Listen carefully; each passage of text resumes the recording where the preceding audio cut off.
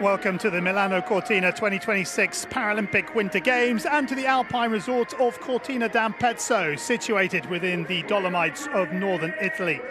Renowned as the Pearl of the Dolomites, the Tofana Alpine Skiing Centre serves as the venue for all alpine skiing competitions at these Paralympic Winter Games. It's Paralpine Supergiant Slalom Day at the 2026 Paralympic Winter Games, and there are 6 medals to be awarded, 3 for the women and 3 for the men, across 3 sport classes: vision impairment, standing and sitting. Well, there's a distinct difference between downhill and Super G, isn't there? That's right. The Super G, also known as the Supergiant Slalom, is the alpine skiing bridge between the speed event of the downhill and the technical event of the giant slalom. We will see the high-speed aspects of the downhill, but with more gates on the course, there'll be more turning and technicality involved. There are also no training runs for the Super G. It means that athletes are seeing the course for the very first time this morning. It's a course inspection, absolutely vital. Here is the weather. Well, at the moment it is below freezing, but the freeze level is set to be about 1,900 meters today, and that's about 9 o'clock. So as you can see already at the bottom, which is at 1,500 meters, the air temperature is above freezing. So it's going to be difficult conditions for the athletes today. That's right. With these warmer temperatures, we will see the surface of the snow soften. It will make it even more important to hold that strong technique so that the skis can hold firm in the snow and carve those edges. It will be challenging for the athletes with the softer snow conditions today. Well, as always, plenty of fans in the finish area to welcome home the skiers, in stark contrast to the Beijing Games, which were held with no athletes in the finish area. Women's Super G vision impaired on day 3 of these Paralympic Winter Games 2026.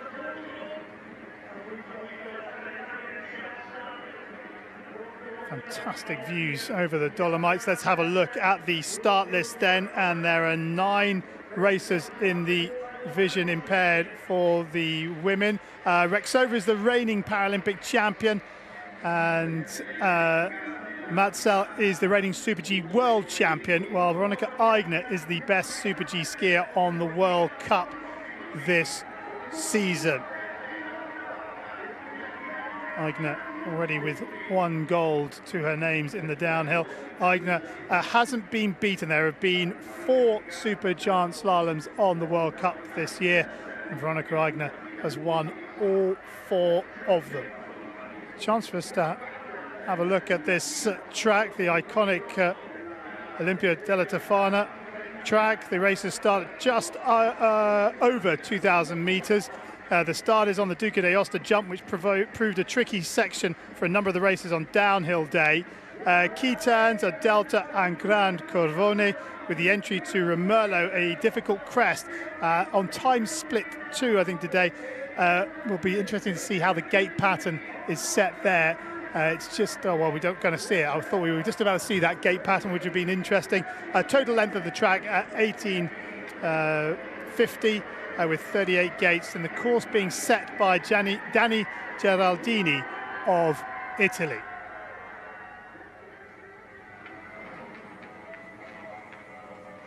So we view back up to the top, where our first racer is in the start hut to get day 3 underway.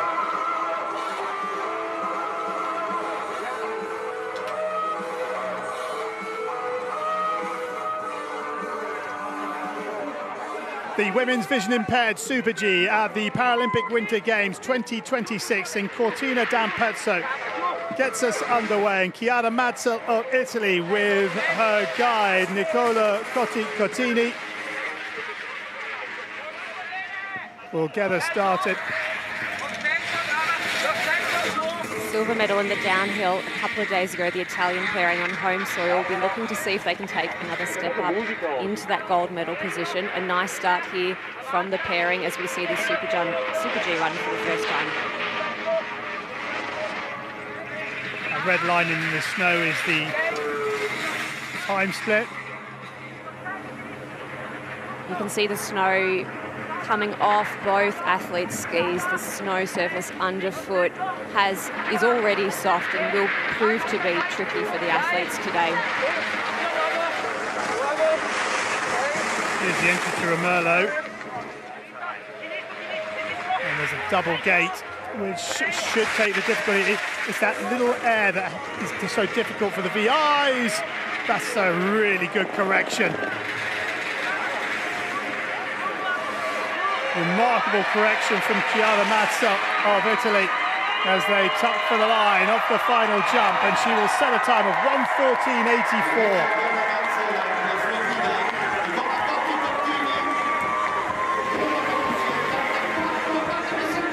We'll have to wait and see, won't we, as to whether that stacks up. It looks as though this course set off the Romello, which proved so difficult for athletes the other day in the downhill, is a little softer. As long as athletes can stay on that turn shape coming around the Romello, they'll be able to navigate that pathway. Veronika Aigner of Austria and her guide Lily Sammer.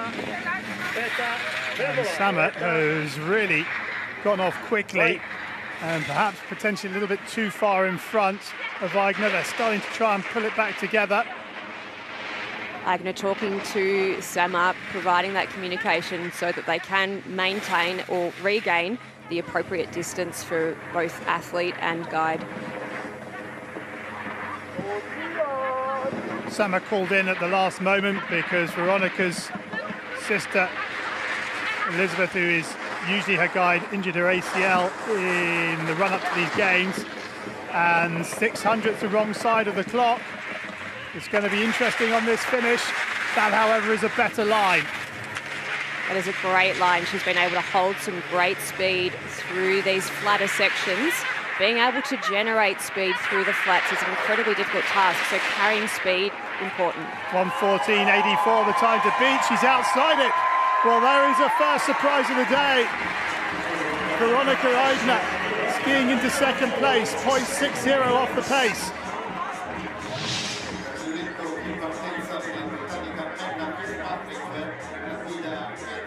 Incredibly difficult for an athlete with vision impairment to have a brand new guide so quickly into a major competition. The trust required, the time together, valuable.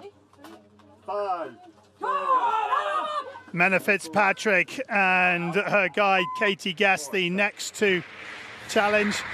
Great Britain's most decorated winter Paralympian, who picked up a knee injury in December, needs surgery but put it off until after the Games. She hasn't raced on the World Cup this year.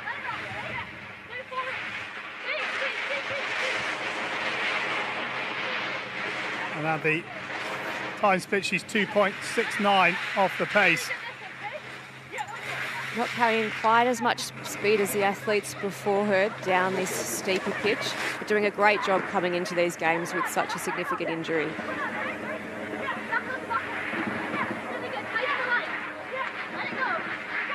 You can hear her guide, Katie Guest, talking to her. Katie, the sister of Charlie Guest, who was an Olympian for GB. You can hear Guest saying, let it go, let it go. That's the indicator to Fitzpatrick to let the skis run and generate that speed down these steeper pitches to carry through onto the flat. 1:14.84 is not going to be beaten. Fitzpatrick with a good ski. As I say, no racing on the World Cup this year, but is down third place for the time being.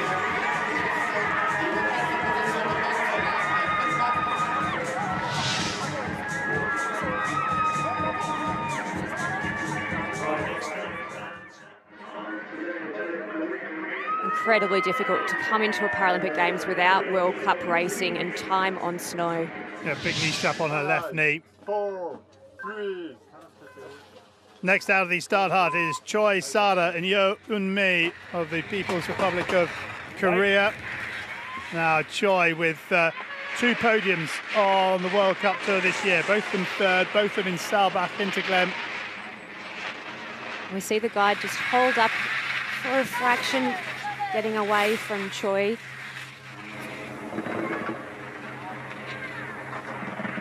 A lot more turns on this run compared to the downhill a few days ago, but still with the ability for this course to run fast with speed. And she picked up the silver medal in the Super G at the World Championships in 2022, but as she comes into Romerlo, she's 3.31 off the pace.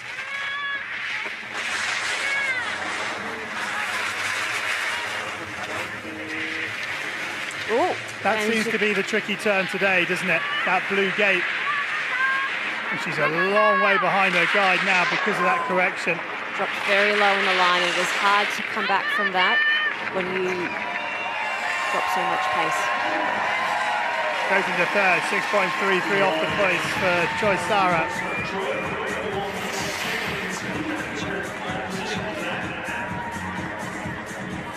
Her knee by the looks of things. Holding that right knee.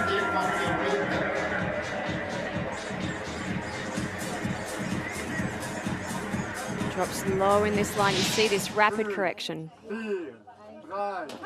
Elina Stari of Austria and her guide Stefan Winter, the next to challenge the 19-year-old in her second Paralympic Winter Games. On the World Cup this year, 4 second-place finishes behind Veronika Aigner.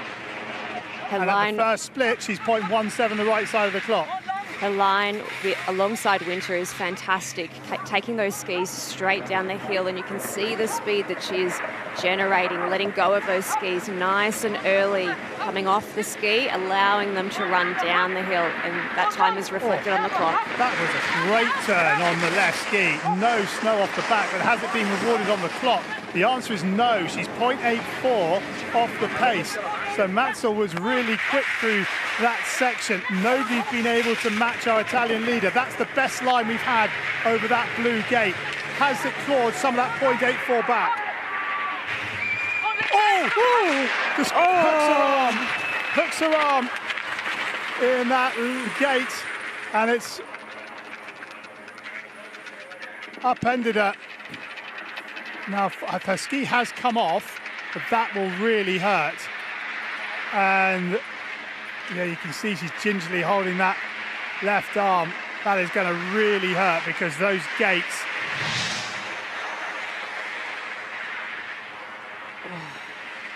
So painful. She is taking the really tight line. Yeah, she just saw it in time to get the ski the other side. But it's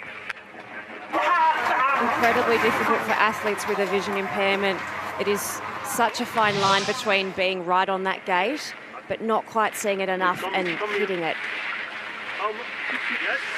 Wasn't there an incident several years ago? I think it was with Svindal when he went through a gate panel and he injured himself very badly on the World Cup, and there was talk about them having Velcro panels. So if you do that, the panel rips apart because there it holds tight and it actually catapults the racer forward.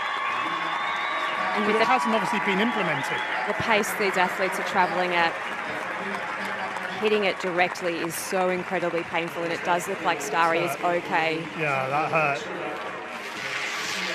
She's an incredible tech skier, so hopefully she is okay and can come back out firing later in the week for the GS and the slalom and tomorrow's Alpine combined.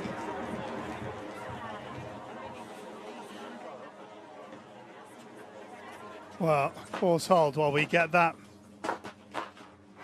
sorted.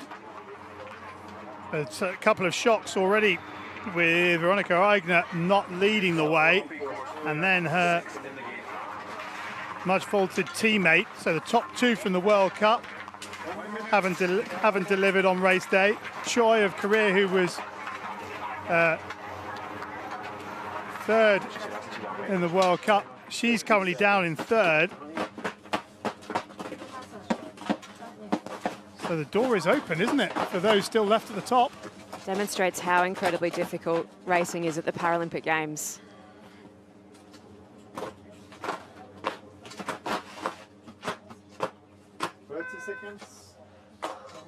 So the 30-second call given to Alexandra Rexova, the reigning Paralympic champion. Can she make it 2 in a row? along with her guide, Sophia Pollock.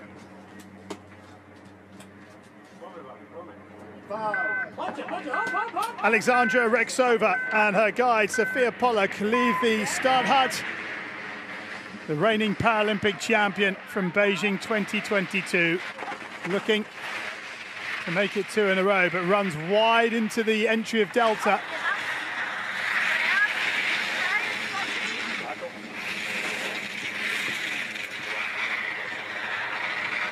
She's running very wide here.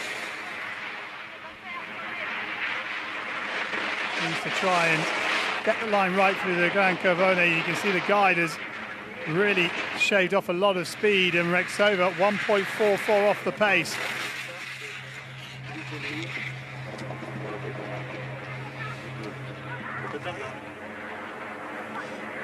She's picked her line back up through this section.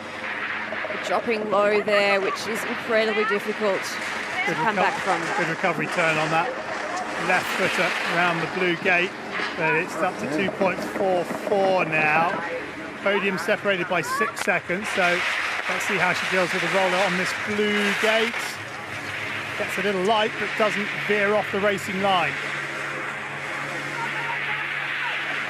It only takes one small error for that time to really compound further on down the track, and here she runs wide again. Rexova will not make it 2 in a row, but she does go into 3rd for the time being, 4.85 off the pace. And they're happy with that one.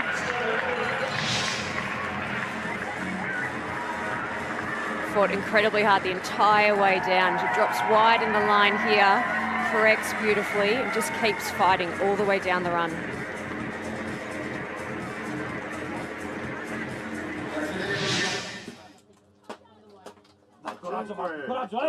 Martina Vozza of Italy and her guide Jelena Sabeduzzi, the next to go, second Paralympic Winter Games for Vozza, who had the green light by 0.03 of a second at the first split. Here is the second split, 32.23 and 1.48 off the pace.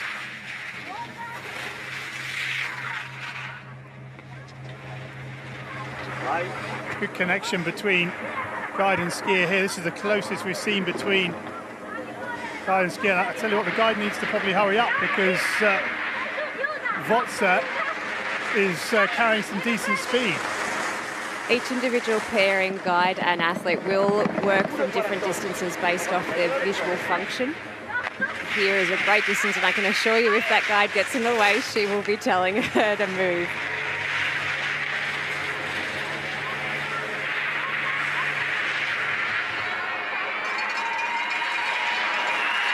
Into the finish, and the Italian fans will welcome Martina Vozza and Jelena Sabeduzzi home, but she's just missed out on the podium.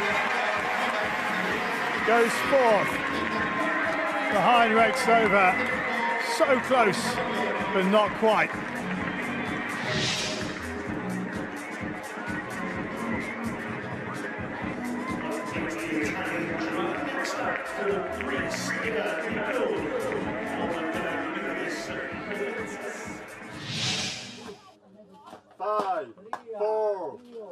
Eva Nikou and her guide Dimitris Pafensas of Greece, the next to challenge. A couple of podiums for Nikou on the World Cup this year, 2 third places in the first 2 races of the season. She's half a second off the pace at time split 1, and at time split 2 that grows by 3 seconds. Real key segment, that second time split, it's appearing for races. The sectional diagonale between the Delta and the Gran Carbone. Nice rhythm to Pafensas's guiding.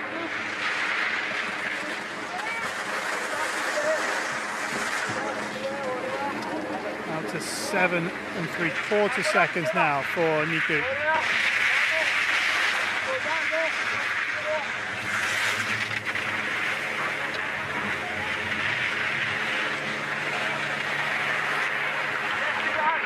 And 14.84 has come and gone. The podium time is 69, that too has gone, and Nico goes into 7th place, 11.15 off the pace. Well, Matzel and Aigner know they've got a medal because there's only one more to come. Question is, will Rexova hang on for her 2nd medal of these Paralympic Winter Games?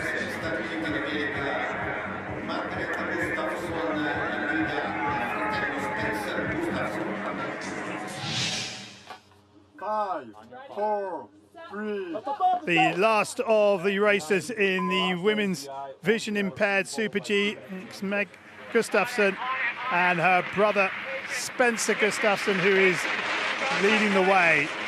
Gustafsson just 16 years of age, Spencer 18.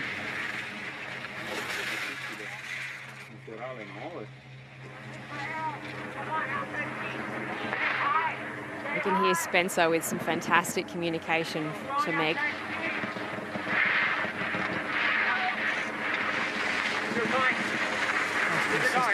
Just going to stay high, keep the speed. 7.55. Big breath.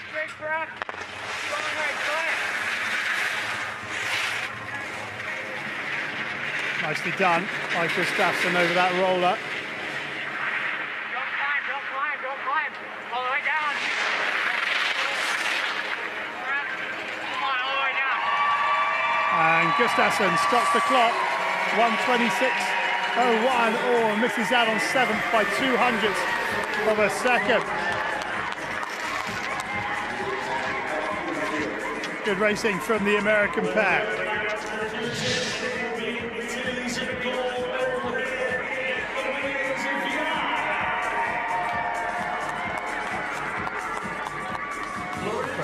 Slow-mos. Well, the top 2 from the downhill swap places. Matzel now in gold medal position.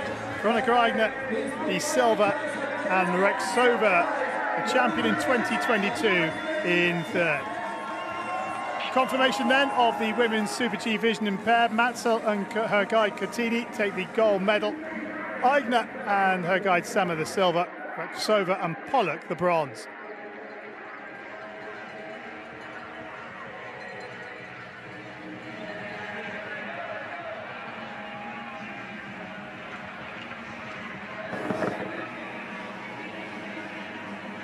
The women's Super G standing of the Paralympic Winter Games 2026 about to get underway.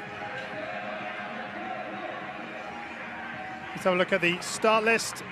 15 racers at the top. The reigning Paralympic champion is Zhang of China. The world champion is Asia, while Molly Jepson, who is the Super G Crystal Globe winner from the season, is pulled out of these games because of injury. So she can't have the chance to bring that World Cup form to this Paralympic stage.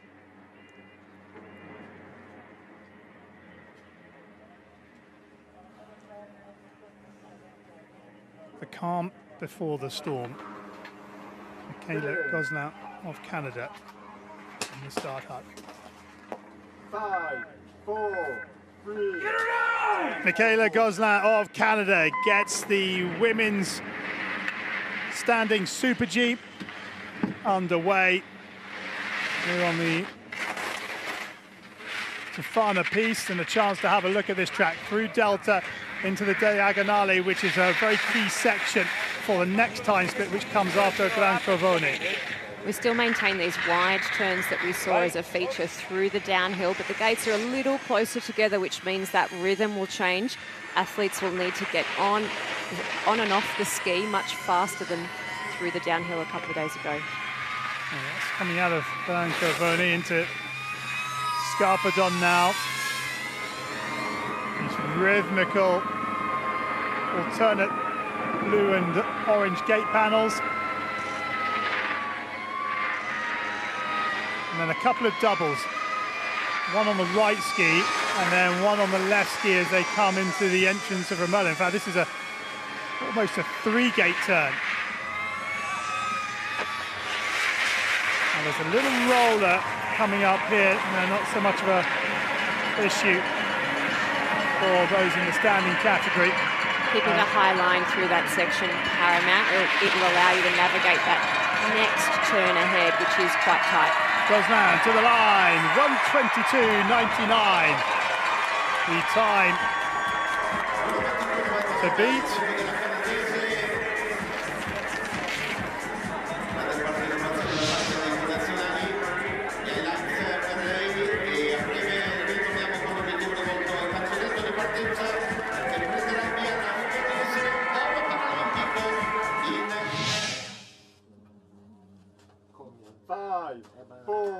Ebba Asia of Sweden, the next to challenge the downhill champion in Milano Cortina 2026. Can she add the Super G to that collection?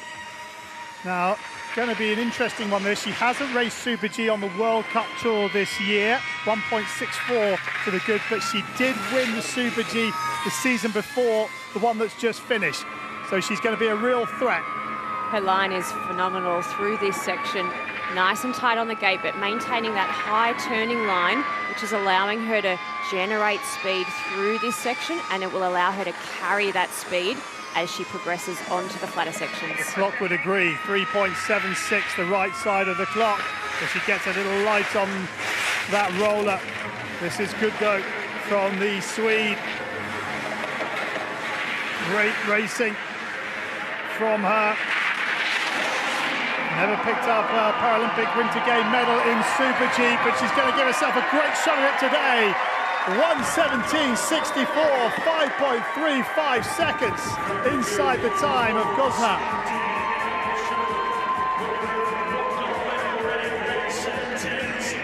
That really was a good ski. Fantastic ski. Look at this aggressiveness as she moves down the race course. A high line enabling her to generate top speed reflected in the time. That is a run that is going to be hard to beat. 5, 4, 3. Varvara Voronchikina from the Russian Federation, the next to go. It's her first Paralympic Winter Games, and on day one she picked up a bronze in the downhill. 1 win and 1 second place in Saalbach on the World Cup Tour, and she is 3/4 of a second inside the time of our leader Asia, and these are really high dynamic turns. A fantastic rhythm through this section. Here is the next time split, 1.45 seconds inside the time of Ebba Asia. This is a fantastic ski from Voronchikina.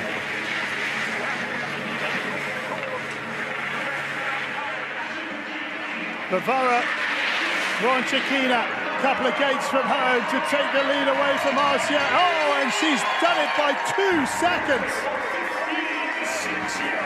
What a ski that is. And Asia will not do the speed double.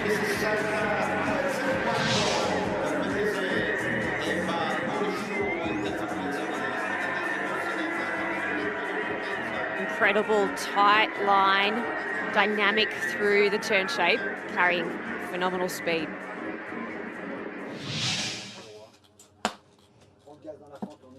Zhang Mengqiu from the People's Republic of China, the reigning Super G champion from Beijing 4 years ago. She hasn't had such good form on the World Cup this year, but she's 0.61 the right side of the clock at the first intermediate. So let's see how she goes through Diagonale and into Gran Cavone, because here comes the second split. And the answer is, well, she's 3/4 of a second behind, and you're shaking your head. You can almost see the sliding of the turn rather than the carving of the turn. Is just holding onto the ski edge a fraction too late, and with each gate a fraction too late, the time compounds really quickly as we see her drop really low in the line. She's done well to correct that and get back on track, but that will cost her on the clock. There's a lot of turning being done after the gate, which is not where you want to be, and she's a long way off. I think she missed the blue gate on the entry, didn't she? She missed the blue gate on the entry into Romerlo.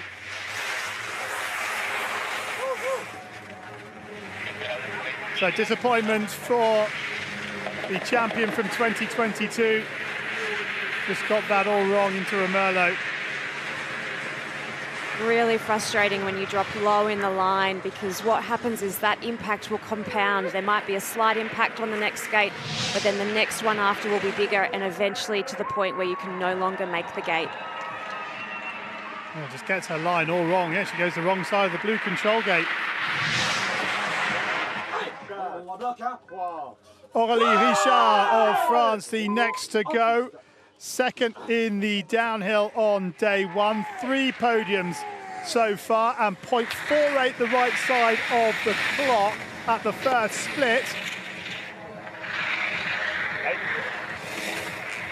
How is she skiing diagonale? Are you shaking your head or are you nodding your head? Here we go, 32.54. She's up by a quarter of a second. Yeah, carrying nice speed through this section. Clean on the edge set. High on her line, and that's enabling her to take a very direct line down the course, generating high speed. That looks a little late. Oh, she's late. no. She's late in the line. That is going to cost her. That surely must cost her on the clock. 54.31. Yeah, 0.33, but that's going to get worse because she's not carrying the speed. Oh, come on. Oh, she's all over the place, but manages to stay in the track. Through that gate, that's okay. Aurélie Richard, there are a lot of mistakes in the bottom half of the track. The medal, 122.99 for the podium. She goes second, 1.96 off the pace. That's going to be what might have been. Great recoveries from Richard, but goodness, imagine the time had she been able to continue that line she had from the beginning. Incredible fight all the way down that course to try and make a recovery from some of those small errors. 5, 4, 3. Next to race, Zhu Wenjing from the People's Republic of China. Had her first win this season on the World Cup in Super G. That was in the first race of the season. 0.4 the right side of the clock at the first split, but she's quite a lot slower, 3 kilometers slower. Doesn't sound a lot, but that's what it means on the clock. She goes from 0.4 up to 0.5 down, so losing nearly a second. Just not quite as clean on her edge set, which means she's taking that fraction longer to turn through the gates. And again, a lot of turning being done after the gate and not before the gate. I have to say, Vonchakina through here was superb. And 1.90 off the pace for Zhu. That podium, 2 seconds cover it, so there's space. Standing a little tall coming through that section.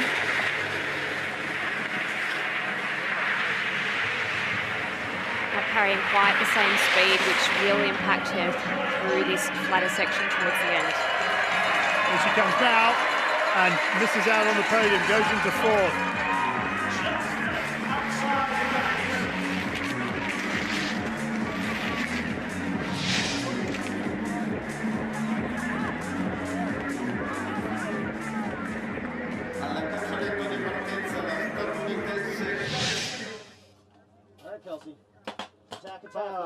Kelsey O'Driscoll from the United States of America won the 2nd Super G of the season for her first World Cup podium.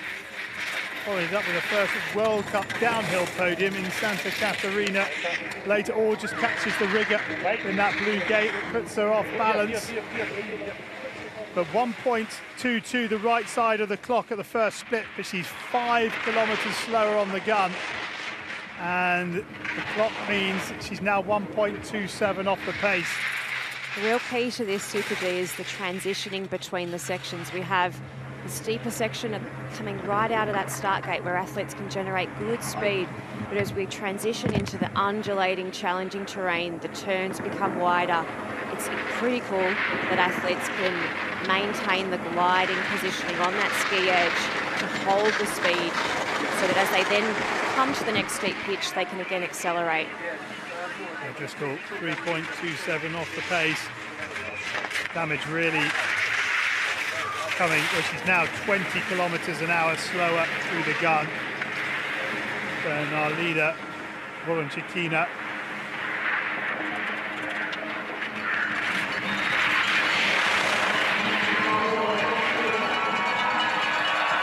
O'Driscoll for the line goes into 5th, 4.92 off the play pace.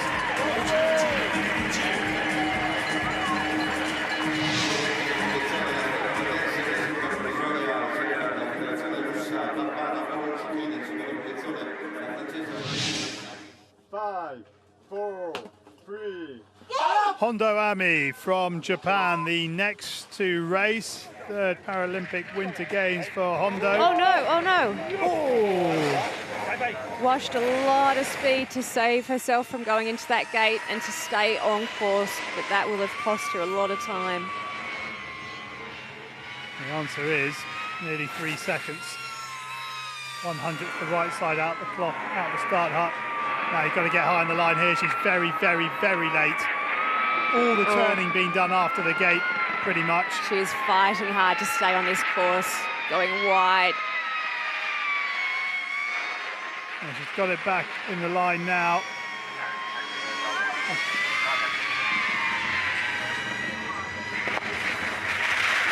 Well, some great recoveries in that middle section, but it's definitely going to hurt her on the time. The line is good through here, but the damage has been done. Hondo Ami goes into 7th, 8.02 off the pace. Yeah, she knows where it all went wrong.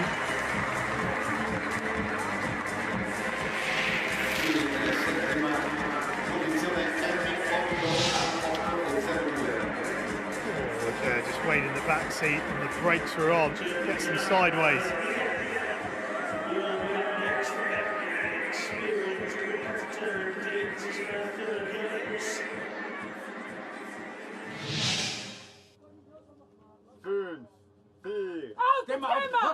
Anna Maria Rieder of Germany, the next to go, 3rd Paralympic Winter Games for the German. Morbitech skier, 2nd in the slalom standings this year on the World Cup, 3rd in the giant slalom. Had 4 top 5 finishes in Beijing with 1 medal, which was a bronze in the slalom.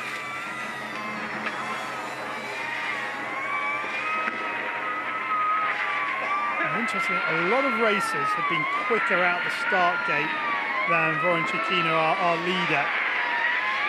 Nearly everybody, Voroncikina had the 8th quickest time out the start hut, but was just electric through the middle section of this track. I'd be interested to see the condition of the snow at the top of the track. If it's under shade, it might be being skied down to the harder surface underneath. Difficult to say without seeing the visual of what's going on straight out of that start gate. Here comes Rieder then. Over the final jump, tucks for the line. Where's she going to slide into the standings? Into 8th. 8.68 off the case.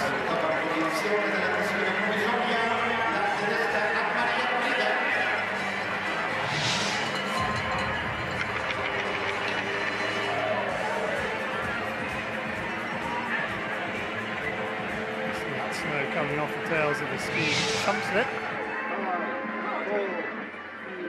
Audrey Crowley of the United States of America, now the 19-year-old. Her first major championships for the world champs last year, where she was 3rd in the giant slalom.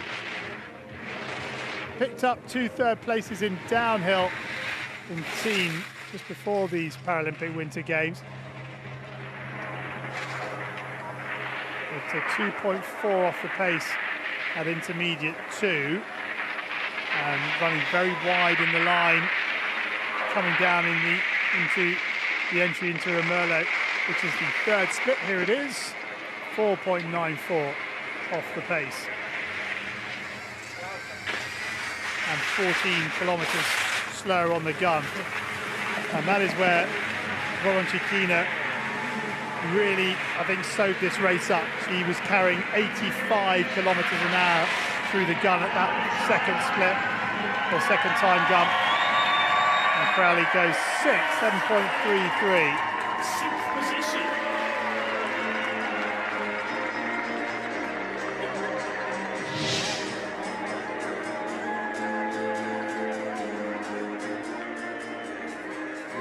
Having to really put the brakes on through there, which just costs in the development and maintenance of speed. 4, 3, 2. Andrea Roffers of Germany, the next to go.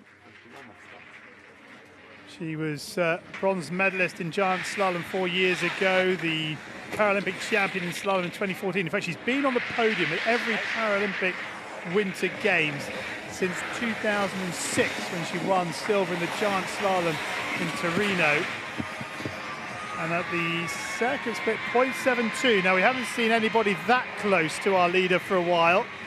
So, depending on how she skis here, and that's the first mistake right at the top of this section. She's battling to get it back, and she's got it back, and then gets late. Oh, no. She got light on the ski and couldn't finish the turn and drifted off skier's right.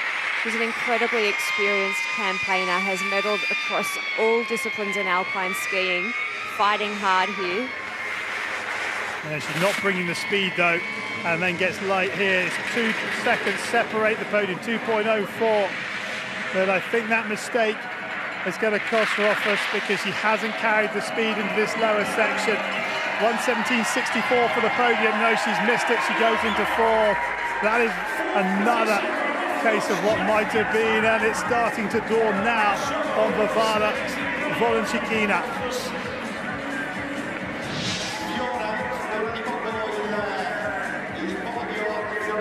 Great ski. That was the one error, wasn't it? Just didn't see that compression. Twists the upper body and throws the balance off. She did great to recover from that.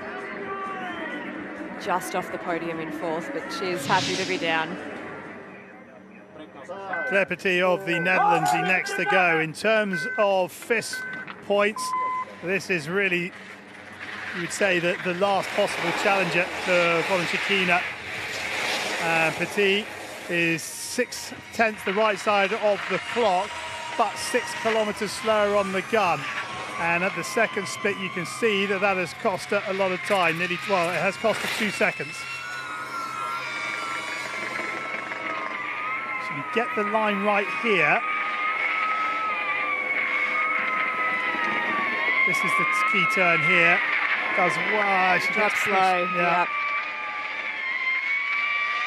Essential to get off that skier just quickly as possible. If you hold on just a fraction too long, you drop very quickly in that line. Hard to come back from.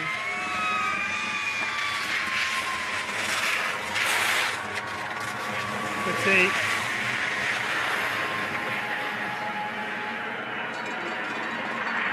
Into these final turns. Getting low, the Dutch racer with 22 kilometers slower on the speed gun means she goes into 6th. That's a really good ski. Regular top 10 finisher on the World Cup, and she's done the same here.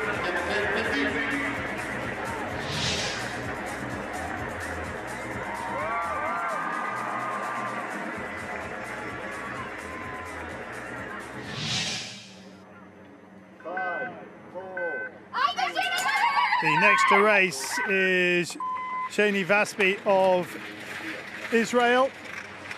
She was the first Israeli athlete to compete at the Paralympic Winter Games in Beijing, and she is the only Israeli athlete here, only racing the giant slalom 4 years ago. It is expanding her skiing, and she's missed that red gate. Oh, no. She's skied out. Just got the line wrong. And that's huge disappointment. A mistaken inspection, that is, I'm afraid. And that's so disappointing for her.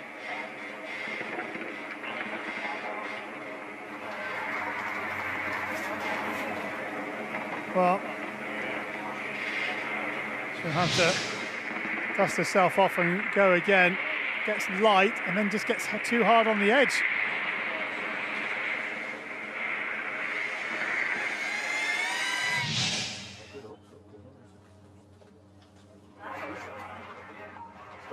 Guo Jiaxin, the penultimate racer in this women's Super G standing. Guo, 27 years of age, in her second Paralympic Winter Games, took up the sport in 2016. Her best performance was 8th in the giant slalom 4 years ago. A chance for us to see the traverse or diagonale. She makes her way up to Gran Cavone. Here is the Gran Cavone, the double-gated left-footed turn. And Guo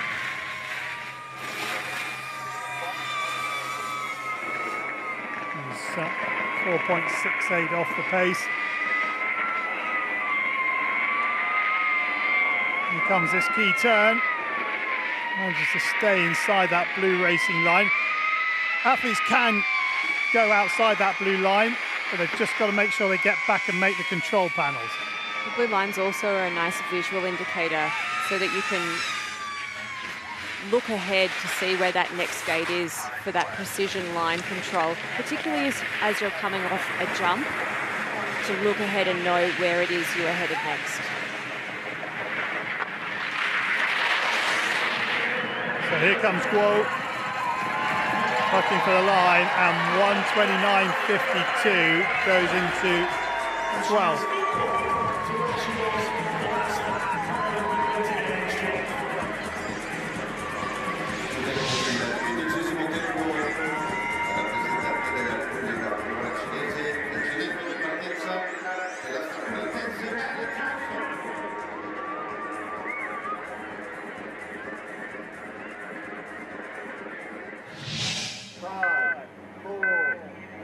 Ali Johnson of the United States of America, 31 years of age, in her second Paralympic Winter Games.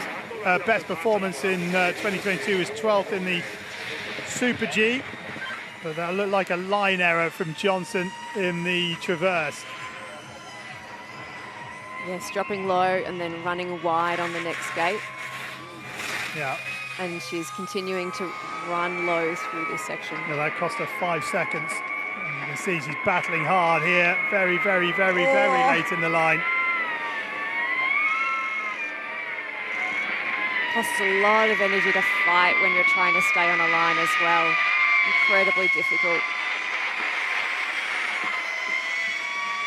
Into 10.66 seconds now for Johnson, the last of the racers in the women's Super G standing.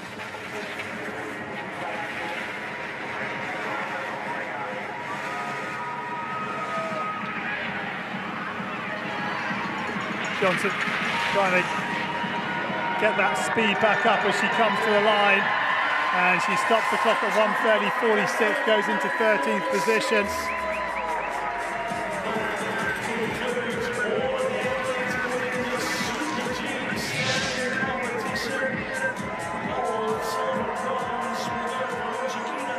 You see her there trying to fight to get back on line.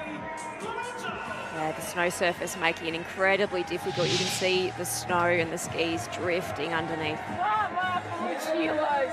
Varvara Voronchikina of the Russian Federation wins the women's Super G standing.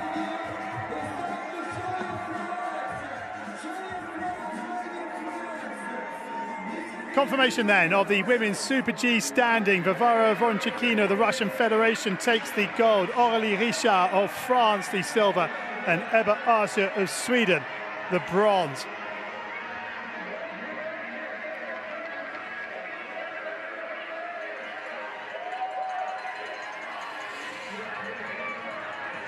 The women's Super G sitting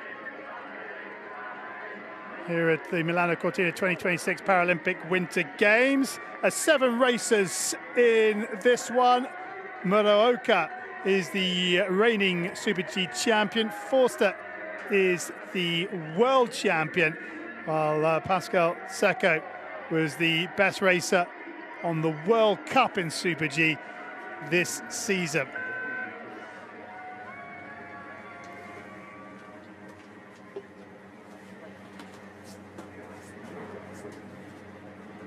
You can see just there the conditions of the snow in the start hut, looking very granulated. Spring skiing conditions.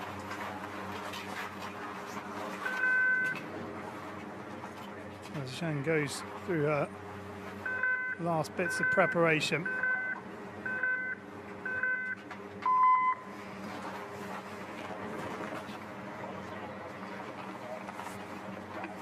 Just waiting to be called forward.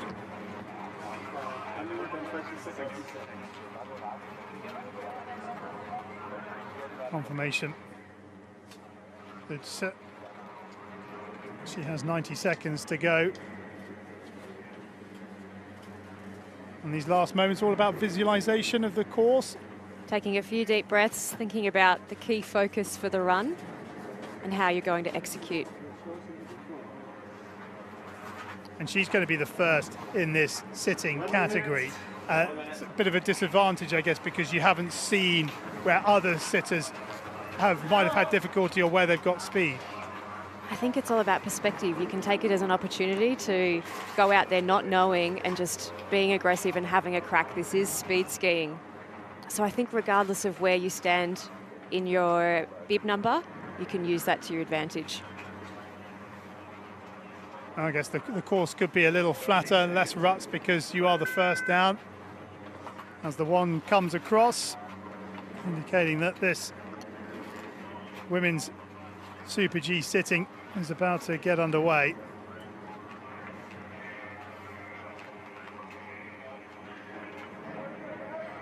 Seven athletes battling for 3 places on the podium.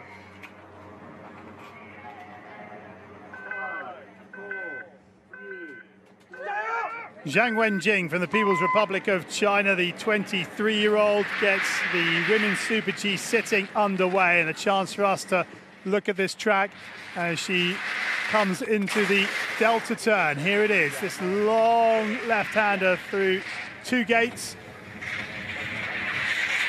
into Diagonale and the traverse.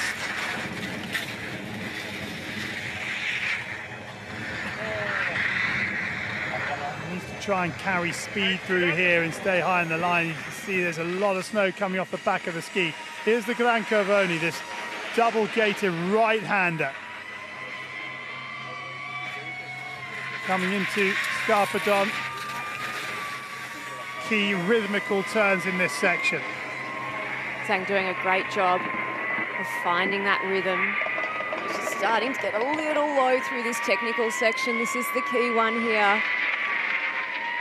Does a nice job there and is able to hold that speed that she's taken from the steeper sections.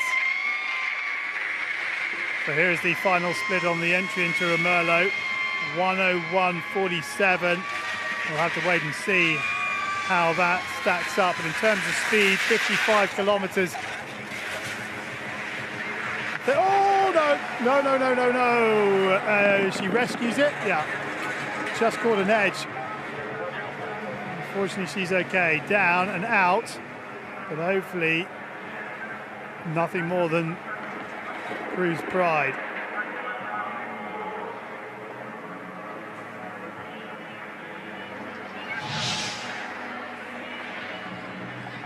What happened here?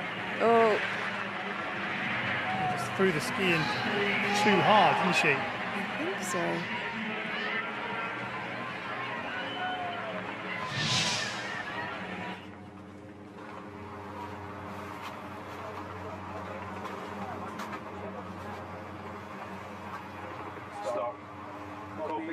Clear 26 in here. Audrey Pascual Secco, the 21-year-old. Audrey Pascual Secco of Spain, out on course. Silver medalist in the downhill on day 1. She's been the best Super G skier on the World Cup this season, and gets a beautiful line through Delta. Thought she came into it a bit hot, but she corrected beautifully and gets a little bit of air as well. Won the silver medal in the downhill, just 5/100ths of a second off the gold. She will be looking to take that top spot today in the Super G. It's going to be very interesting, I think, the battle between her and the German Forster, because Forster has all the experience and Pascal Secco, well, she has the form, doesn't she? She has the World Cup form, and she's looking fantastic out here, carrying nice speed, staying high in her line. She's doing a great job. 55.37, she is the pace setter here. 69 kilometers an hour. Zhang, who didn't finish, was at 55, so there's definitely a lot more pace, but gets a little bit straight off that roller. Very quick to adjust though, and she has maintained good speed. Pascal Secco, last gate from home, and 1:17.82 is the time to beat.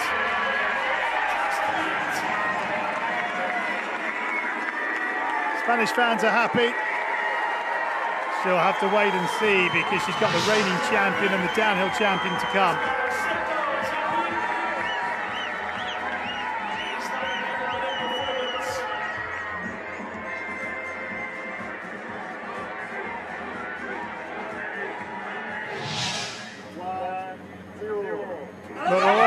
Mamuka of Japan, the next to go. Downhill, Super G and Giant Slalom champion from 4 years ago. Didn't race the downhill, was recovering from a broken left shoulder, and opted not to ski the downhill because of, for obvious reasons. And you can tell that she isn't 100%.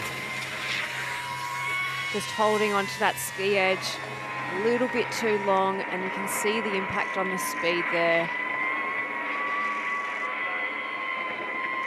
Great to see her out on the mountain and building some confidence for the events later in this week. The advice from the doctors was, you can ski but don't fall over. Well, that's easier said than done. But she's definitely not racing as intensely as she would do without that shoulder. An incredibly difficult mindset to be told by the doctors to not crash, but be at the Paralympics as a sit skier in a speed event. So she's doing an incredible job. And that's it with top level sport. You never know when these accidents might happen. So Muraoka down, 1:24.14.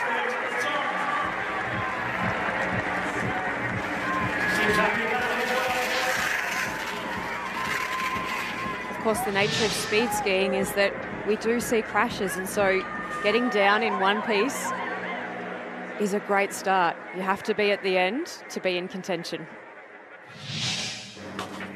5, 4, 3. Liu Sitong for the People's Republic of China, already a medalist at these Paralympic Winter Games in downhill on day one. And at the first split, she finds herself just 1/100th of a second behind Pascal Secco of Spain, our leader.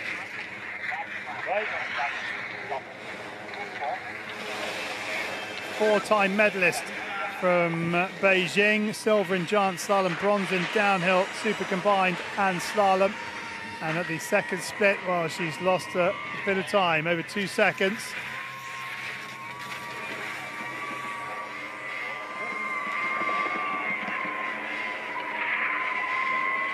Now it's the next red gate is where she could get some air and go low in the line. And it's a trade-off, isn't it, between carrying speed into here and getting the line right. Too fast and you'll go too fast skiers right. It's the rhythm change, carrying that speed, but then being able to react and be agile so quickly that you can change that edge set over to be dynamic as the transitional section happens.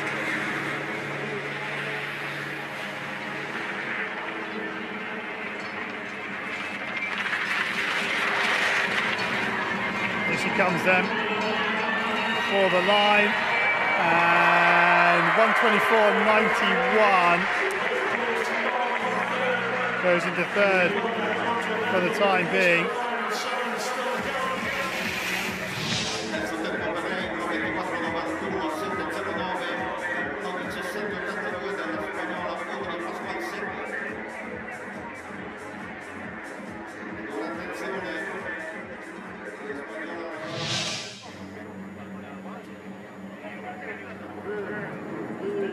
Annalena Forster of Germany, the next to go. Already one gold medal here in the downhill on day one, and this is going to be fascinating because she was second behind our leader Pascual Secco in the World Cup standings this year, and second by 10 points only. It was a real tussle between our leader and Forster on track, and she is 1/100th of a second in front of the first time split, and at the second time split she's 2/10 down. Big line error. She's out. Big line error coming out of the Gran Carbone, and Forster will be a DNF. Oh, what a shame that was. Drops wide and just cannot recover to get through and around that blue gate. Carrying a lot of speed, just had the direction wrong. That was her problem. Well, that is a huge upset.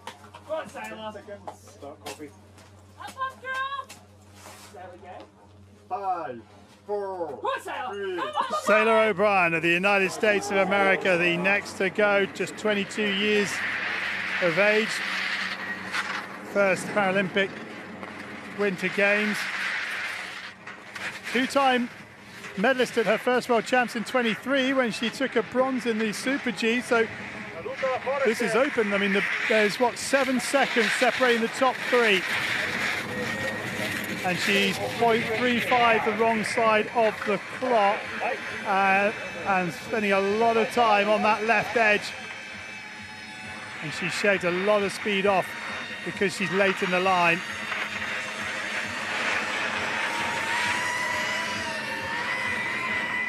Now 6.4 off the pace. Yeah, 6 seconds to go between intermediate 1 and intermediate 2, just because of those long holds on the edge. It washes a lot of speed with that ski edge holding on too long from turn to turn.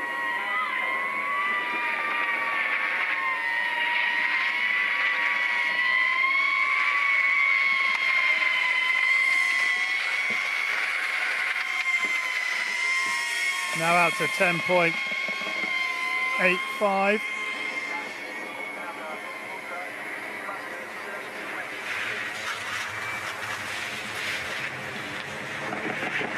The gates from home now for O'Brien.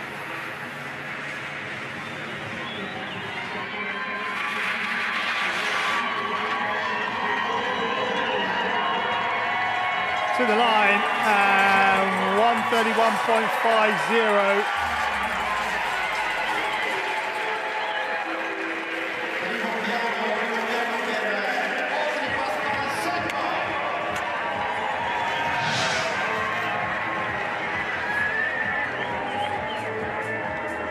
Dropping low there, holding on and washing a lot of speed.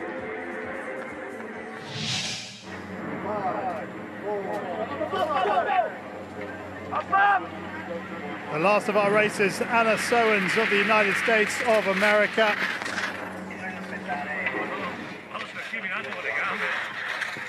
Sowens made her World Cup debut in San Moritz back in December of 2025.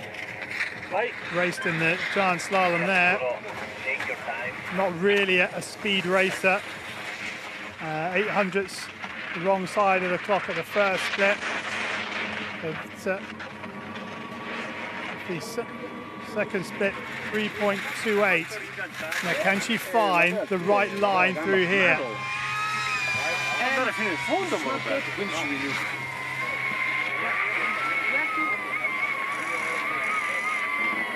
Quite a bit of turning happening after the gate, and she's very late in the line as a result. You can see the double gate here should help her get back on track.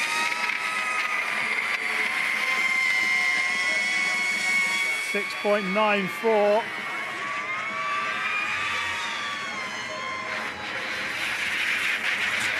What can she do in these final turns? Oh, drops low. Good recovery to make it through. Sowens, a couple of gates from home. The last correction before the jump. Over the final jump, little correction there again. Fourth, 9.55 off the pace. 2.5 seconds off the podium for this delightful Spain.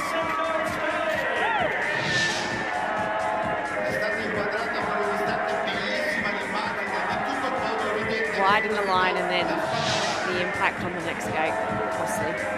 Audrey Pascual-Secco of Spain wins their first gold medal at the Paralympic Winter Games since Sochi.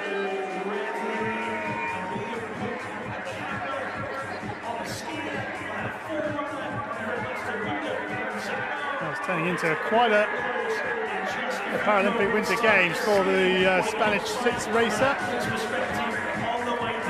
Mimoka, despite the injury, comes home in second. Good work for her. Gold 4 years ago, silver now. What an incredible result to be told by your doctor, don't crash, but here I am at the Paralympics in a speed event.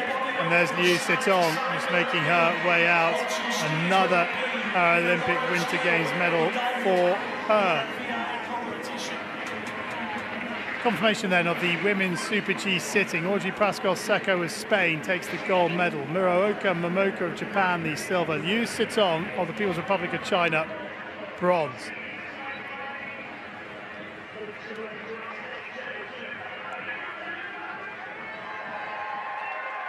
Annalena Forster, gold medalist in the downhill, was the big threat for Pascual-Secco.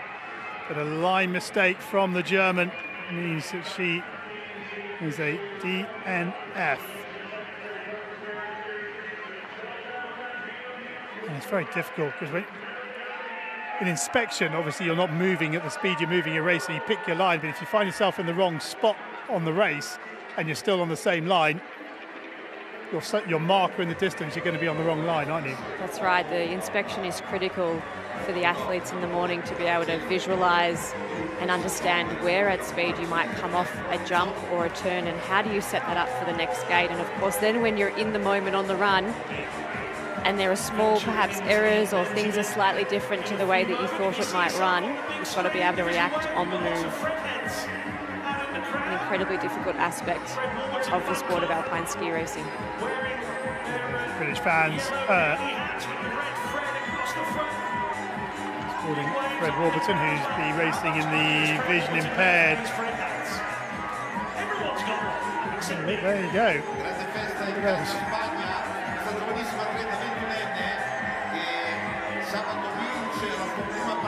A little pause in proceedings while we make the transition to the men's Super G races. Faces on a stick, that's what we like to see. People's face on a stick, which is much better than a stick on the face, because I reckon that would hurt. Anyway, faces on a stick, there we go. Japan in the house. Well, once again, the fans at the bottom are really enjoying themselves. And you can see, if you're in the shade, you still need your jacket on. If you're in the sun, you definitely need sunscreen. Slip, slap, slop. Sunglasses and a hat as well. Yeah. That's it. You've got a flag, wave it. It's not a blanket, it's a flag. If you wanted to stay warm, you should have brought a blanket. Big waves up in the stands for everybody. Well, we've got 74 competitors coming in the men's Super G. Who's he on the phone to? Who's more important than us? 14 USA! All the way! in Let's go, division USA. impaired, 33 in the standing, 27 in the sitting.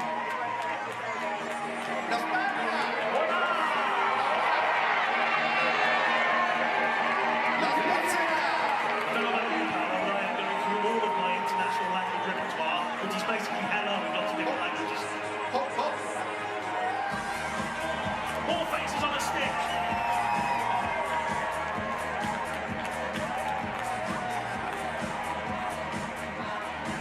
Plenty of French spectators in the house, and of course, plenty of Italians here in Milano Cortina.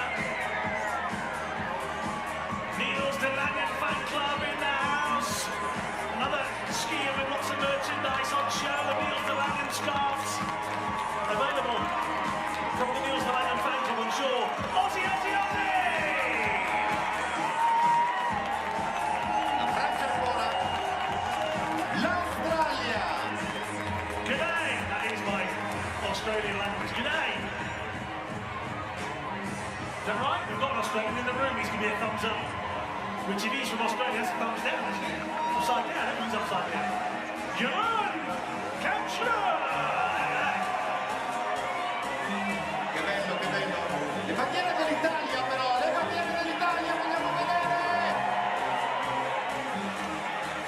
Oh, we like it if you move it, move it. It keeps you nice and warm out there as well. Flags from all over the world is what we want to see. Austria flying high. More Aussies up in the crowd. Hello, Japan!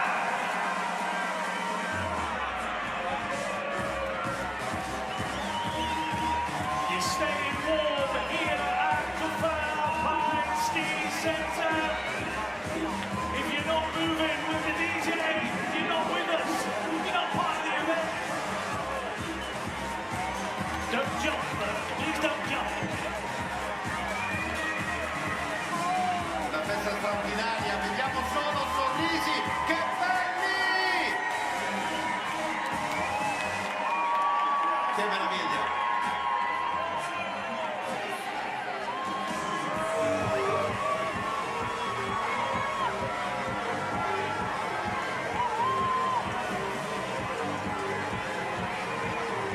Fanne Alpine Ski Center, Giochi Paralimpici Invernali, Milano Cortina 2026!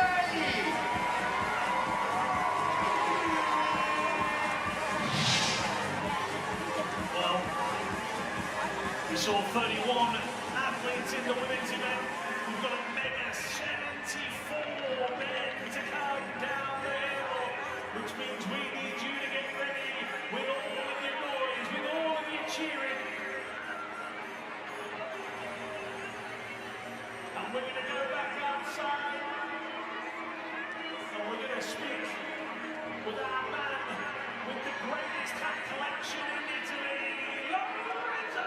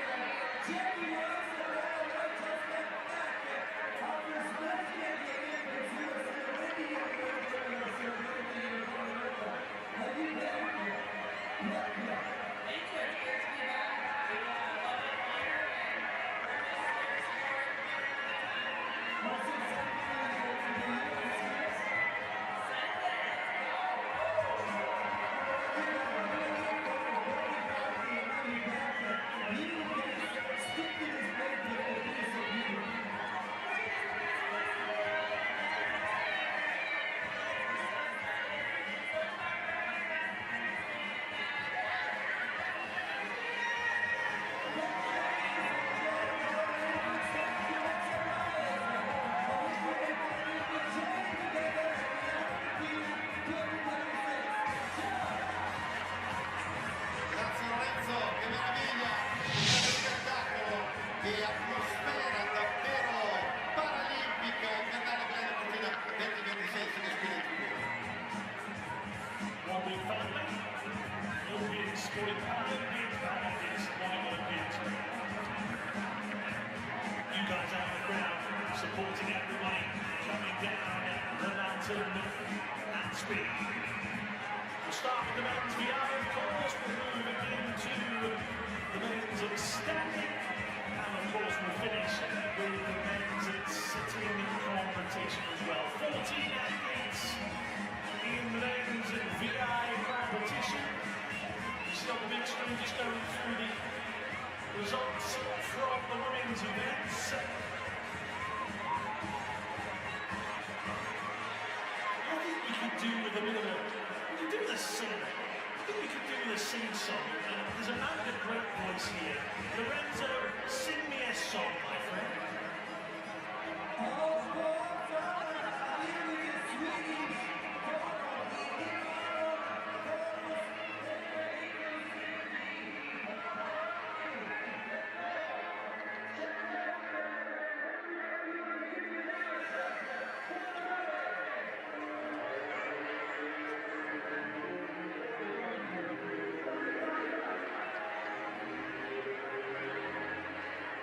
the men's Super G vision impaired at the Milano Cortina 2026 Paralympic Winter Games.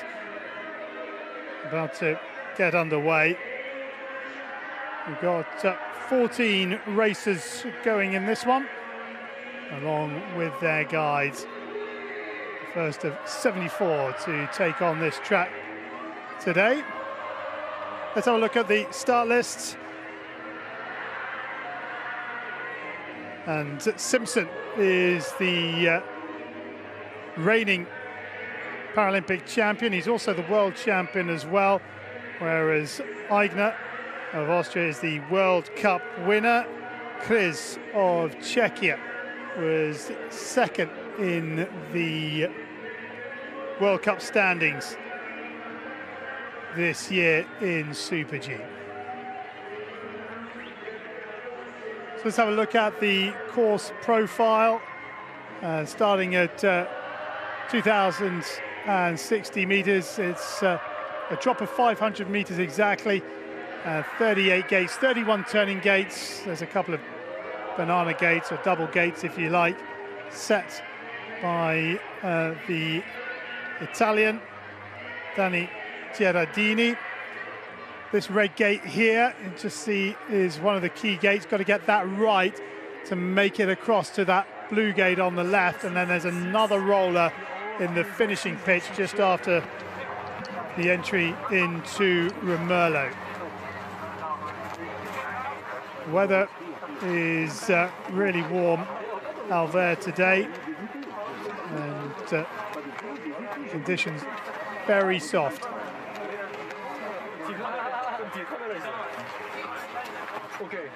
These athletes have waited almost 4 years as they struggle into their tight bib. Into their bibs. That's Huang Mingyu and his in fact that's his guide Kim Jin-hyung, looking very special in his high-vis bib. It's good to see they're nice and relaxed at the top of the course.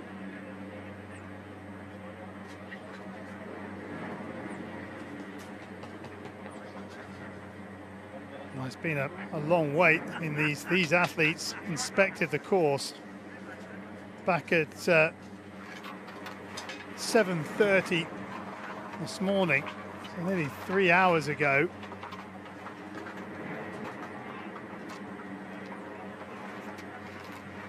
And since then, I've had to wait, keep memorizing what they've taken from course inspection.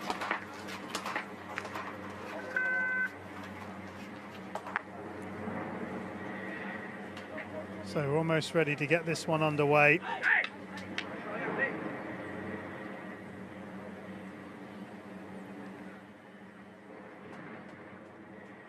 It's going to be France to get us underway.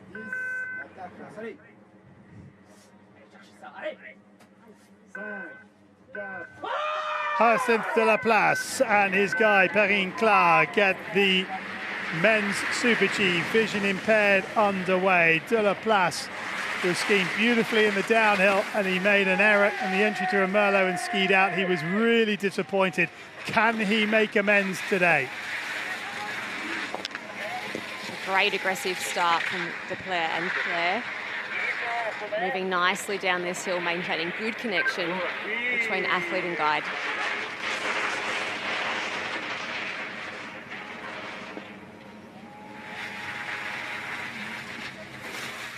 Interesting how you hear a lot of chat between some guides and racers, and not a lot seems to be going on here. Oh, there you go. Dropping a little wide, and he's just made that gate. Will cost a little bit of speed. So this is where he had the error in the downhill. Stayed nice and high, navigating beautifully through this section. Now there's a roller that comes here. Got to get the right direction. He was spot on, but then runs a little low here. De la Place is going to set a time. as he just gets in front of this final gate. 1:16.75 for Hassan de la Place, France.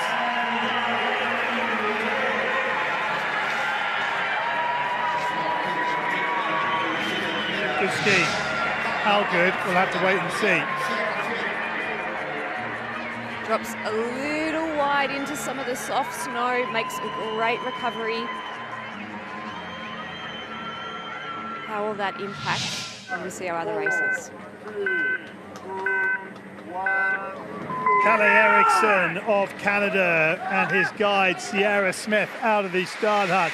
The 21-year-old picked up a silver medal in his very first Paralympic Winter Games race in the downhill on day one.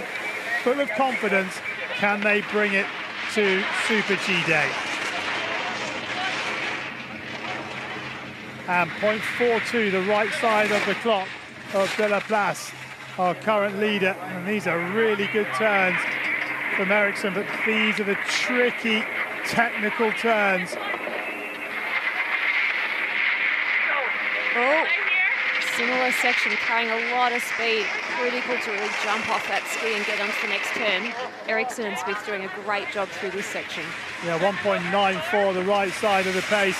Still got this key roller here. Needs to be going from left to right. Does just about enough.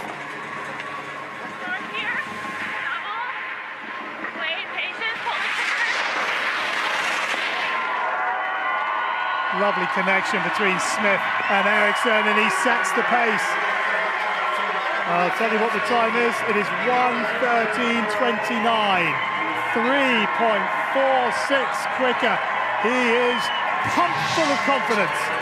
What a great run from Eriksson and Smith. Really agile, getting off that ski edge and really able to hold and generate that speed through some of those softer sections. And they know that's a great run. Wang Qingdong from the People's Republic of China and his guide Chen Qicheng. Wang, 23 years of age, his first Paralympic Winter Games. He's had a couple of podiums on the World Cup. On the first stop, he was third and second. 1.4 off the pace.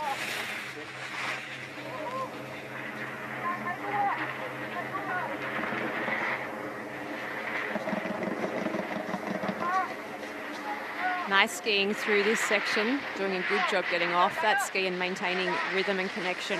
He's got a nice wide stance that gives him that platform in which to try and carve those turns. 2.5 off the pace. He's lost 1.1 through that middle section.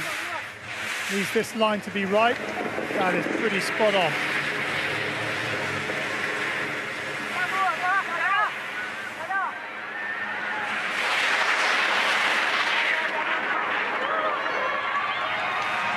Wang will slide into third, 4.14 off the pace.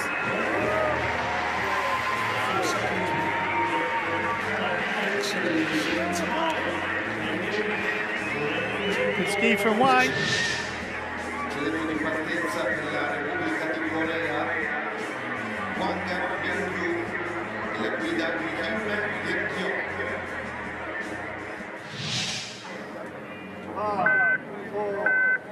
There is Hwang Mingyu from the Republic of Korea with Kim Chun-hyung.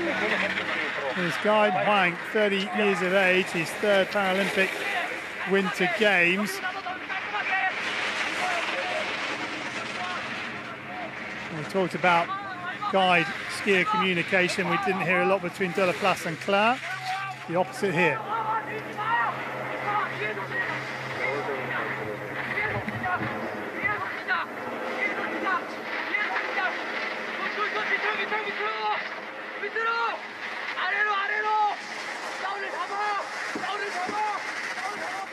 Really dynamic communication. Fantastic between the pairing.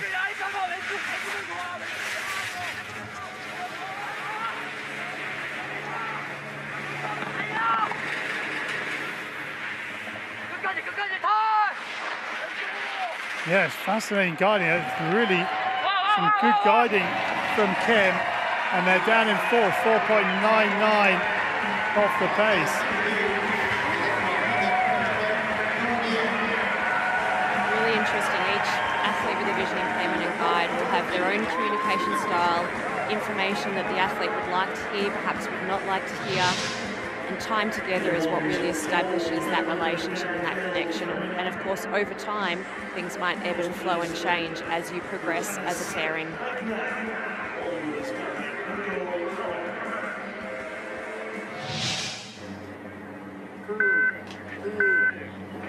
Johannes Aigner and his guide Nico Herbel of Austria, the next to challenge, the overwhelming favourites for this men's Super G vision impaired. They've won every single speed race on the World Cup this year. 6 in downhill, 4 in Super G. Beautiful skiing from Aigner and Herbel. Aigner just chasing down his guide Herbel, really dynamic through the turn shape, generating some great speed. Well, they've lost a tenth of a second through that section to Eriksson, who he beat to the top step of the podium in downhill day, and just a little scrappy by his standards through that pattern of gates. Just a touch low. 1:13.29, he's going to get there. He gets there by 1.3 seconds. Johannes Aigner goes to the top step of the podium. He's been pushed close again, but the Austrian fans are happy.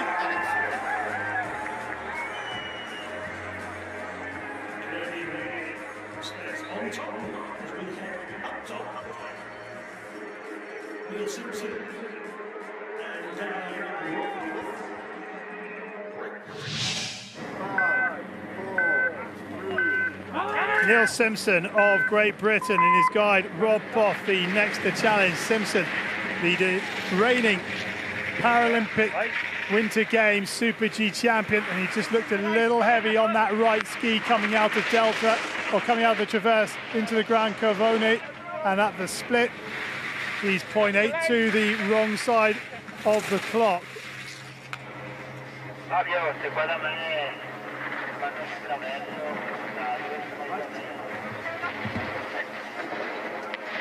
Drops low through this section. Oh, it does a great job to make the blue gate, but that time will cost him.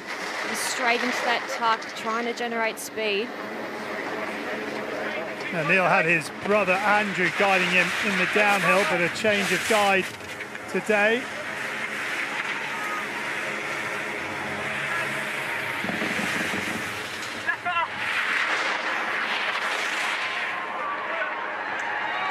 Now, can he get himself onto the podium? 2.40, yes he can. Goes into third place for the time being. And there are some dangerous racers still at the top of the hill.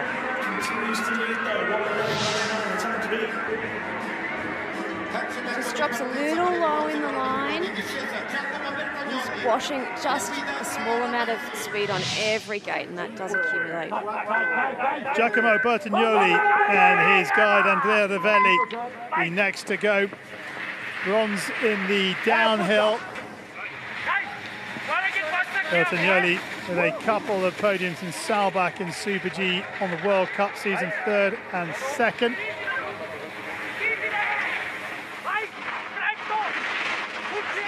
Second in the last Super G before these games, and he's a full second off the pace of Aigner.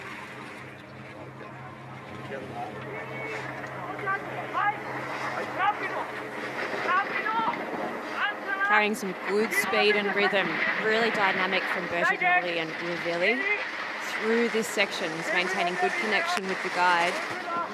Well, he's gained a lot of time. He's gained 7/10 of a second. That's super skiing from Bertagnoli. He's bringing the speed, he's bringing the line. Can he bring the gold medal? And the crowd in the finish will go absolutely berserk if he can. The time to beat, 1:11.99. It's going to be tight, it's going to be very tight. He's outside it by 1600ths. Oh, what a ski from Bertagnoli. He was reeling him in. He just didn't have enough piste. Oh, goodness, such a tight margin. There was so much flow and rhythm coming down that bottom section, and the crowd are going absolutely wild. That middle section is the best we've seen in the last 3 hours of racing. Really dynamic and agile, just jumping from turn to turn. And he was able to gain so much pace through that section, and they know it. That reaction tells you how much of a threat they thought he was. Absolutely. Michael Golas of Poland with his guy Kasper Walas. Now Golas, 21 years of age, first Paralympic Winter Games. He's a bronze medalist in slalom and giant slalom in the World Championships back in 2025.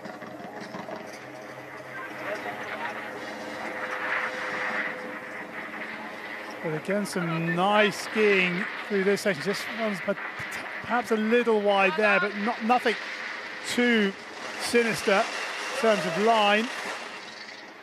2.71. The podium separated by 1.3 seconds. The guide almost getting caught out by that roller.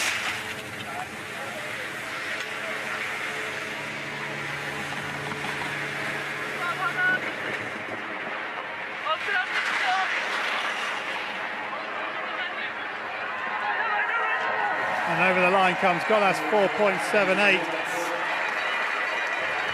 off the pace.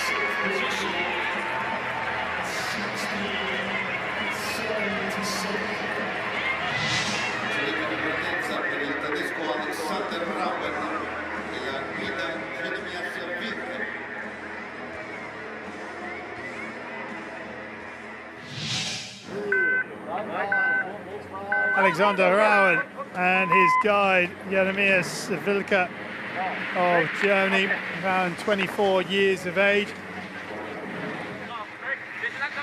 9th in giant slalom and slalom in the 25 World Championships. Racing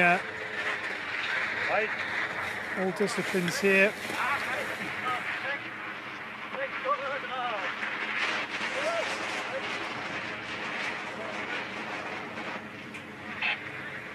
.82 off the pace at that split. Took up the sport in 2022 when he wrote to a coach of the German national team and he got invited to a trial. And then ended up becoming national German champion with Vilka in April of 22. 8.21 off the pace of that time split. Running wide and dropping low in a few sections, which has dropped the time back down.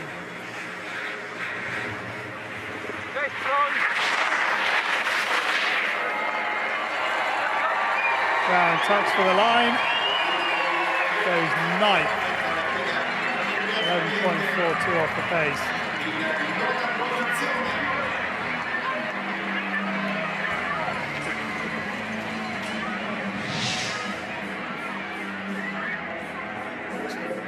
Drops wide and low, as we've seen with a number of races this morning.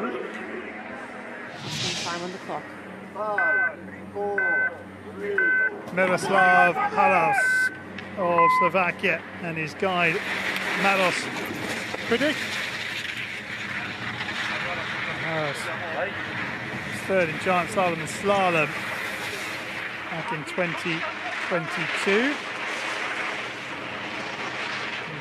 Picked up medals in 2018, 2014.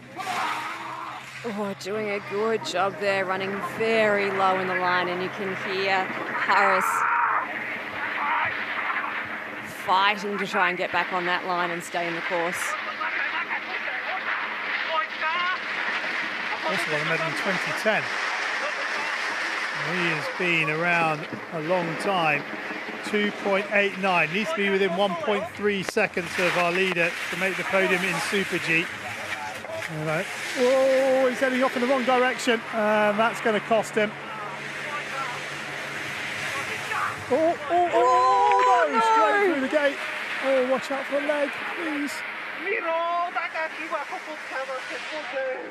Yeah, they just got separated, didn't they, when he made the line error. So it happened so quickly. Dropped so low and then just nowhere to go.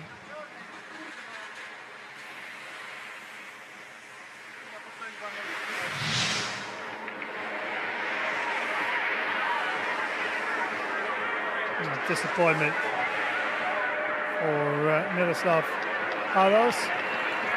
They're coming inside of the finish.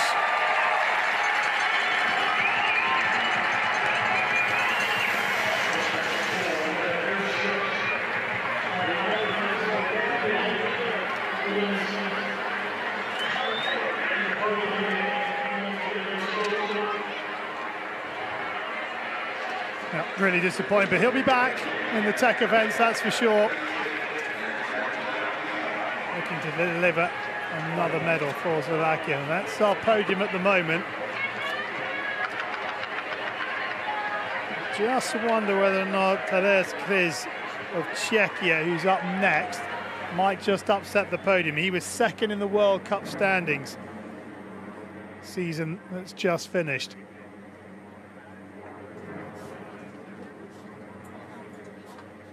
Second, didn't actually make a podium in the World Cup season, but he was fourth pretty much every time, or fifth, which made he was second in the Super G standings.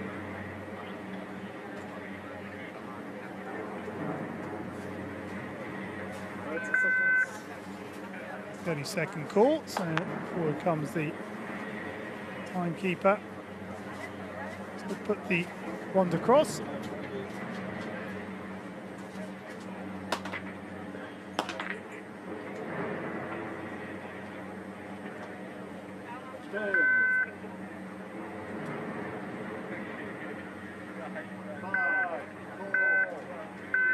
Tadeusz Kriz and his guide Iva Krizova of Czechia out on track. Kriz, 30 years of age, in his second Paralympic Winter Games. Raced in the tech events in 2018. Didn't race in Beijing, and he's racing down to race 4 disciplines here, missing out on the downhill.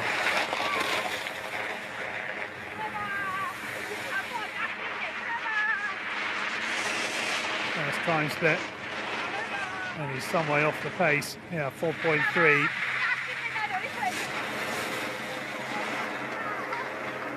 Kriz and Krizova maintaining a nice line through this section.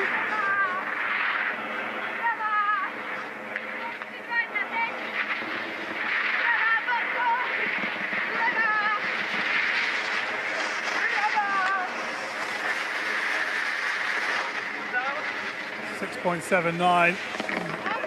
Krizova's just got a little bit far in front. Krizova's put the brakes on. Not too much though, because here comes Kriz. Great guiding from Krizova. 1:11.99 is gone. There is to be no podium for Kriz, but he will set a time of 1:21.46. He goes into 9th.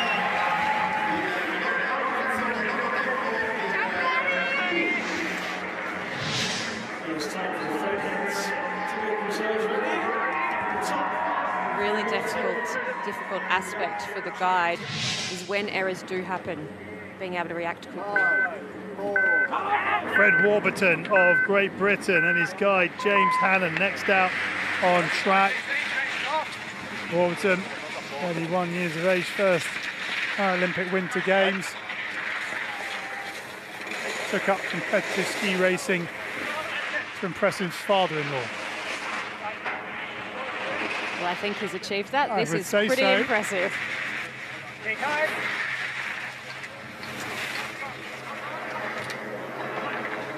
Just hooks the arm, that's fine. So long as your skis go the right side of the gate. Oh, Warburton's getting low in the line. He's going to really fight hard. And the double gate now.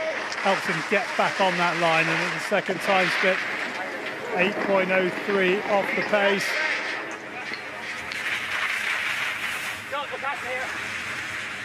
There's a lot of people in the bottom of the hill in the finish area with yellow woolly hats on, with Fred written on the front of it. And the Fred heads will welcome Fred Warburton home.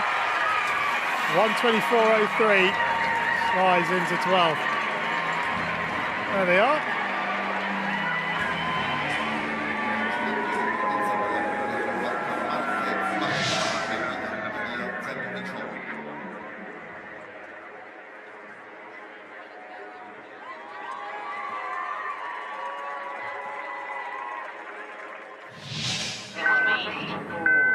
Okay, now we have Malek Kupachka and his guide Maria Sotovikova of Slovakia. He is the only AS1 in this class.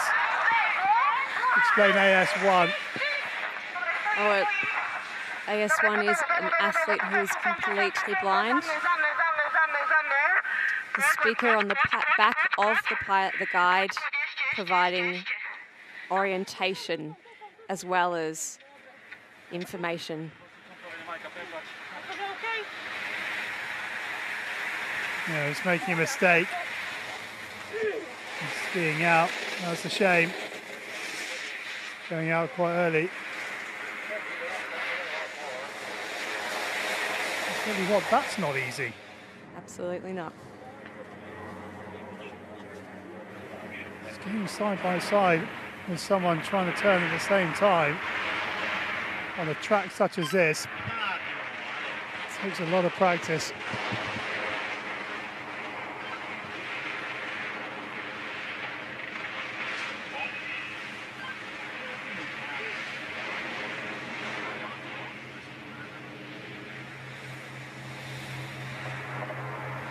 Yeah, let's have a look at the mistake. What happens here? Just turns too hard on those skis. The speed skis are very long. They're over 2 meters long, and the Slovakian comes to a stop.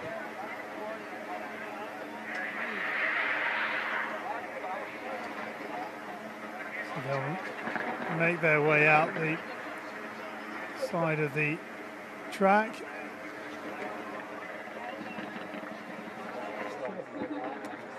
We've got one more to race, so Aigner and Bertagnoli confirmed as medalists. Eriksson will have to wait and see, but you would suspect Eriksson will pick up another medal. Maximilian Sige and his guide Jeremy Nesta of Belgium on track. The last to race in this men's Super G, vision impaired, and 0.35 off the pace at the first split. We'll get to see the entire run here as they go through the diagonale.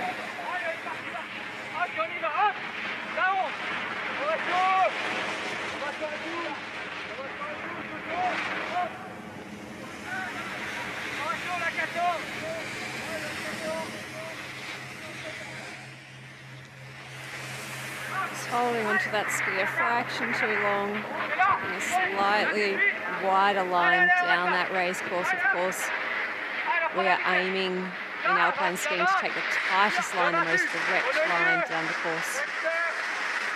Sige and Muster been friends now for over 20 years.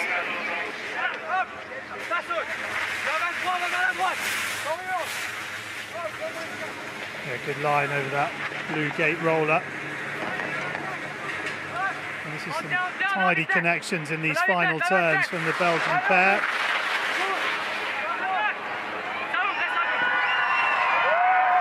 And Sige stops the clock, goes into ninth. Very respectable, 8.65 off the pace.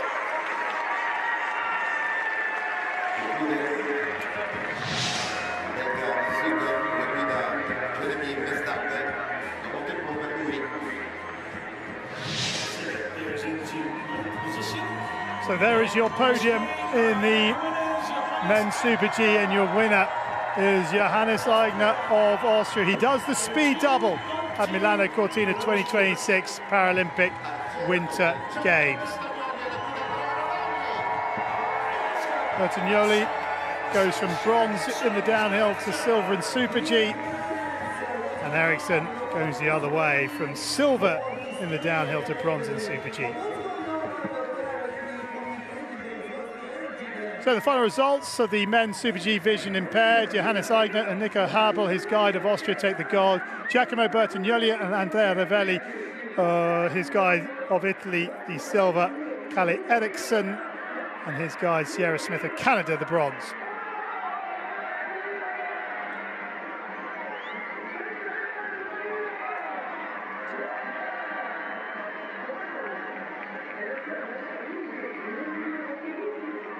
The men's Super G standing at the Milano Cortina 2026 Paralympic Winter Games. On the Tofana piste in Cortina. Let's have a look at the start list. 33 racers on it. Liang Jingyi is the reigning Paralympic Games champion. Boucher is the world champion, and Alexis Guimont is the World Cup winner in Super G. And we'll make our way through 47 and a bib 47, 33 races as I mentioned.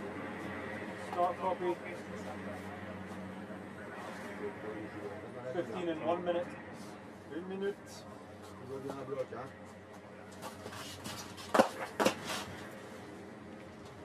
And there's Jules Segers of France, just getting himself ready to get the race underway.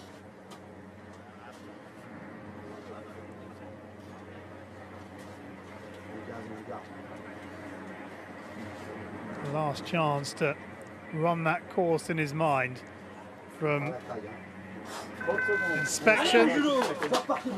Happened 3 hours and 15 minutes ago.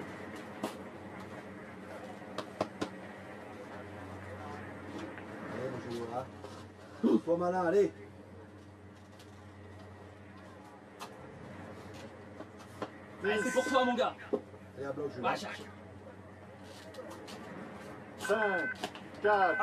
Jules Segers of France gets the men's Super G standing underway here at Milano Cortina 2026. The 23-year-old in his second Paralympic Winter Games, with a couple of podiums on the World Cup this year. Second in the openers in Austria. And what can he do? Being first down the track, looks a little late in the line, coming across the traverse. Carrying good speed through the Gran Cavone. Let's see if he can carry that speed through this flatter, wider turn shape section. Nicely through Scarpadon.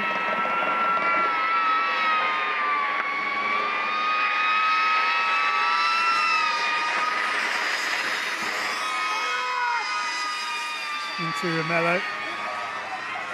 Actually, it looks like a double gate coming into Ramello, but it's actually, there's a subtle change of direction, isn't there? Yeah, and he's had a great line coming through this flatter section.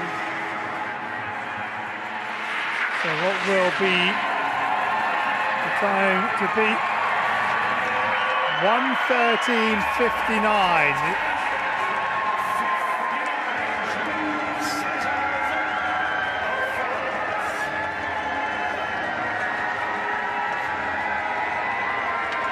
Enjoy that one though, not quite sure. Let's have another look.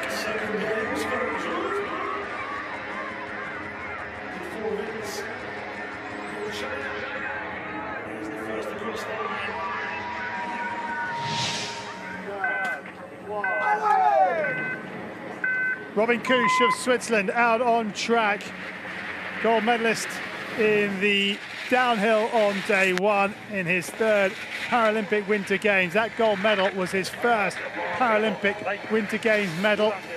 And Kush is 0.3 of a second at the right side of the clock at the first split, and at the second split that grows to 0.46. Aggressive skiing from Kush. You can see him here really trying to push down this section and carry and generate as much speed through here as possible. Oh, he's running late in the line. He's running wide, he's running wide.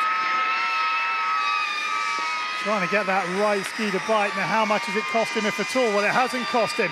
In fact, he's extended his lead to nearly 9/10 of a second. And Kush carrying good speed onto this lower section.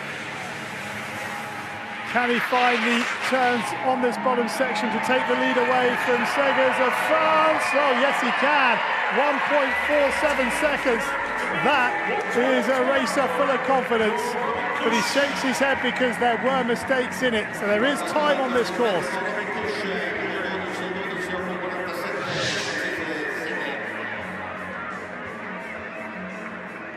Drops low through this section, does a great job to bring it back onto the line.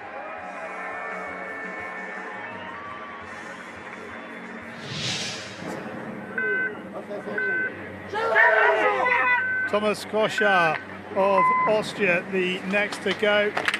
Fourth Paralympic Winter Games for him. Started off in sitting football, but his teammates skied and that piqued his interest, and well, that's where he is now. More of a tech man, but is the right side of the clock at the second split. So Koschar, what an angle that was. That was a great turn.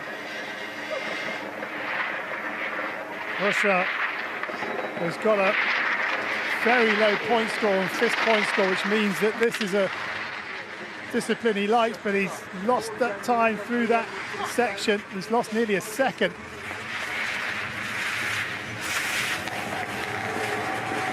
Trying to get as aerodynamic as possible, getting those riggers forward to punch a hole in the air. Here he goes again.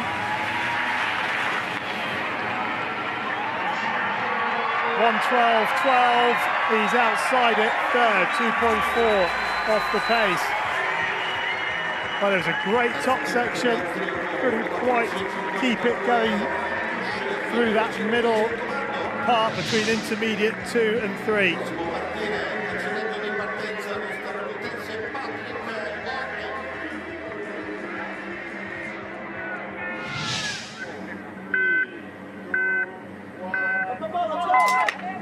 Patrick Halgren, the next to go, the 33-year-old, second Paralympic Winter Games. Didn't finish the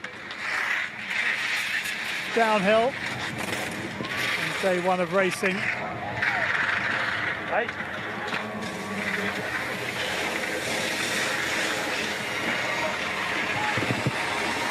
Through Gran Carbone. Lovely shot of that, and he's very much in touch at 700. Now, can he find the line through this section? Got to stay high. Do most of your turning before the gate. Trying a nice rhythm through this section. Great line, nice and tight and direct. Well, does the clock reflect what looked like a good line from the drone? It hasn't been too kind. He's lost another 63 hundredths, but this is good from Halgren. If he can maintain this pace and line, but he's down on the speed gun. That's going to be a problem for him. 2.4 separate the top three. 1:12.12 is our leading time. This is going to be good from Halgren. Goes second, 0.98. Yeah, he looked threatening throughout, and he's delivered a good time. Great run from Halgren.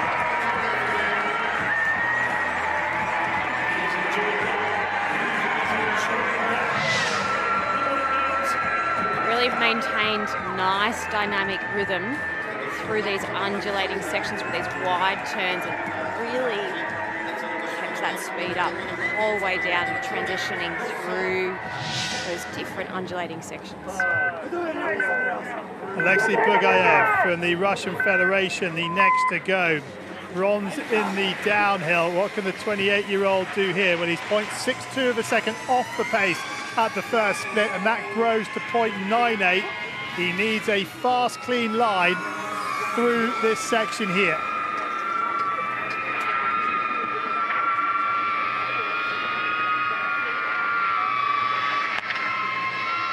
That's not too bad. So 52.04 is the next split, and he's a second off the pace. He loses just 0.05 of a second through that technical middle section.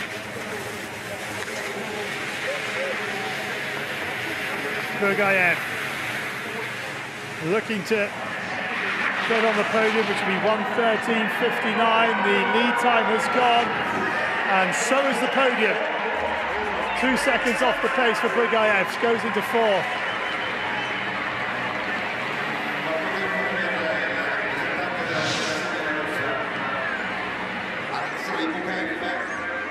Just running a little wide there. Solid run, just not quite good enough to get onto the podium today. Arthur Boucher of France, the next to go. Silver medal in the downhill. He is a big threat here. He's the world champion in Super G. But he's 0.23 the wrong side of the clock at the first split, but he is carrying more pace than Kush at this point of the challenge. Oh, goes down on the inside ski, and Boucher is out. Arthur Boucher goes down on the entry into Gran Cavone, and he can't believe it.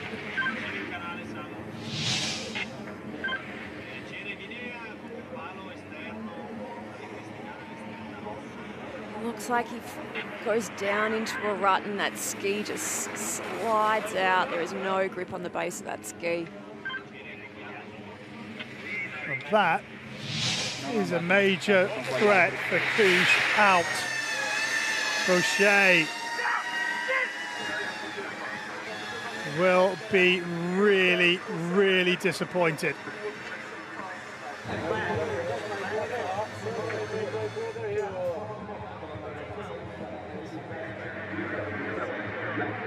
Well, it is a nervous way to the bottom. France have got a couple more races to come, but that was probably their biggest hope, and the Arthur Boucher fan club, I'm afraid, disappointed. On Super G Day at least. On the course. Prolongs the wait. Three-time gold medalist in Beijing, Boucher. This was actually, this one, the Super G, was the discipline he didn't medal in.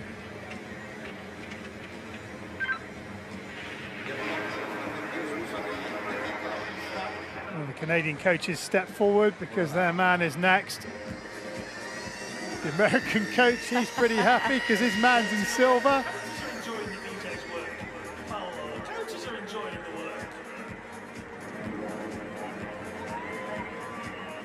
Alexis Guimond, the next to challenge.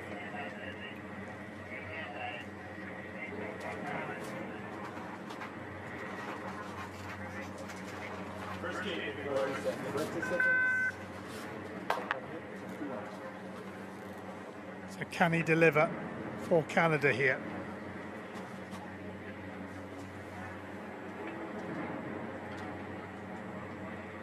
Just waiting for the 10-second beep, and then he'll be counted down from 5. That's the 10. 5. Let's go. Alexei Guimond out of the start hut, had a disappointing downhill, went out at the entry into Delta, which is right here, so he'll get that one out of the way early. Through that now. Onto the traverse, trying to find 0.12 of a second. Oh! gets himself all out of shape, and that might cost him. He's 1.24 down on the speed gun. Here comes the next time split coming out of Gran Cavoni. It's messy, but he hasn't lost a great deal of time. He's still 0.2 off the pace. That is in touch. A really nice tight line through this section and carrying good pace. Gone wide left. He's really out of shape now. Yeah, that came 2 gates previously. He's lost all his speed here, Guimond, and he hasn't managed to bring his World Cup form. He's almost stationary. He's scrubbed off so much pace. What a disappointment for the Canadian. The 2 big guns, and there's a mistake that brings his run to an end. So 2 DNFs for Guimond in the speed events. That is huge disappointment for him and for Canada. But his disappointment means that there's one less threat to Robin Kusch of Switzerland, who leads the way. Never really settled, did he? Yeah, really great recovery there, but then just unable to get back into that rhythm and balance after such a critical mistake. He had the line wrong going into that one. Oscar Burnham of France, the next to go. Burnham in his 2nd Paralympic Winter Games. Was flagged in the downhill at this spot because of a competitor in front of him falling, so he had to go back up and go again. And 0.85 off the pace. He's carrying pace though. He is 2 kilometers faster than Kusch, but he hasn't got the line, and he's wide here. Not as wide as some before him. And at the split, he's 1.3 off the pace. 1.47 separates the podium. Can he find the pace on these lower turns?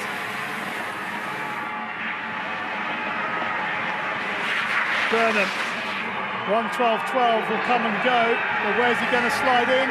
5th, 2.35 off the pace.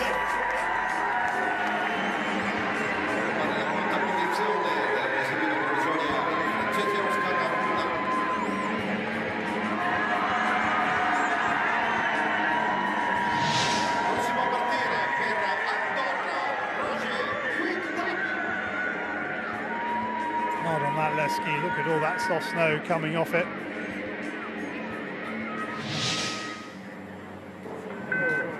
Andorra in the start out now is Roger Guidavi. Guidavi, 28 years of age. The Paralympic Winter Games for him. 0.28 off the pace at intermediate 1.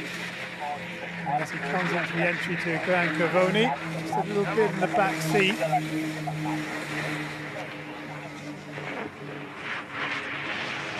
Hard on the left ski, and the clock says he's 0.89 off the pace. And if you can find a clean line through this Scarpadon section. Oh, just get twisted. Gets twisted and airborne, so there's no way you can control your direction of travel when you're off the snow. And that's gone up to 1.99. That said, he's less than a kilometre off the pace of Kusch, so he's somehow managed to maintain the speed. But has he done enough to get anywhere near the podium? I think not. No, that's gone for him, but he'll stop the clock at 1:15.11, goes 7th, 2.99 off the pace. There's too many errors in that lower section.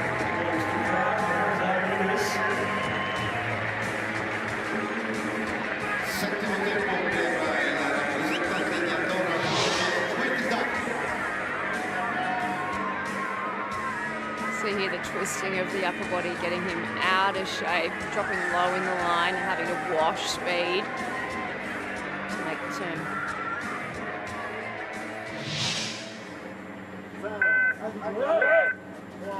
Boisson of France, the next to go. 3rd Paralympic Winter Games for him. a silver medalist in slalom at the World Champs in 2023. His best result at a Paralympic Winter Games was 7th in the slalom in Beijing. Now, 0.78 off the pace is respectable. We've seen a number of races within a second at that point, but it's this section here through Scarpadon where things can either, well, it's a make or break, isn't it? And there's a mistake. Gets thrown into the air and runs wide right. You can't afford to run deep through there because as it comes to this flatter section, you really need to maintain that speed and hold it through there. Quite right in the line off those rollers, but he's carrying really good speed. The 1:12.12 will elude him. Does the podium?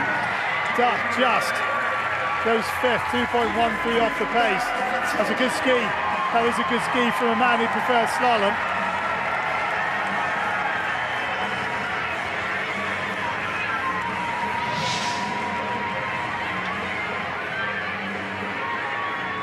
That was the one little mistake in the entry to Scarpadon, or in the middle of Scarpadon.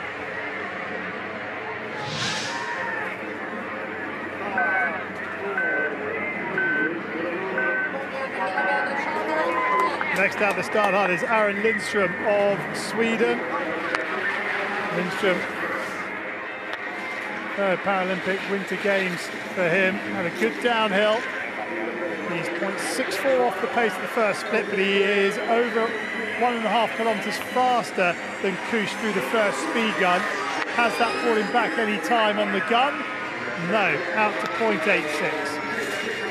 Now let's see how he goes through this section.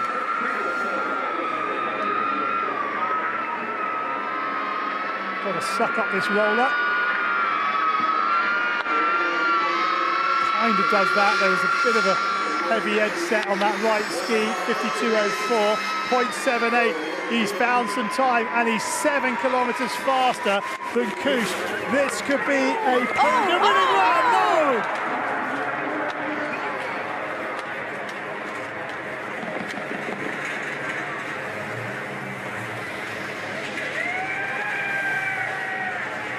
Well, Lindström was absolutely motoring, but just got it wrong off that roller. And from there, they won't be able to see him because he'll be in a dip.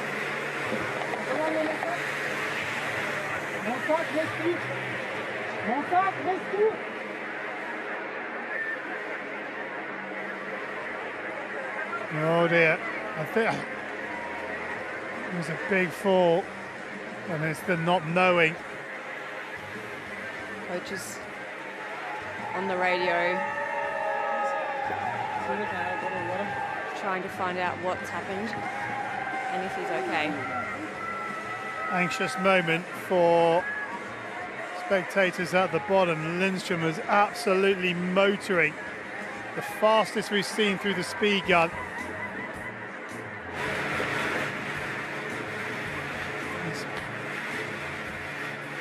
He's moving.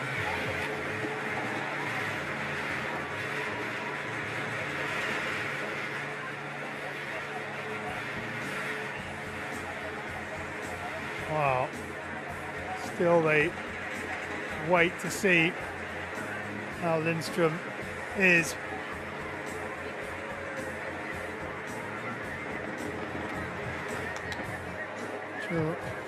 Jules in bronze medal position. He was under real threat there. Yeah, you can hear Kush saying it's not finished. There are still some big races to come.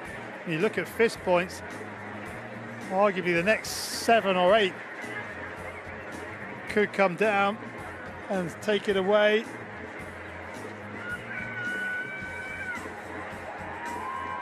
Now, fist points aren't quite as low as the 3 on the podium, but somebody might have a special run. And still we wait for Lindström. Now, previous crashes we've seen, the cameras go back to races that have gone down, haven't we? Which That's right. obviously means that they're okay, and we haven't gone back to Lindström, so or how do I say that? We do, but the medics, as you can see, are on course. And he is sitting up. So that is a good sign.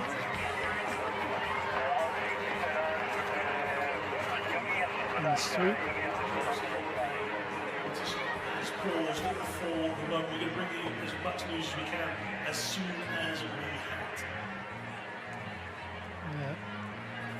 Yeah, you can see him there. He sat up. 3 or 4 medics around him. You can see how close he is to the finish line, because there are all the people waiting for them to come down.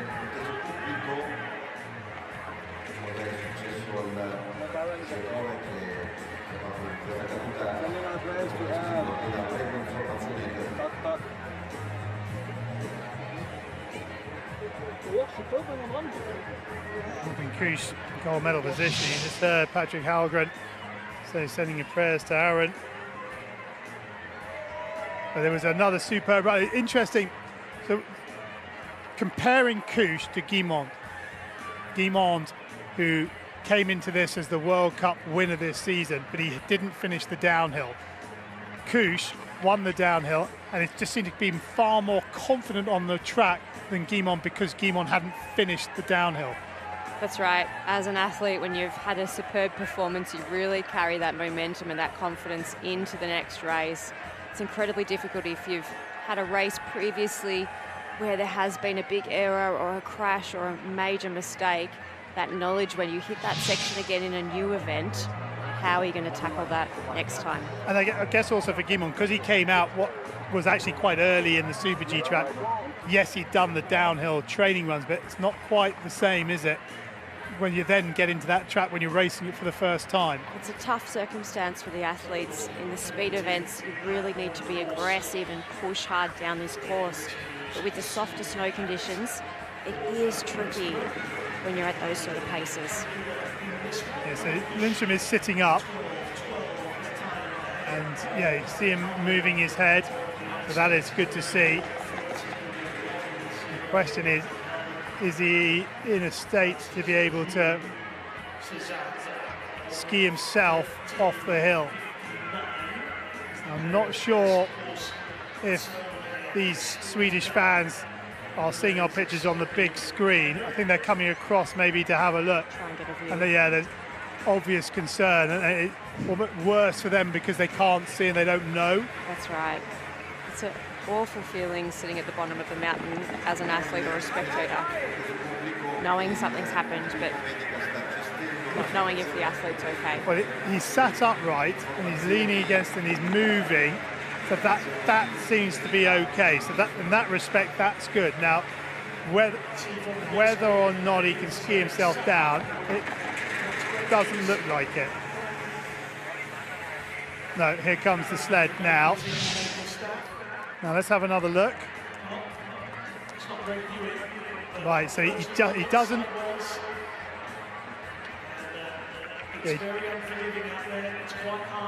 Now he's landed on the flat. That's the problem, and it's a big bang. We saw some really big crashes in the downhill, but it came on steep sections, and the slope absorbs the impact. It's his helmet that absorbs the impact. Right. A really big crash. They'll be taking all precautionary measures to make sure he is okay. Well, that roller has caused a number of racers difficulties throughout, but he was carrying the most speed of anybody we've had down the track today, and it just didn't get the compression at the right time, did he? That's right, and it's thrown him so far. He's carrying so much speed coming off that jump, just in the slight wrong position, and it's thrown him off balance in the air when he's taking out that gate. It doesn't help that he was there was a little line error as well, because he was very, very close to the blue gate. Here's where we are in the men's Super G standings, midway through the race. Robin Kusch of Switzerland in the lead, looking for the double. Patrick Halgren of the United States, a really good ski for him, getting into silver, and Jules Segers of France in the bronze. And 3 big names not finishing: Boucher, Guimond, Lindstrom, all of the medal threats. all of them are DNFs.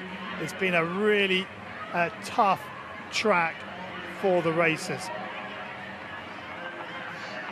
The nature of speed skiing, you're that fine on the edge of performance that you'll either win, you'll be on that podium, or perhaps it might be a DNF. It is tough out there in the speed skiing.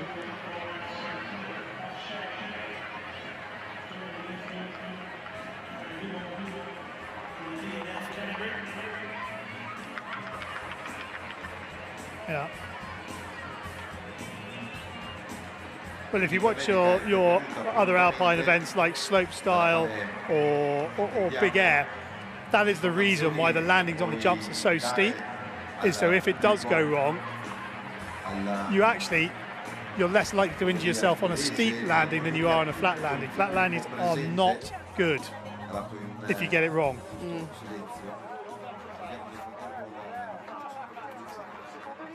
Koike Kakuta. He borrowed Federica Brignoni's helmet design.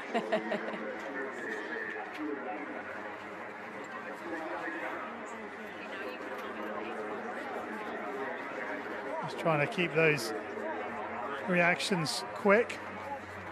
We've still got the sit skiers to come as well. Course delays a regular part of para-alpine skiing and alpine skiing in general. Athletes are used to course delays for all sorts of reasons, whether it be weather or crashes, course repairs. Each individual have their own routine of how to stay relaxed and calm, but focused on the task ahead for when it's their opportunity to be in the start gate and have their time on the course. So Lindstrom being loaded up into the blood wagon. And this will be a precaution. The way he was sitting up and being, I would suggest it's a concussion precaution.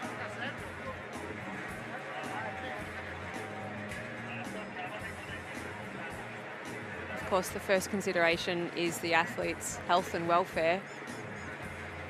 But if he is okay, there are more races later in the week, and so looking after him, optimising recovery to see if there is the potential to line up later in the week. So there's lots of considerations, and of course, health and welfare being the most important.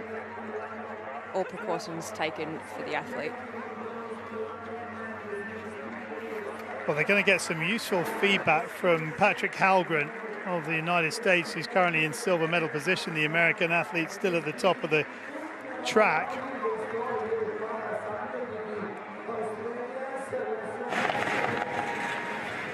And Lindstrom now being taken off the course.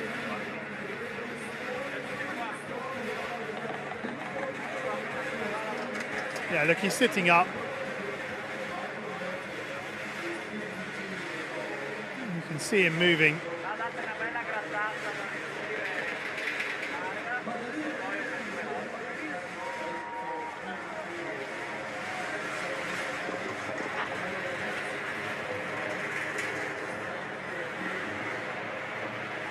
Yeah,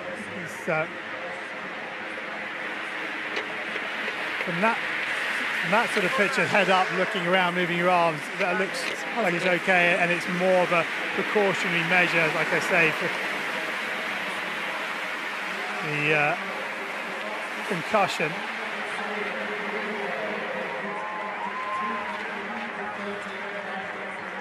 Hopefully he was wearing a mouth guard. Sure he was.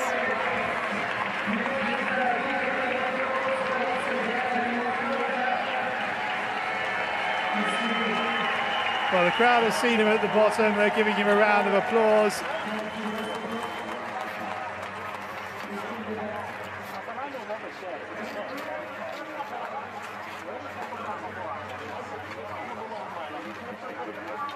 New Bras d'Agande in France. He goes with bib number 57 today. Currently bib, well, Lindstrom is bib 25, so it's a bit of a wait for Bras d'Agande and his fellow sit racers.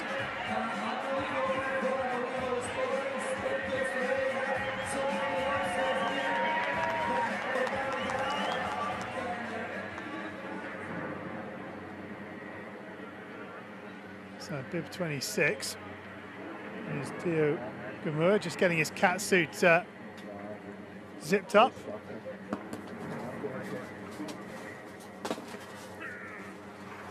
So we're almost ready to get ourselves underway after a fairly lengthy delay, after a very spectacular crash for Aaron Lindström of Sweden, who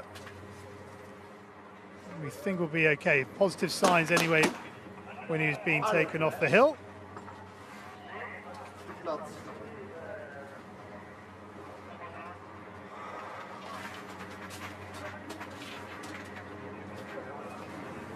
Gamur will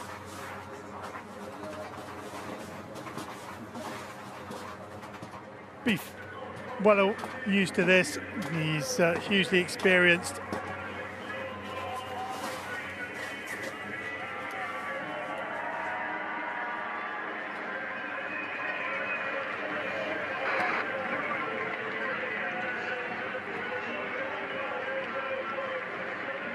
Swiss coaches looking on. Swiss coaches, fans away to the bottom. They've already got one of their men in the gold medal position in Robin Kusch. And 1 minute, the nod for Theo Gamur of Switzerland.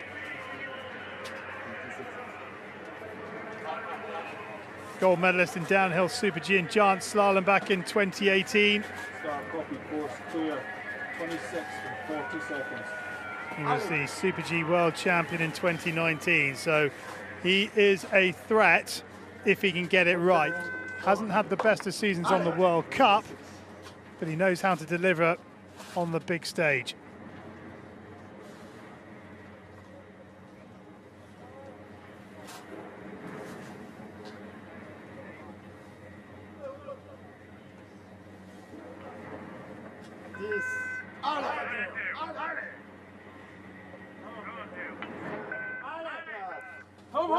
Theo Gamur of Switzerland out of the start hut, looking for a second Paralympic Winter Games Super G title, trying to chase down his teammate Robin Kusch, who leads the way, 0.25 of a second off the pace as he enters the delta turn, then now into the Diagonale, or the traverse.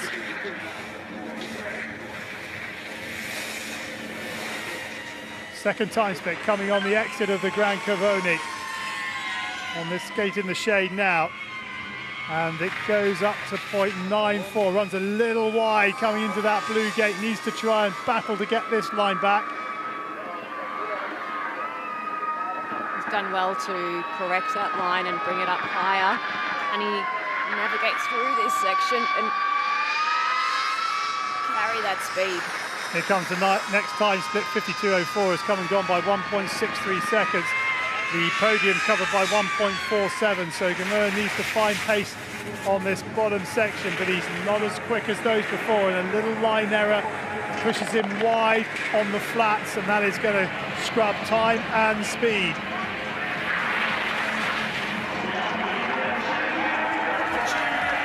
Gamur goes 9th, 4.10 off the pace.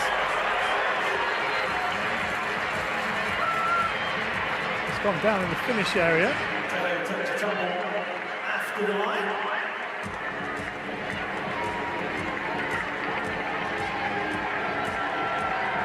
He's okay.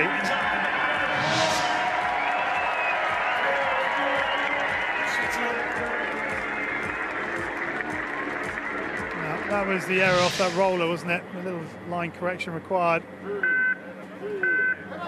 Marcus Salte of Austria, the next to go. Second in the downhill and the Super G in Beijing.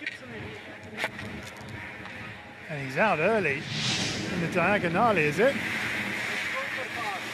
No, he's coming into Delta. He's got it wrong going into Delta. Too much weight on the inside ski and just goes down.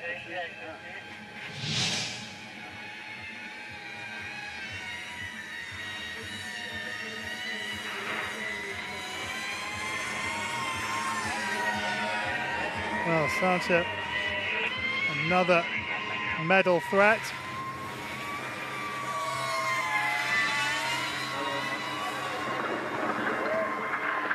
Well, it is tested the best, this track. Several very experienced athletes coming to grief on the Tofana piste.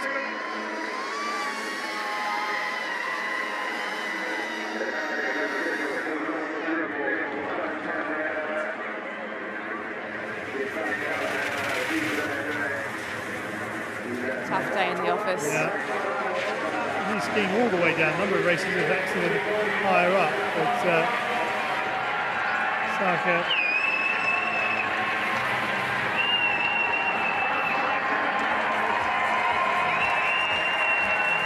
into the finish area. His fan club welcoming him home, but sadly for them and him, he hasn't set a time.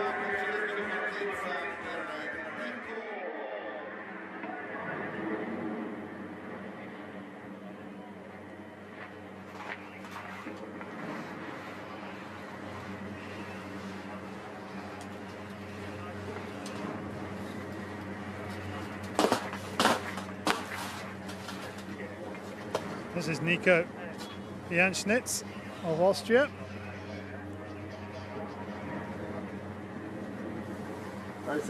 Next to challenge. Well, Janschnitz, the 29-year-old in his third Paralympic Winter Games. Got into skiing as his father is friends with Walter Lackner, who won gold back in 2006.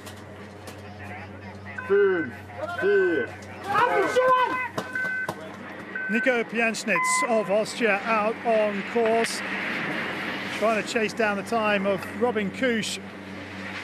And at the first split is 0.71 of a second off the pace, but he's got some decent speed, same sort of speed as Kusch.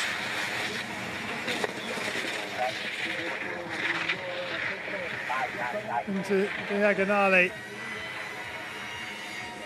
and the entry into the Gran Cravone. Next time step, 0.80 off the pace. Doing a nice job of this run, maintaining a nice high line through this section. Dropped a little low through here, but he's carrying that speed. Now he's got pushed well out to the right-hand side, has to come back to make the blue gate, and 52.04 will come and go by 1.7 seconds. Those middle turns in that section between intermediate 2 and 3 are so key. Oh, he's just caught his arm in the gate and does well to regain his balance. Scrappy from Janschnitz. And 2.86 off the pace goes into 8th place. There's too many errors.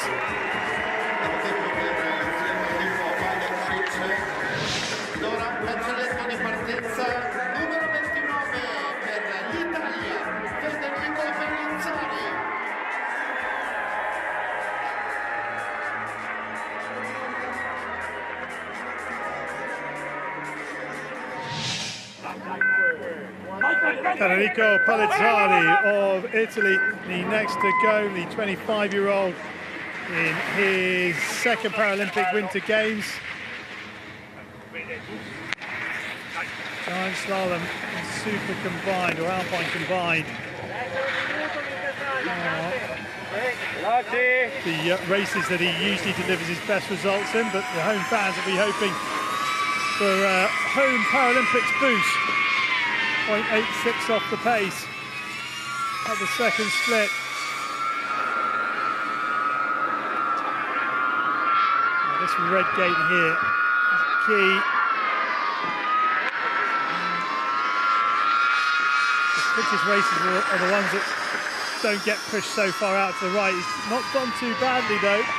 Lost 1900s, he's quick. He is carrying speed. He is carrying a lot of speed. Quicker than Kusch by nearly 5 kilometers an hour. But can it buy him any time on the clock? 1:12.12 the time of Push. Here comes Pellizzari into the wall of noise. Can he find himself on the podium? No, 7th. 2.36 off the pace. He's given it everything, but he hasn't been able to deliver a top 3 finish.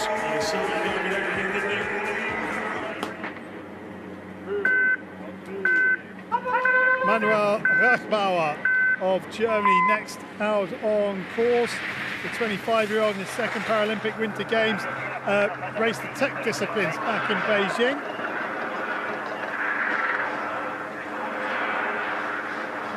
Expanding his portfolio of races, that's wide out to the skier's right.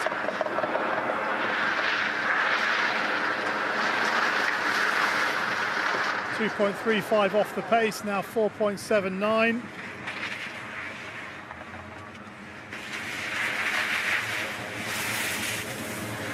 Here the snow surface really starting to soften underfoot, turn into that slushy state. Veer off the skied line, really well. Noticeably feel the skis grab. 12th place for Rachbauer, 7.16 off the pace. Davide Bendotti of Italy, the next to go. Bendotti in his 3rd Paralympic Winter Games. 0.22 off the pace at intermediate 1, 0.92 at intermediate 2. The race is leaving the start hut at minute intervals now, so pick them up as they come in to the final time split.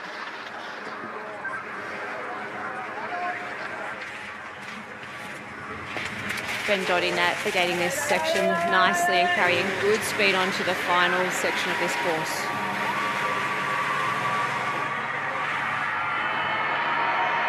Here comes Bendotti now. Bendotti over the final jump, and he goes 9th, 2.74 off the pace.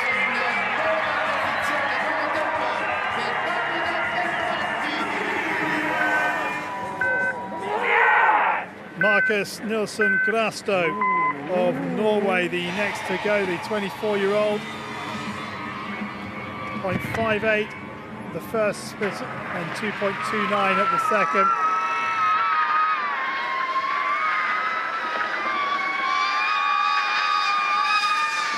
Here comes the 3rd split. He's been running a little wide in the line, 4.16 off the pace.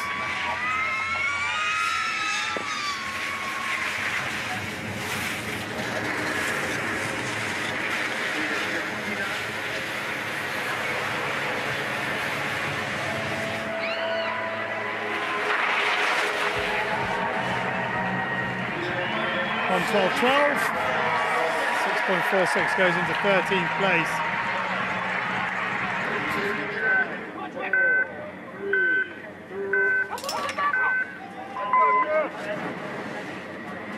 Next out of the start hut, it's Andrew Harrogate of the United States of America. He had the green light at the first split, at 2.12 off the pace at the second.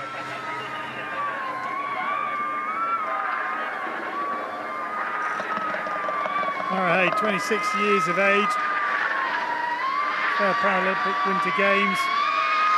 Dropping very low in the line, just making that red gate.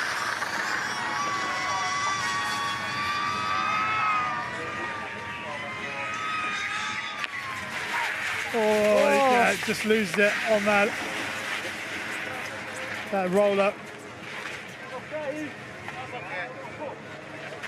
Yeah, just checking okay and then asked to go because Luca Palla is out on track already.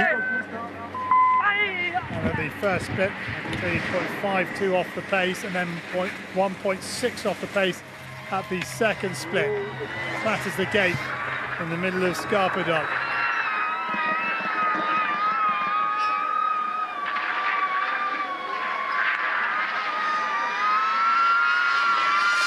Nice racing from Palla, the 40-year-old in his first Paralympic Winter Games. He's been racing since 2022.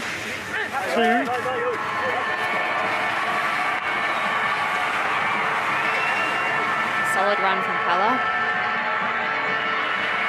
1:12.12 will come and go, but what a welcome for Pella. 3.69 off the pace.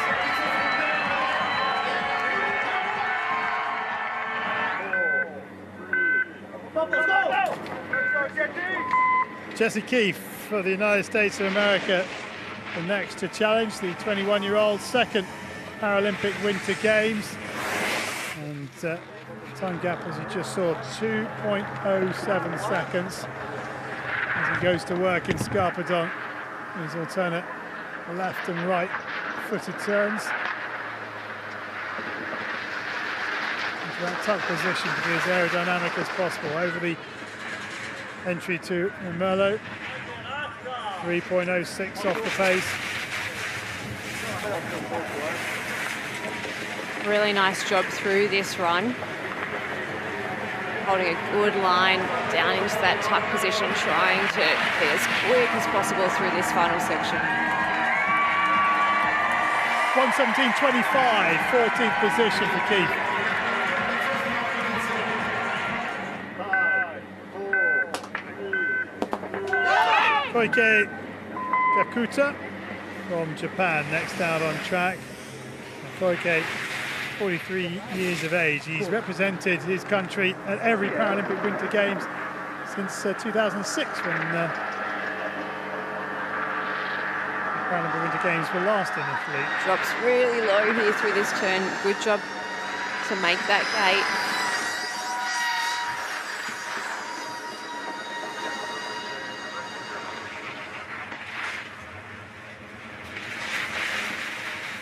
A little bit of cloud cover now. Casting a bit of a shadow on that middle section. Sunny at the bottom.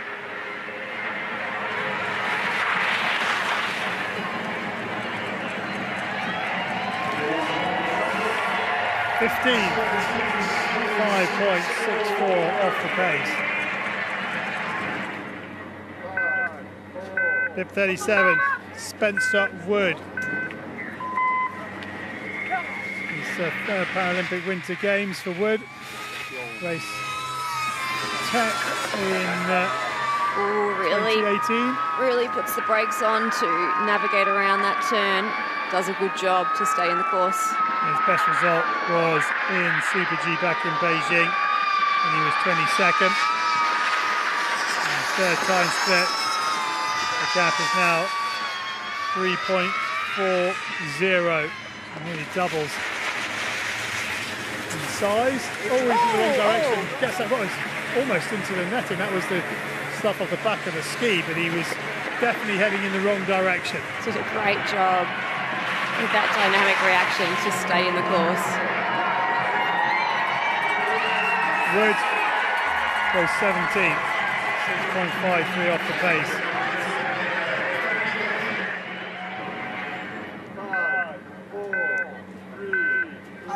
Emmerich Sierro of Switzerland, the next to go, the 19-year-old, making his debut at the Paralympic Winter Games. And he made his World Cup debut in January of 2025. 7 top 10s this season, best of 5th in giant slalom and 6th in downhill. Let's see how he fared coming out. Let's go on into the Merlot.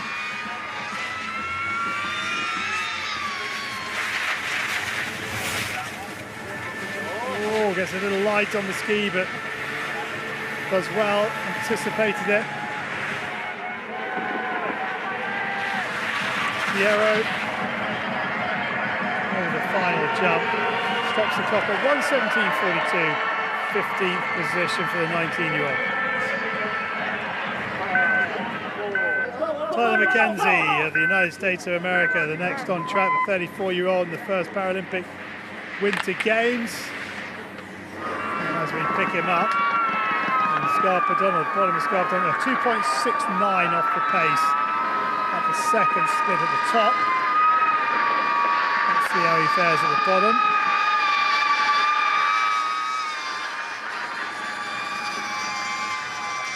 And that's now out to 4.87.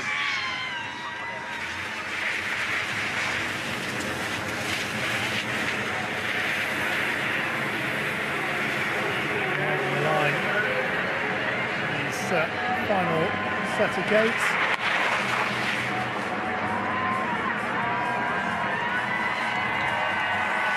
th position for Mackenzie, 7.78 off the pace.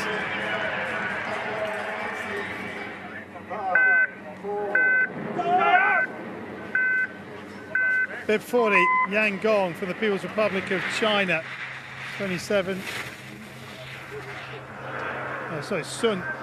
Sun Hongsheng from the People's Republic of China. Sun, second Paralympic Winter Games, raced the speed events in 2022 on home snow, where he finished 29th.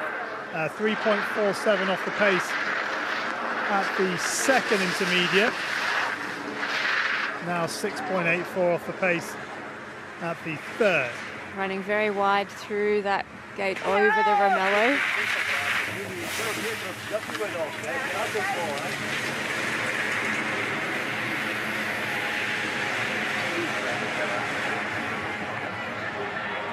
Good work from Sun.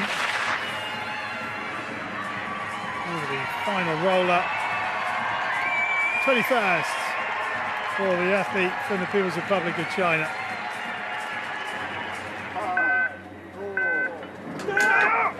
Yang Gong from the People's Republic of China, 27 years of age. Took up the sport in 2016. He raced slalom and super combined in 2022, and he was 13th in the slalom. 2.03 off the pace at intermediate 1. Making good progress down this track, and he finds himself 4.45 off the pace at intermediate 3.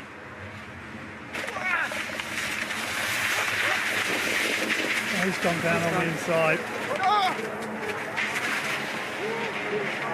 That's okay.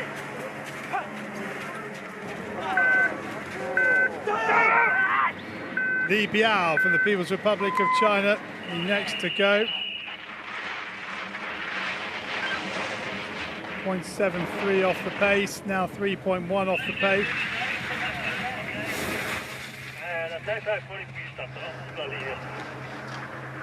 The race radio. Going the second flag spot is Romerlo, which is at the bottom of Scarpadon. I suspect they'll probably have Jan out the way.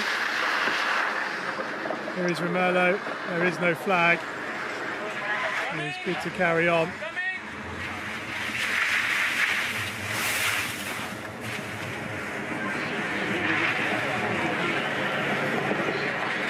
Li Biao. Couple of gates from home. Passes the final jump. 21st position, 9.66 off the pace. Bib 43, Arvid Skoglund of Sweden. The second Paralympic Winter Games. He raced in all of the events apart from downhill in Beijing. And has just missed that gate. He's thrown off balance and gone on the wrong side of the Best gate. results have come on the shorter skis, slalom and giant slalom, but not to beat. Michael Milton of Australia, 52 years of age, took part in the 1988 Innsbruck Games. He won his first gold medal in Albertville back in 1992. Back in the Paralympic Winter Games fold. His 7th Winter Paralympics. He does come into the event having recently sustained a fracture to the neck of his femur. As he comes to the second split, 3.93 off the pace.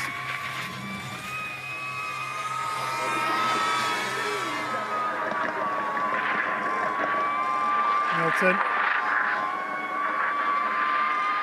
Nicely negotiating these turns, got to make sure he keeps skiing contact with the snow over that roll-up, which he does. Coming to the entry of Romerlo in the final intermediate split time, which says he's 6.61 off the pace.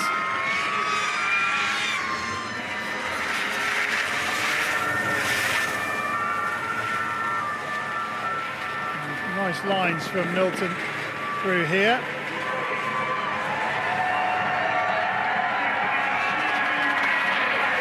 Two gates from home. Milton will slide into 22nd position, 9.86 off the pace for the Australian. Ili Rota of Switzerland, the next to go, the 23-year-old in his first Paralympic Winter Games. One of what they call four sports soldiers competing for Switzerland here. Not that he's been in the army, but I think he's trained with them.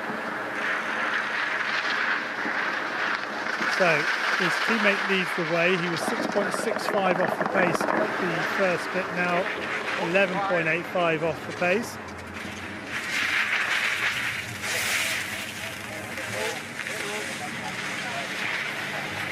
Nice line through this final section. You can hear the wet snow.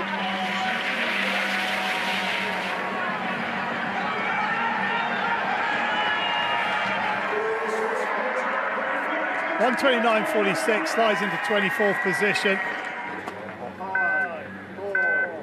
Martin Kuka, the 49-year-old from Slovakia, next out on track. Raced in Whistler back in 2010. Best performance there, 12th in Super G. 4.27 off the pace at intermediate 2, 6.77 off the pace at intermediate 3, but interestingly quicker than Kush through that point. It's a little off balance coming off that jump, getting a little bit of air, but does well to recorrect and get back on the line. That experience showing.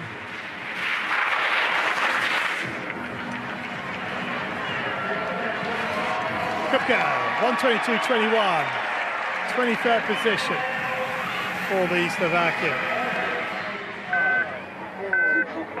Bernd Marius Rørstad of Norway, the next to challenge.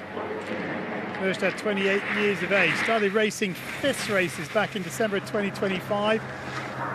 Made his World Cup debut as well this season.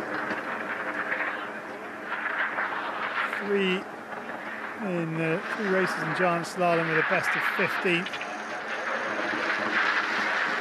3.25 off the pace at intermediate 2, 5.21 off the pace at intermediate 3.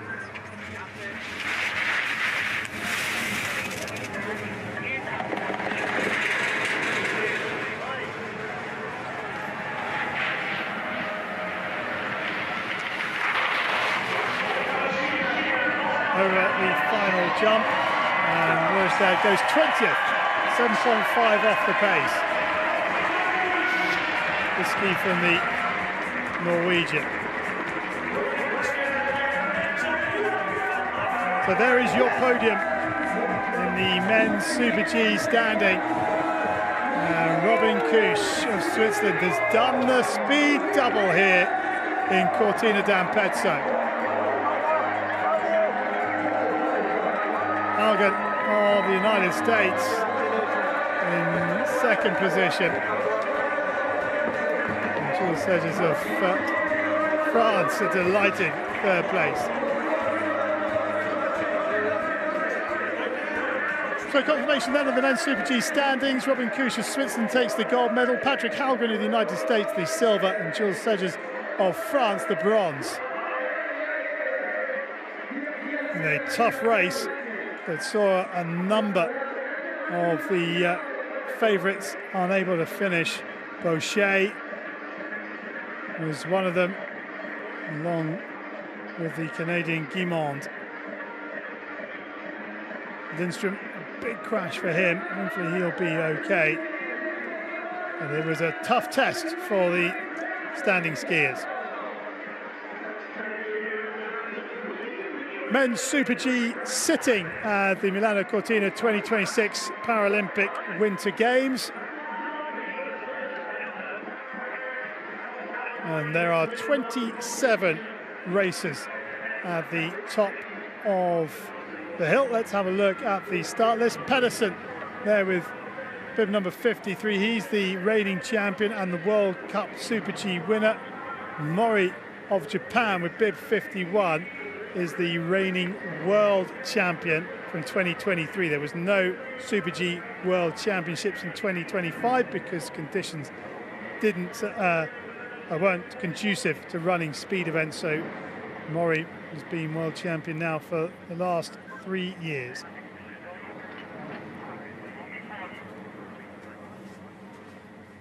Start copy.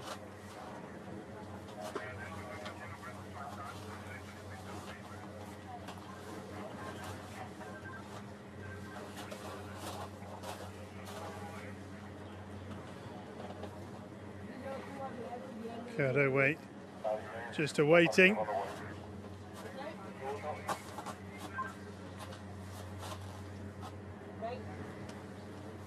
Start copy, course clear, 48 in the 1 gate. minute. 1 minute. So you can hear the radio. Course is clear. So wait, given the minute. Just to line and execute over. Let's do this.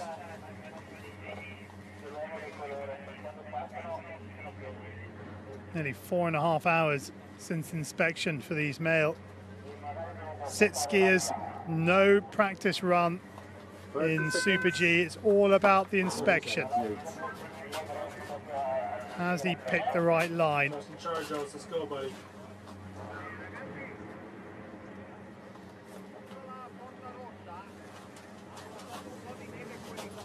Anyway, waits the beeps to get this race underway.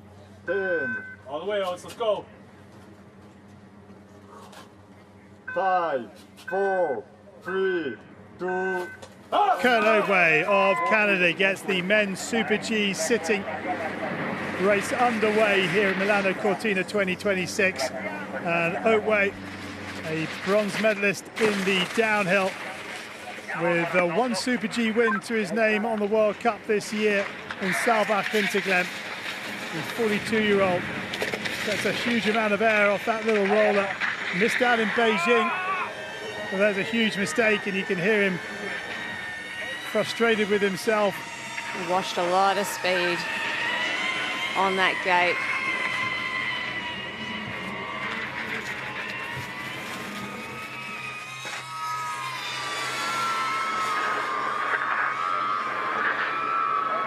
Oh, wide skiers right, and he's battling, and another mistake.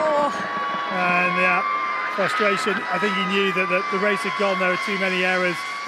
So he misses the gate. He's a DNF, and there's going to be no second speed medal for Oatway.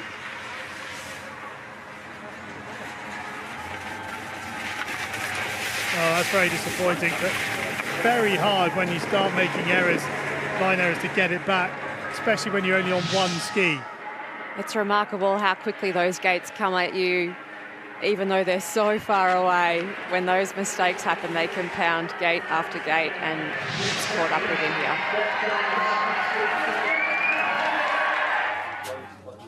5, 4, 3.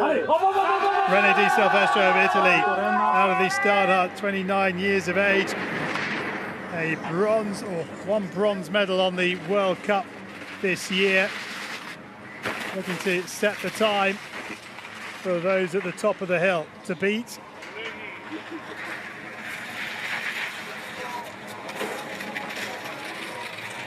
Just well over that roller, not to get any air. 75 kilometers an hour coming into the Gran Carbone. And at the second time split, 31.45. Now, can he get the line right down through Scarpadon?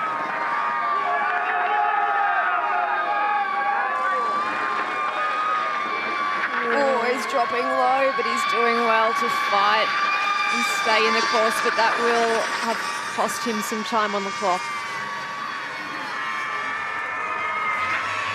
Second split, 53.11, carrying 70 kilometers an hour. Listen to the noise in the grandstand.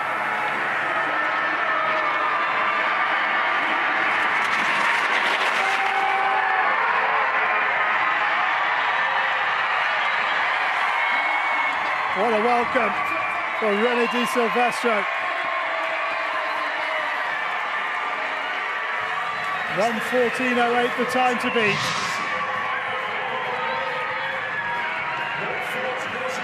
Great management of that absorption of the jump into the landing and straight across onto the other outrigger to navigate the next turn. What a great replay shot. New Zealand in the start gate now. Corey Peters, his 4th Paralympic Winter Games. 2nd in the Super G 4 years ago, where he won the downhill. Also a world champion way back in 2015 in this discipline. 0.23 off the pace at the first split. Peters coming to intermediate 2, and he is now over a second off the pace of Di Silvestro of Italy, who leads the way. Peters was a DNF in the downhill, so he'll be looking to be aggressive and try and make amends for the tough day in the office a few days ago.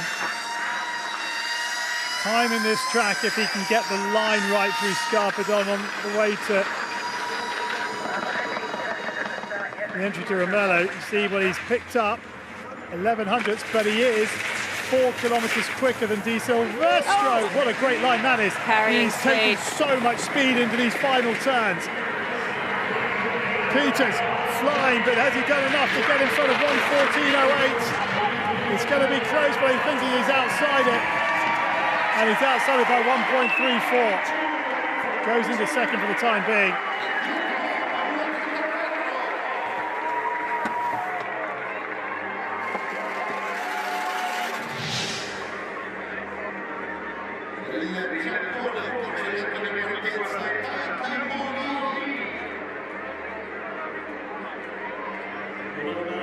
What a shot that is.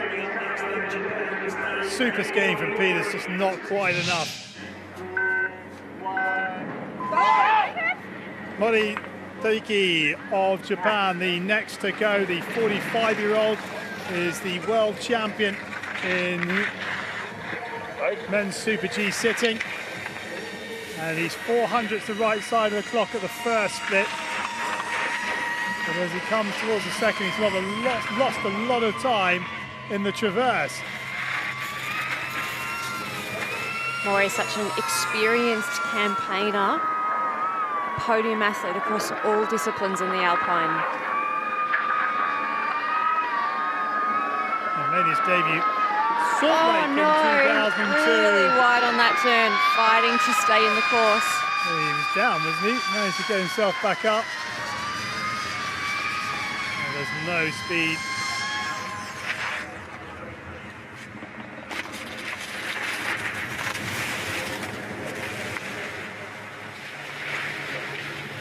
So Mori,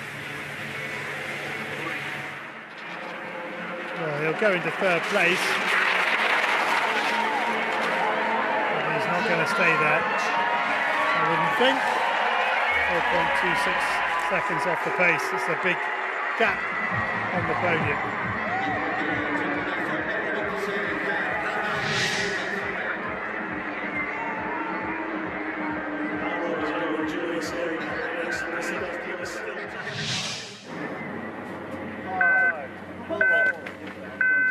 Andrew Kirker out the start out as quickly as he can. The 34-year-old in his 3rd Paralympic Winter Games, a gold medalist in downhill in Pyeongchang.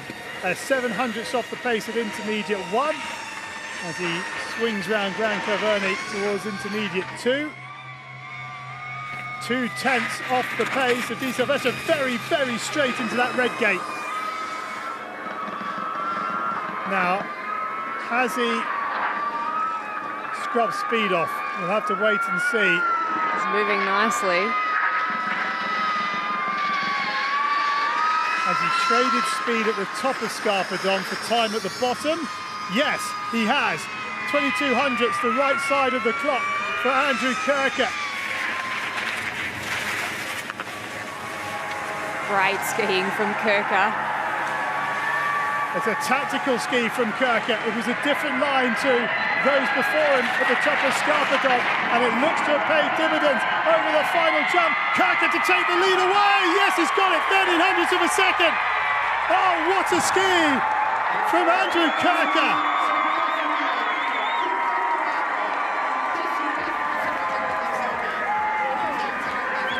Oh, he's enjoyed that one. But it was a different line at the top of Scarpadon, wasn't it? That's right, tactical brilliance from Kirker here. Giving up a little bit of speed through the line to gain it further in the course. Brilliant. Jesper Pedersen of Norway, the reigning Super G champion, already has the downhill gold medal under his belt, and he's 1200th the right side of the clock at the first intermediate, and he's carrying more speed than our current leader Kirker. Has he maintained it through the traverse? Yes, he has. He's found 700ths of a second, but does he have the line that Kirker had through Scarpadon?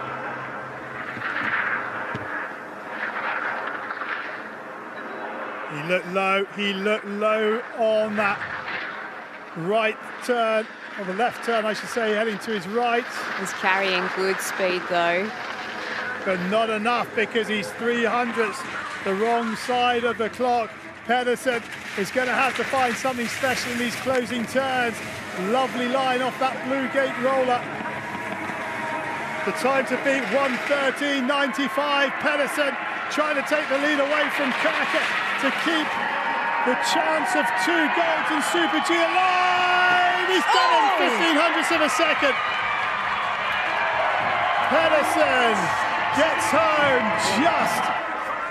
There were errors in there, but he's done enough to go into provisional gold. He found that little bit of pace through those final flats.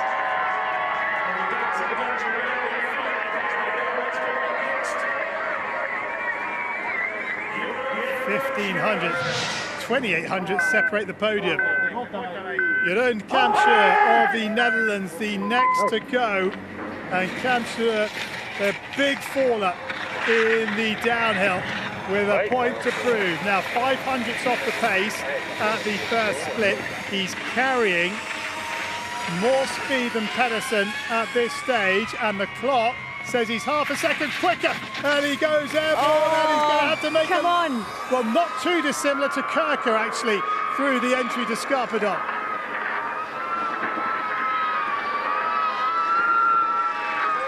Look at the angles he's creating to make these gates. Incredibly tight line. Is it too heavy on the edge?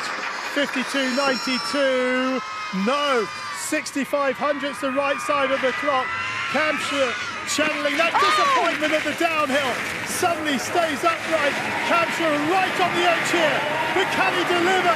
Kampschreur to take it away from his great rival Pedersen, whose time is 1:13.8, 3 gates from home. Kampschreur, can he take it away? He's done it, 3/4 of a second. What a ski that is from Kampschreur. That's absolutely brilliant. He puts the disappointment of the downhill behind him to go into gold medal position. And he's pumped, and he should be. What an incredible run. That's the line into the top of Scarpadon, isn't it? How about this for a recovery?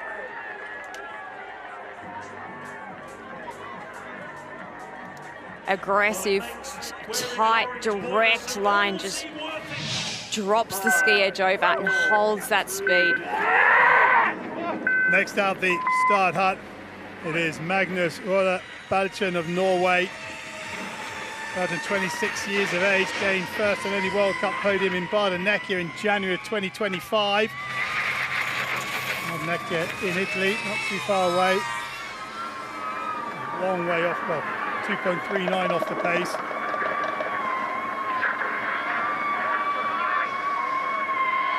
But it seems that you can take speed off the top of Scarpadon, and from that red gate, then release it. And it actually puts you in a better line further down. Yeah, really smart strategy. How to move from one transitional section to the next, carrying as much pace as possible through each section. He does well to get his rigger out of the way of that gate, because that could have spun him round quite comfortably. Balchen is not going to trouble the podium, but he stops the clock at 1:18.9, goes into 7th place.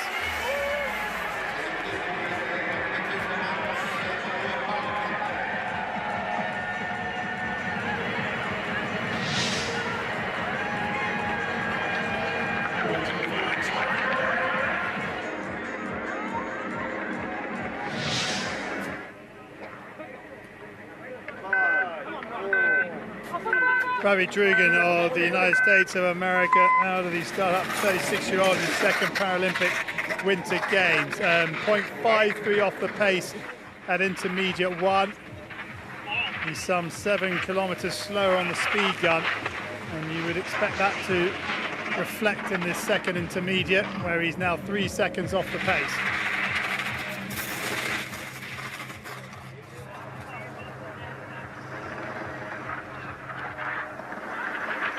He's taking a slightly wider line than we've seen in here. He's gone quite wide on that gate, really travelling that extra distance around the course, making it a longer way down to the bottom. A long wait on that clock. Yeah, up to 5.36 now. It just hasn't had the speed throughout the challenge.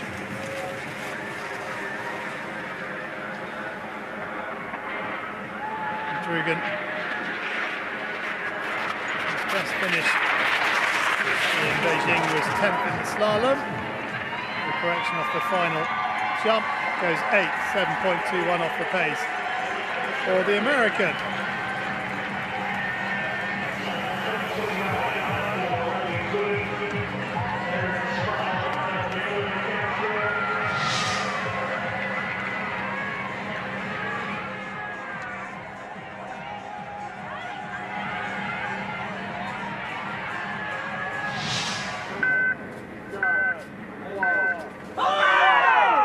Dagand of France, the next to go in his second Paralympic Winter Games. 7th in slalom, but he's out. He's gone out on the entry into Delta by the looks of things. What's happened here?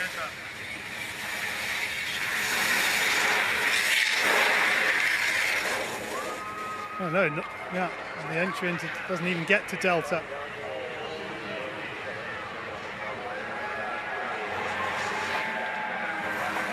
Disappointment for Rodagand.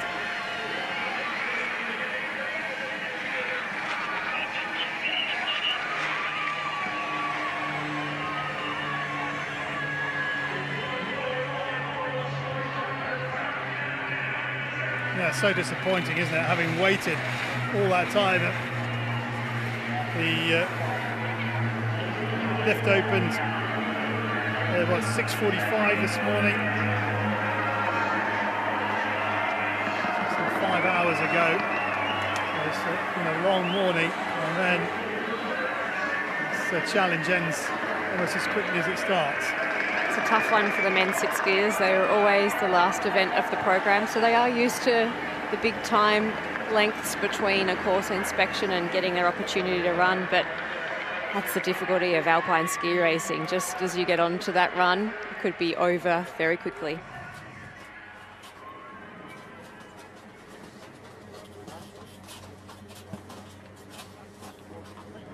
Well, we've still got Niels de Langen to come, who was the silver medalist in the downhill, so I'm not sure it's all over just yet.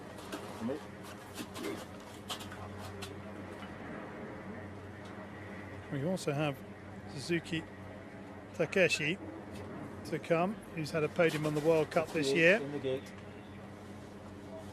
before them is this man here, Enrique Plante of Argentina. 5, 4. Enrique Plante of Argentina out on track. The Argentinian didn't make it to the bottom of the challenge on downhill day. Can he find a ski here? Plenty of Argentinian fans in the finish area. They'll be wanting to give them something to cheer about. Into Diagonale. Oh, no, goes down on the inside.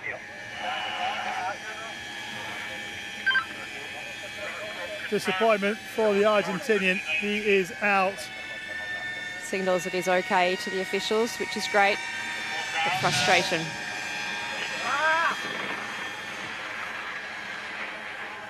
I think he came in quite straight and therefore had to get more angle on his ski, and it just didn't come off for him.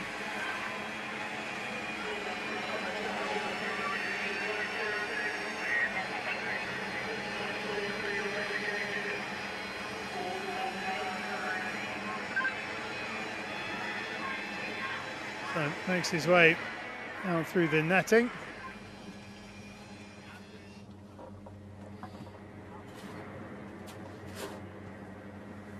Good, Start 59. copy course clear, 59 in the gate. Okay. 1 minute. 1 minute.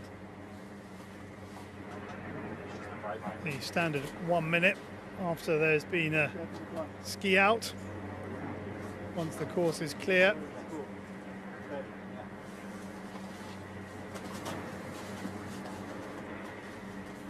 Suzuki Takeshi, second in the second Super G of the World Cup season.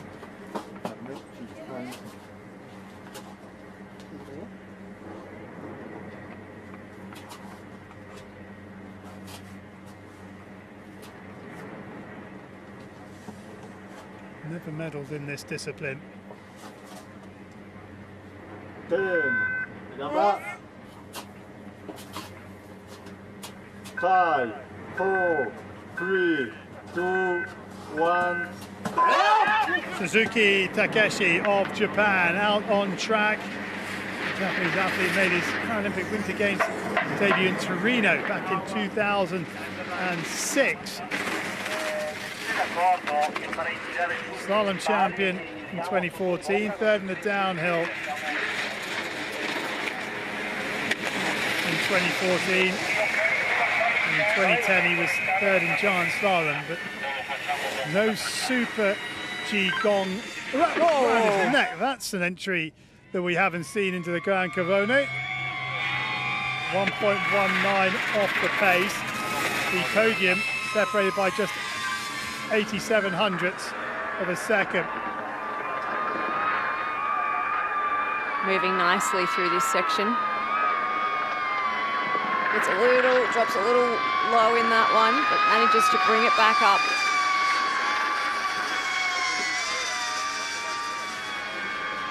.38 off the pace, 73 kilometers per hour is around the same sort of level as Kampschler. And there's too much. Just a little low in the line, which really impacts the speed slightly, but such a great run. Kampschler's time comes and goes. The podium time comes and goes. 6th place for Suzuki. Just in front of his teammate Mori.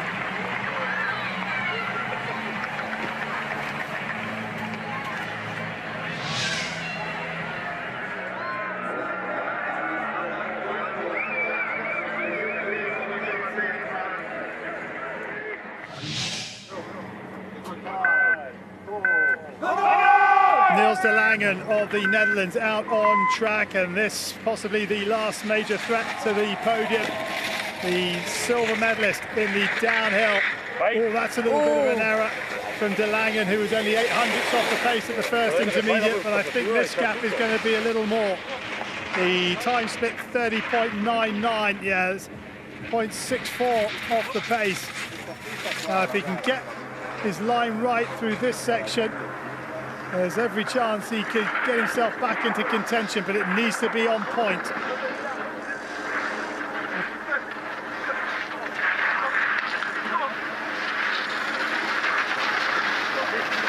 .52.27.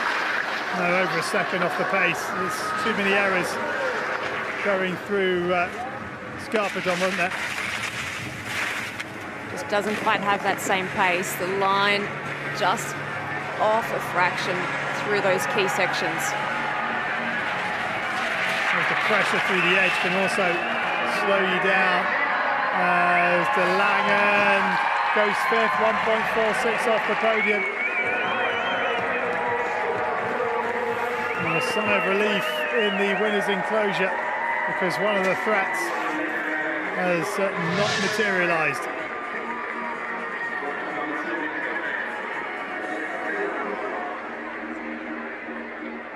That was the error at the top coming out of the delta.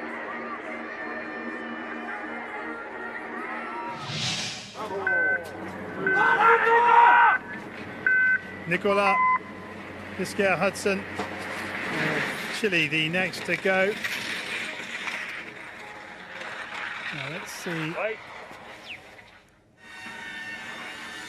Now that left-hand turn is proving quite problematic. Spending a long time on that left edge, and it bleeds a lot of time off. He was a 1400th up at the first split, 1.16, and he's had to make a lot of corrections to make that blue gate, isn't he?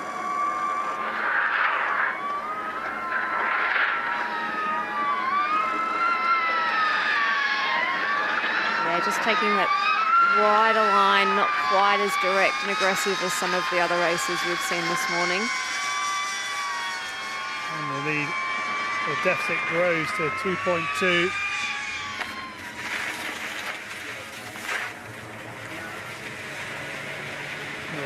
Line correction, made the red gate.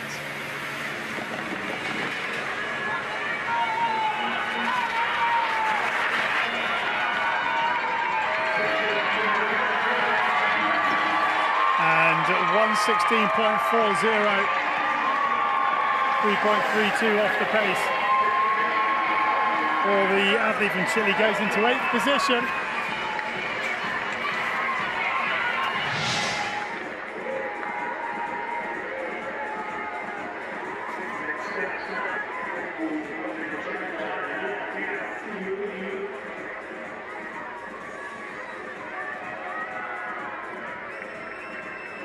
Coach is happy.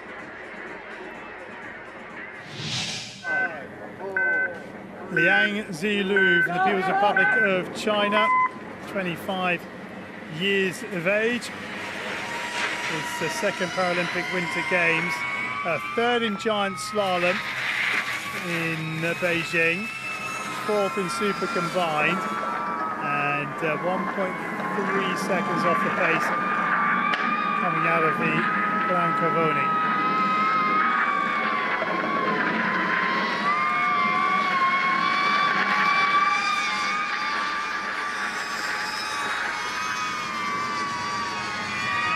Now up to 2.03. Yang.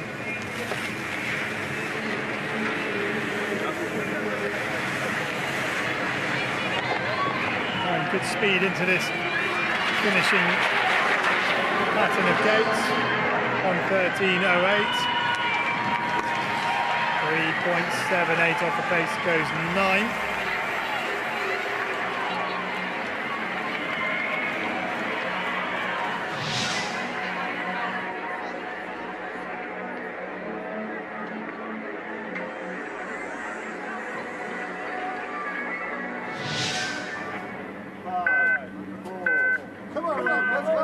Bib 63 is Robert Enigel of the United States of America, the 42-year-old in his second Paralympic Winter Games.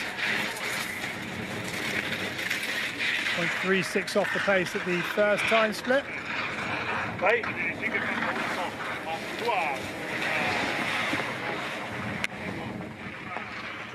The second time split coming out of Brancavone into the entry into Scarpadon, 4.19.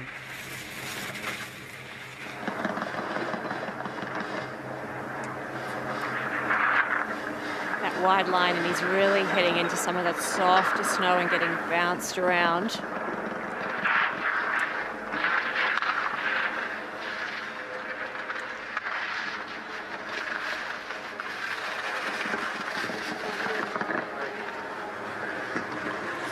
.49 off the pace into this final pitch of Romello.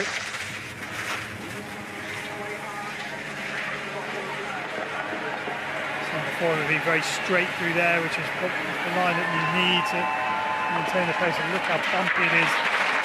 Soft snow. Enigel inside of the finish, stops the clock. 1:21.06, goes into 13th place. 7.98 off the pace.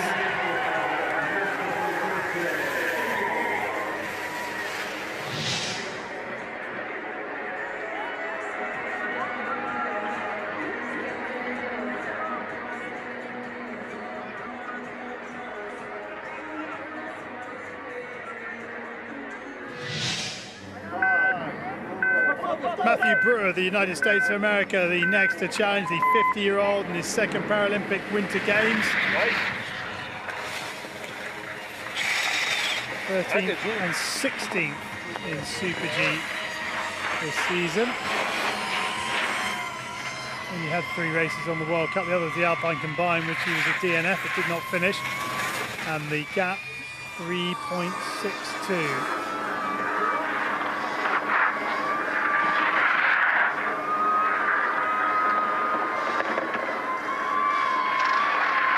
Again, that wider line dropping low. A key section that you can lose so much time on by taking that longer line. Oh, he's just made the blue gate. Got his line wrong coming into Romello. Brewer.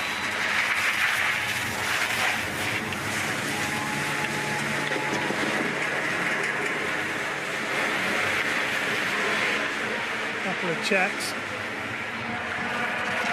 Spots the last couple of turns. Brewer crosses the line and stops the clock at 1:22.03. 14th position for the American.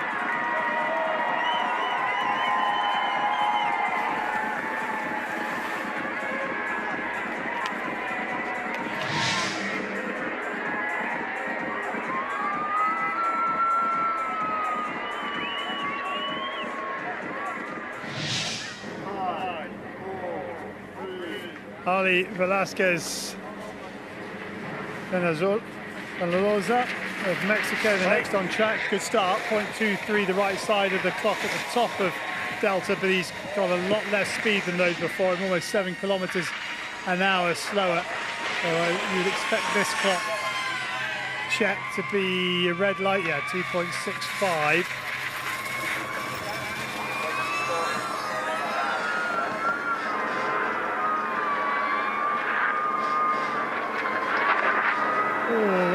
Widen the line and having to get hard on the edge and almost, well, does go down, but regains his balance on the second time. It's costing him a lot of time.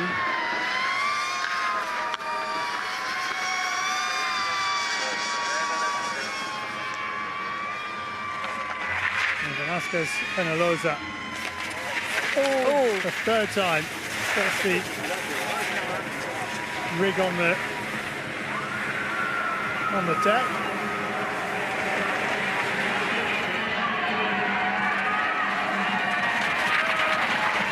Mexican almost home. 1:21.53 goes 14th.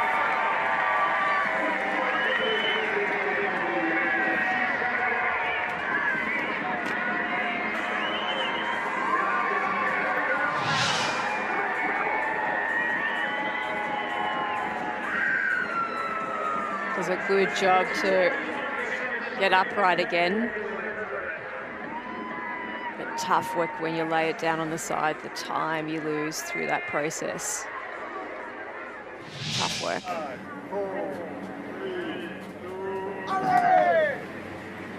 Pascal Christen of Switzerland, the next to go in his second Paralympic Winter Games. 9th in giant slalom at the World Championships best. He joined the Swiss Army High Performance Program in 2021. He was one of the first wheelchair athletes to be asked. So 1.88 off the speed, off the time, sorry, an intermediate 2. As he comes into the Merlot. Clock now says he's 2.43 off pace. It doesn't lose a great deal of time through there. That's one of the best we've seen for a while through Scarpadon, but his speed is 9 kilometers slower.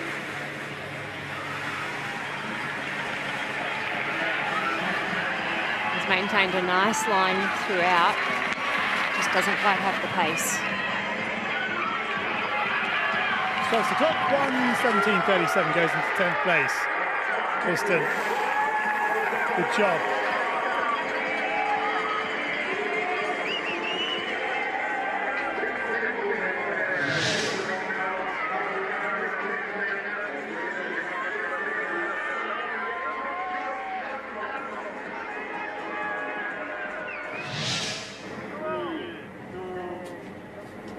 Josh Hanlon of Australia next on track, the 28-year-old in his second Paralympic Winter Games.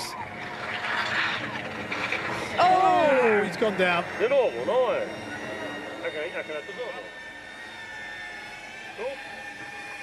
Oh, that is disappointing after going out in the downhill 2 days ago.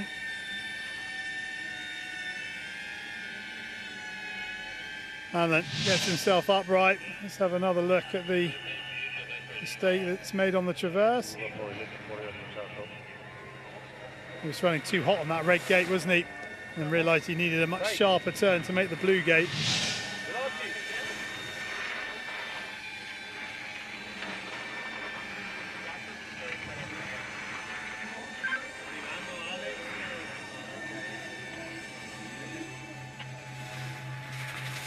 Now,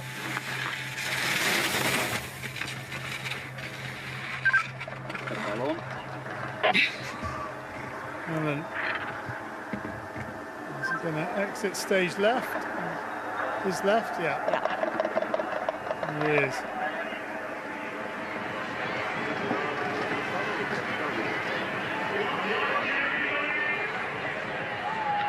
Aussie fans, I'm afraid, won't be able to welcome their man down.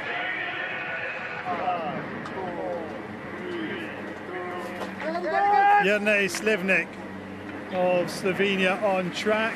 Third Paralympic Winter Games for him. And Slivnik 0.31 off the pace at the first intermediate into the traverse. Right.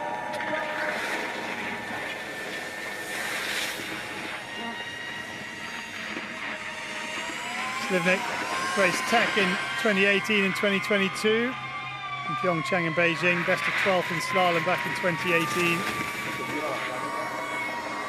3.89 down at the top of Scarpadon coming out of the Grand Caverne. Dropped low through Grand Caverne and just really washed off some speed. It's landed over, isn't it? Looks like just a little flatter. Directional change coming into the Merlot.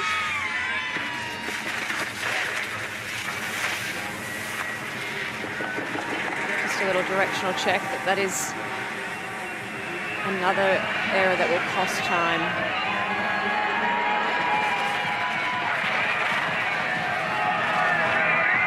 Kamsher's time 1:13.08 is safe, and Slivnik 1:23.21, 17th position for the Slovenian.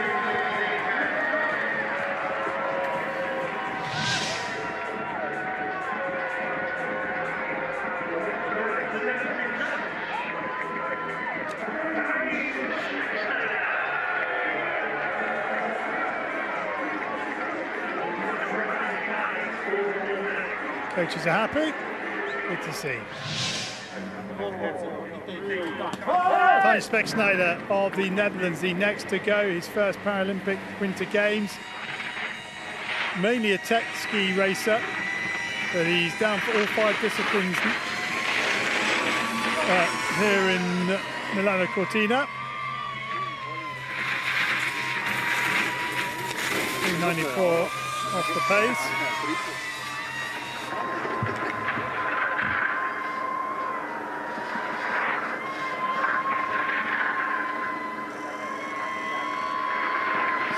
Around as he comes onto that left turn.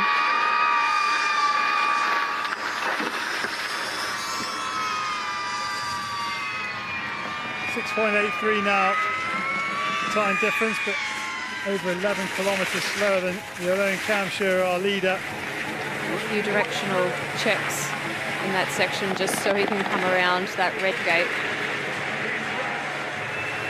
Again, impacting the ability to hold speed. Speksnijder, 1:22.67, goes 17th position.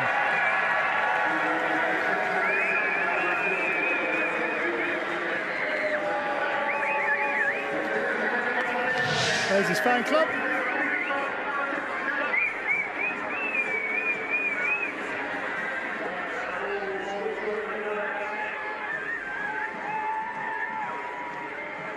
Good day for the Dutch. 5, 4, 3, 2, Christoph Damas of Switzerland, the 23-year-old in his first Paralympic Winter Games. Racing all the disciplines here. Just starting out on his career. 4.12 off the pace at the second time split.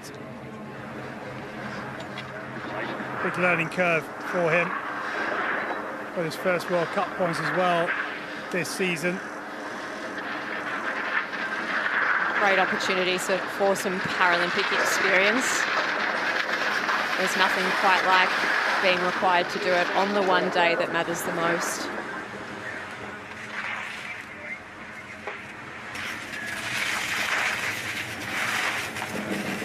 Yeah, and I guess all the races will have their own different goals that they want to achieve.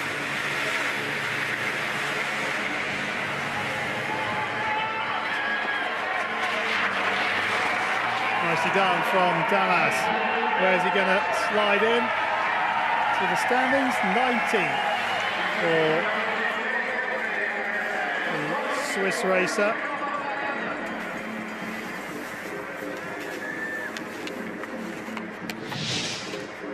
Four remain at the top of the hill.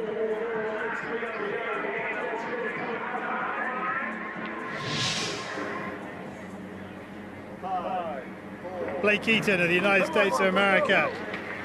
Next out on track, the 21-year-old, who is more of a tech skier, but decided to race the downhill and Super G here.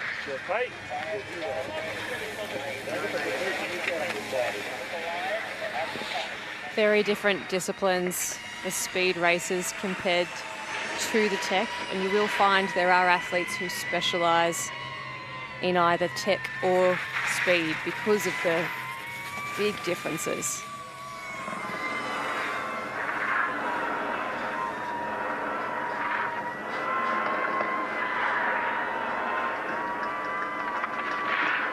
Picking his way down through Scarpadon is Blake Eaton of the United States of America. Good start, he was level with Camshire at the first intermediate.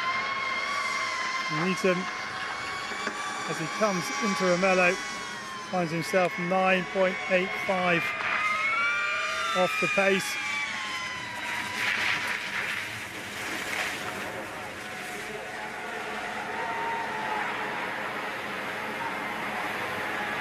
A couple of gates from home now for the American sit skier. Over the final jump, and Eaton goes 20th, 12.75 off the pace.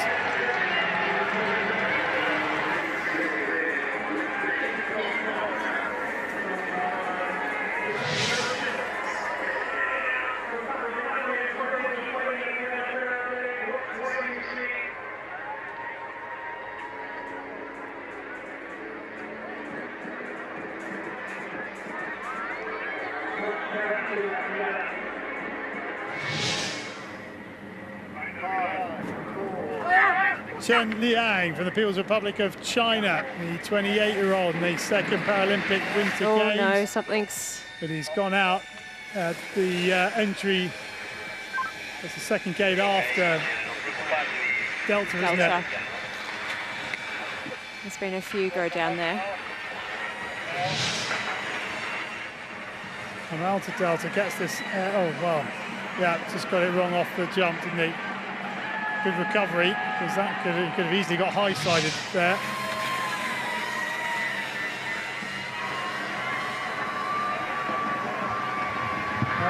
Well, we'll see him again in the tech races.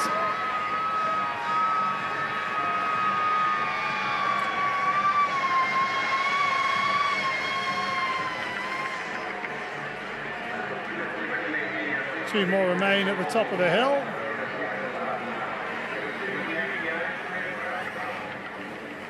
Five, 4, 3, 2, 1.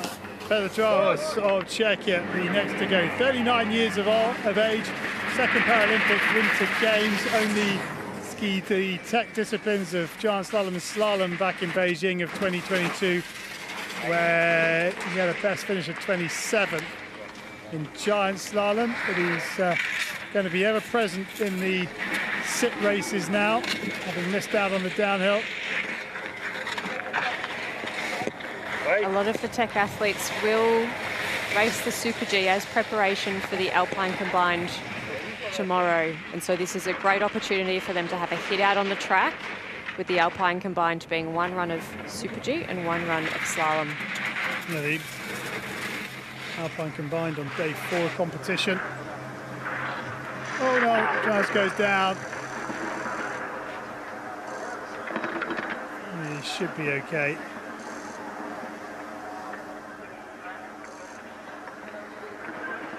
Just needs to get himself back up. Let's have another look. What goes wrong here?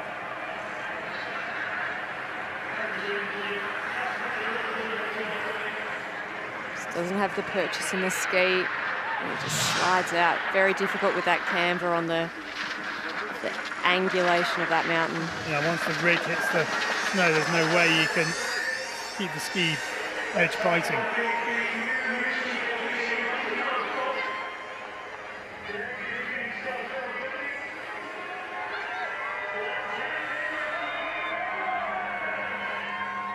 Well, racer number 105, our final racer of Super G Day, is that man there, Brian Rowland of Canada. Okay. Had a 10 seconds. long old wait, but his turn is now right. 5, 4, 3, 2, 1. Brian Rowland of Canada in his second Paralympic Winter Games. His 10th in the Super G in Beijing 4 years ago. That was his best result. What can he do here? 700ths off the time of Cam Suhr.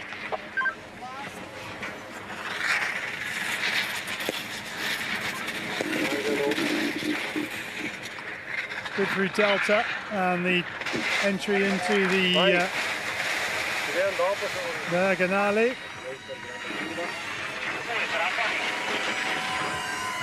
Now setting himself up for Scarpadon, 1.62 out of Gran Corvone. Running very low in the line here is Rowland. Has to come an awfully long way back to his right-hand side to make the red gates. Needs a double gate to get himself back online. Here it comes. Does well to reset that line coming out of the delay. I have to say, actually, given the mistake, he hasn't lost that much time. Oh no, he's hit the soft stuff. And he is down. Oh, disappointment for Rowland. If he can turn it around, he's still on, still in the gates.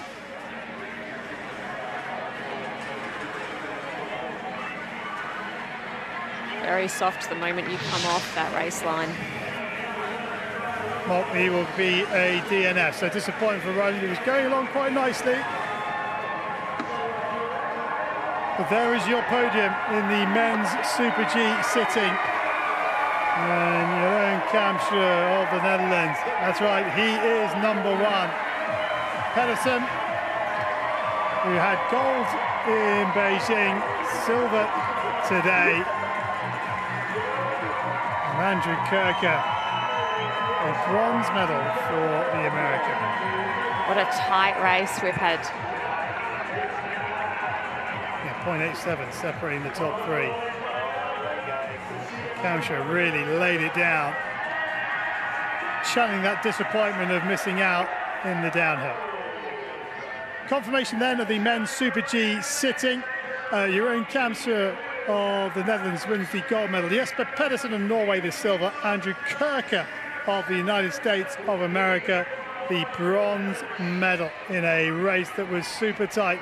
Just 0.87 of a second separating the top 3. 27 started and 20 got to the bottom of the men's Super G sitting here at Milano Cortina 2026.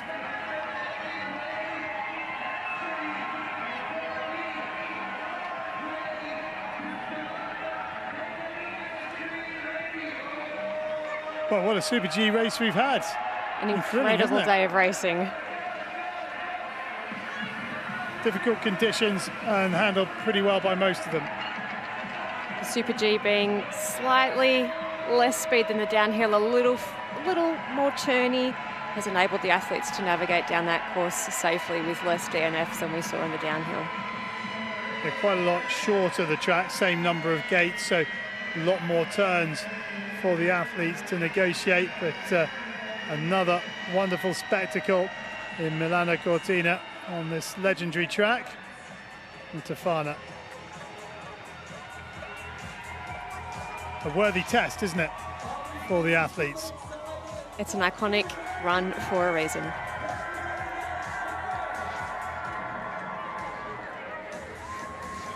Right. Clouds starting to roll in. That will affect the snow a little bit. Moments away, we will be bringing you more of our medal winners on the podium as soon as possible.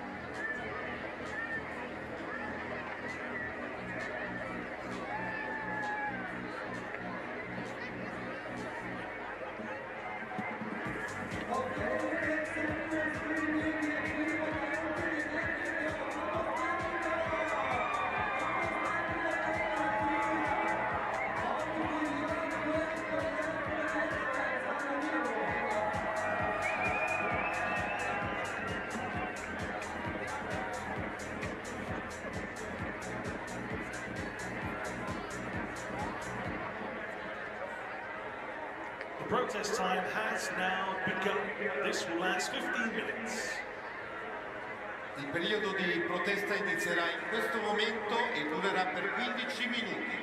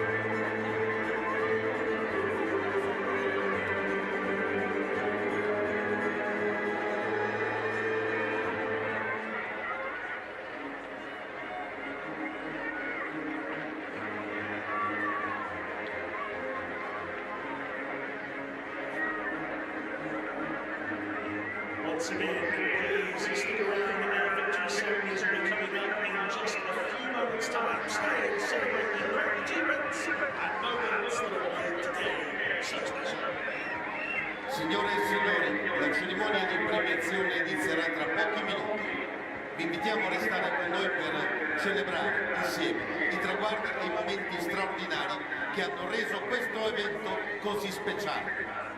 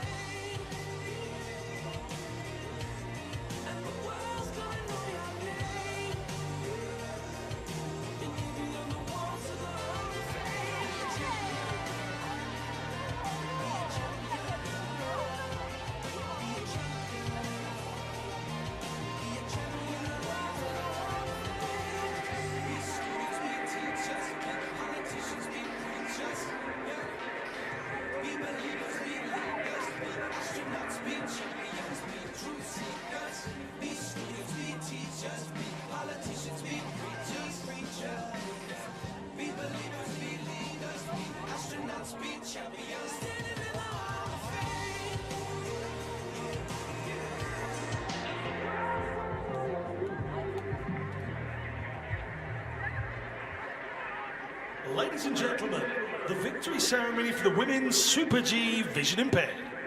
Signore e signori, la cerimonia di premiazione del Super G donne ipovedenti. Please welcome the medalists. Accogliamo le vincitrici. The victory ceremony for the women's Super G vision impaired. A great moment for Chiara Mazza and Nicola Cotti-Cottini as they win Italy's first Paralpine skiing gold medal of these Paralympic Winter Games.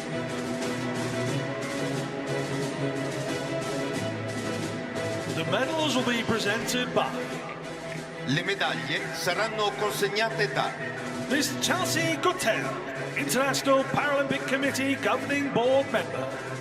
membro del Consiglio direttivo del Comitato Paralimpico Internazionale. Accompanied by Accompagnata da Mr. Giovanni Malaga, President Milano Cortina 2026. Presidente di Milano Cortina 2026. Bronze medalists representing Slovakia.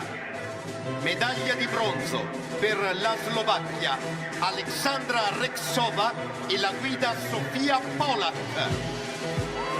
Alexandra Rexova and her guide Sofia Polak of Slovakia take the bronze medal. It is Slovakia's second medal of these games, and it is this pair's second medal of the games, a bronze in the women's downhill vision impaired. Magnificent performance from the pair.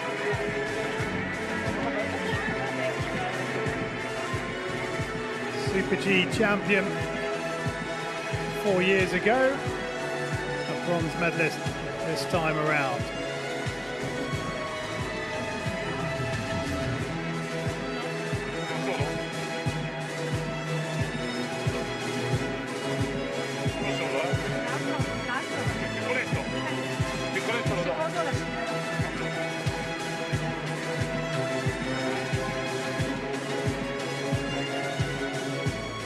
Bronze medalists Alexandra Rexova and her guide Sofia Polak. Silver medalists representing Austria.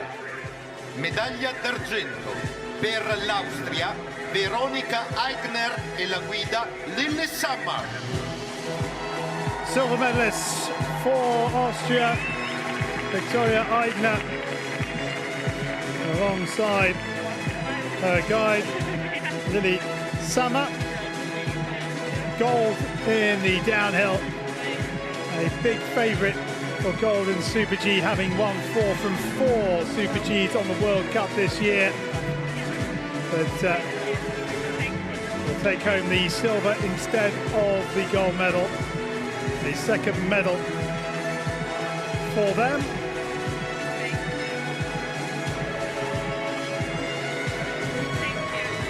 And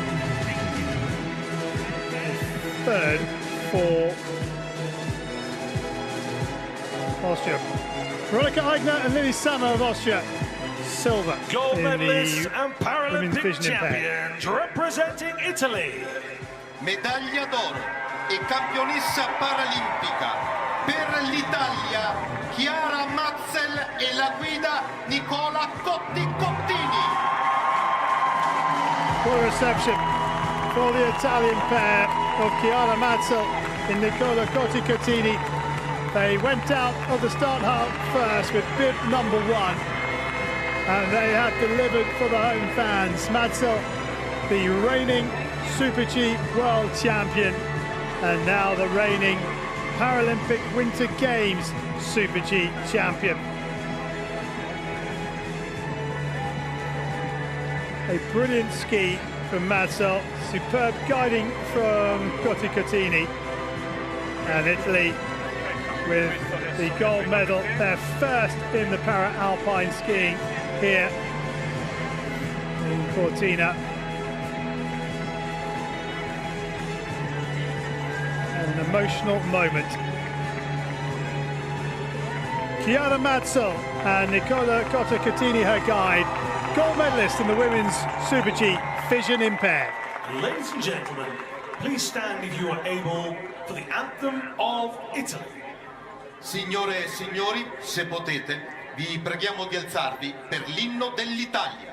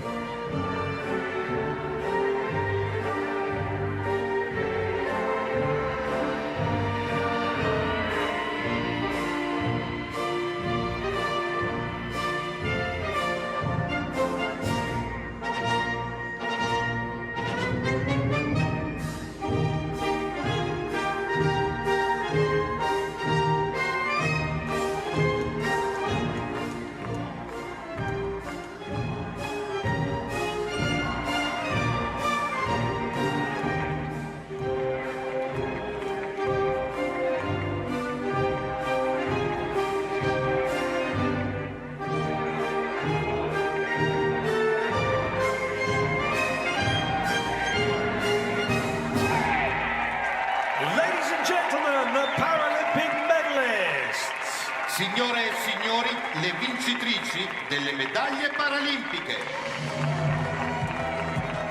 Oh, what a moment for Chiara Mazzel and our guide Nicola Cotta-Catini. The women's Super G vision impaired, gold medal for Chiara Mazzel and Nicola Cotta-Catini, her guide. Silver medal for Veronika Eigner and her guide Lily Sammer, and the bronze medal to Alexandra Rexova and Sofia Polak, her guide.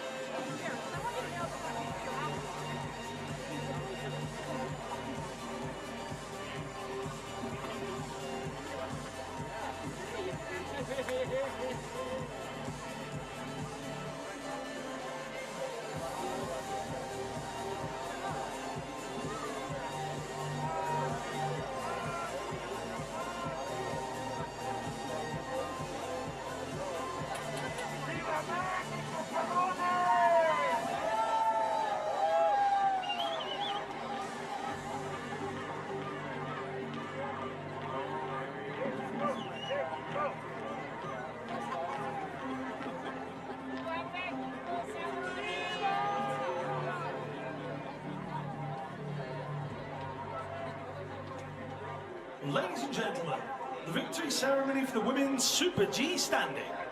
Signore e signori, la cerimonia di premiazione del Super G donne standing.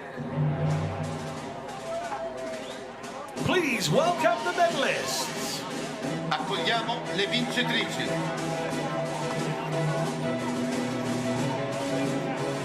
So the victory ceremony for the women's Super G standing.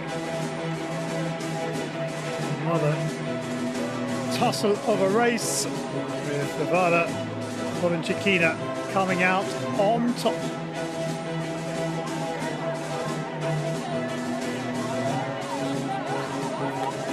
The medals will be presented by Le medaglie saranno consegnate da Miss Christina Malloy, Deputy CEO of the International Paralympic Committee. vice amministratore delegato del Comitato Paralimpico Internazionale. Accompanied by Accompagnata da Miss Fiona Stevens, Council Member of the International Ski and Snowboard Federation. membro del Consiglio della Federazione Internazionale Sci e Snowboard. Bronze medalist, representing Sweden. Medaglia di bronzo per la Svezia, Ebba Orshow. Ebba Arshaw of Sweden steps forward to collect her second medal of these Paralympic Winter Games. Gold in the downhill, bronze in the Super G, a discipline she hasn't raced this season. She would have come in here hoping to be on the top step of the podium, but not to be beaten by two skiers on top form today. Bronze medal in the women's Super G standing, Ebba Arshaw. Silver medalist, representing France. Medaglia d'argento per la Francia, Aurélie Richard. Aurélie Richard of France with a wide smile etched across her face, steps up to collect her second silver medal of these Paralympic Winter Games, second in the downhill and second again in the Super G. Couple of mistakes in the middle of the run cost her perhaps a faster time, but she'll be delighted nevertheless with a harder and silver medal. Aurélie Richard of France, silver in the women's Super G standings. Gold medalist and Paralympic champion, representing Russian Federation. Medaglia d'oro e campionessa paralimpica per la Federazione Russa, Varvara Voronchikina. Varvara Voronchikina of the Russian Federation in her first Paralympic Winter Games picks up her second medal, a bronze in the downhill. But she was on rockets today. She was nearly 2 seconds faster than the rest of the field. A fantastic ski from her.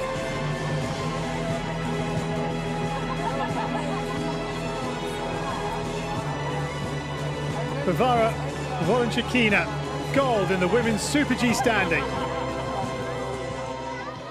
Ladies and gentlemen, please stand if you are able for the anthem, Russian Federation. Signore e signori, se potete, vi preghiamo di alzarvi per l'inno della Federazione Russa.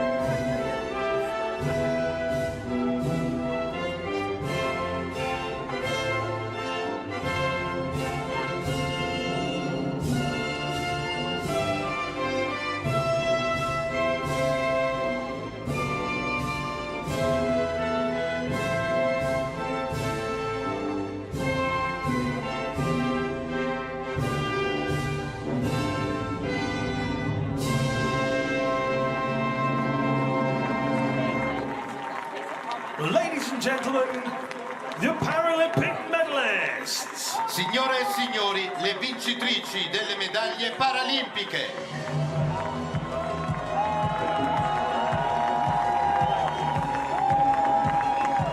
So the three medalists come together on the podium. The women's Super G standing for Voronychina of the Russian Federation, the gold medal.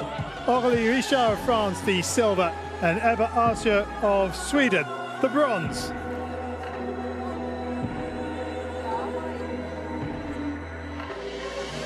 Well, Voronychina was just too quick today, wasn't she? An absolute masterclass of navigating through those key transitional sections, from steep pitches and speed to the technical terms, navigated beautifully. Well, she'll be back for more, I'm no doubt, but so will the other two on the podium. It's all set up nicely in the standing class.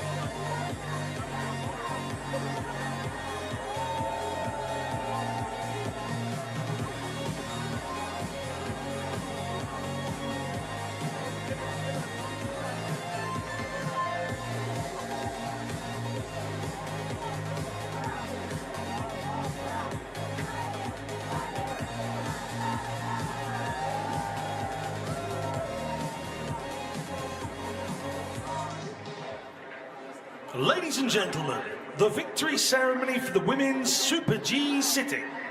Signore e signori, la cerimonia di premiazione Super G donne sitting. Please welcome the medalists. Accogliamo le vincitrici.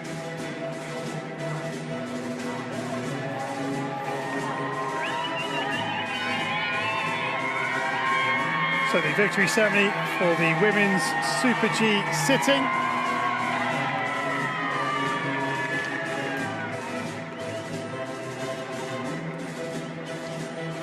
Another really exciting race. The medals will be presented by Le medaglie saranno consegnate da Mr. Fernando Riaño, Governing Board Member of the International Paralympic Committee. membro del Consiglio direttivo del Comitato Paralimpico Internazionale. Accompanied by Accompagnato da Mr. Miguel Sagara, former Vice President of the International Paralympic Committee.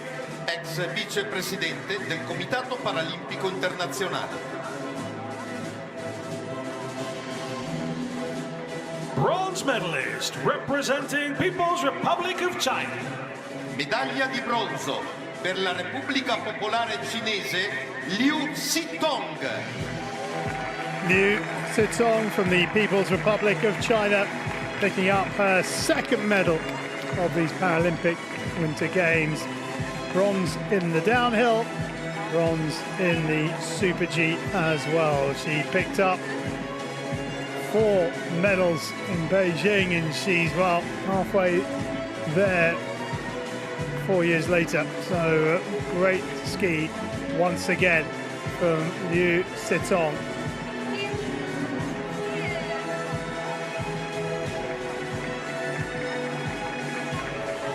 Liu Sitong from the People's Republic of China wins bronze medal in the women's Super G sitting. Representing Japan. Medaglia d'argento per il Giappone, Momoka Muraoka. Momoka was the Paralympic champion in Super G 4 years ago, and gave it a good shot at winning her second Paralympic Winter Games title in Super G, but came up just short. But remember, racing, having recently broken her left shoulder. A remarkable ski from the athlete from Japan. Momoka of Japan wins the silver in the women's Super G sitting.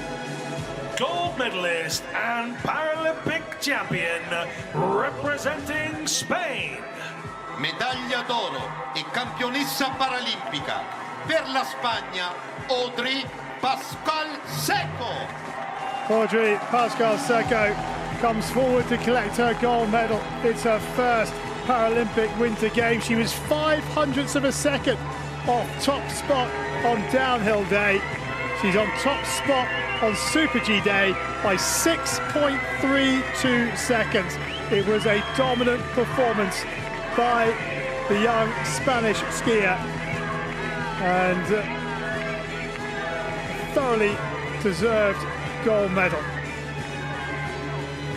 Audrey Pascal Seco of Spain wins gold in the women's Super G sitting. Ladies and gentlemen, please stand if you are able for the anthem of Spain. Signore e signori, se potete, vi preghiamo di alzarvi per l'inno della Spagna.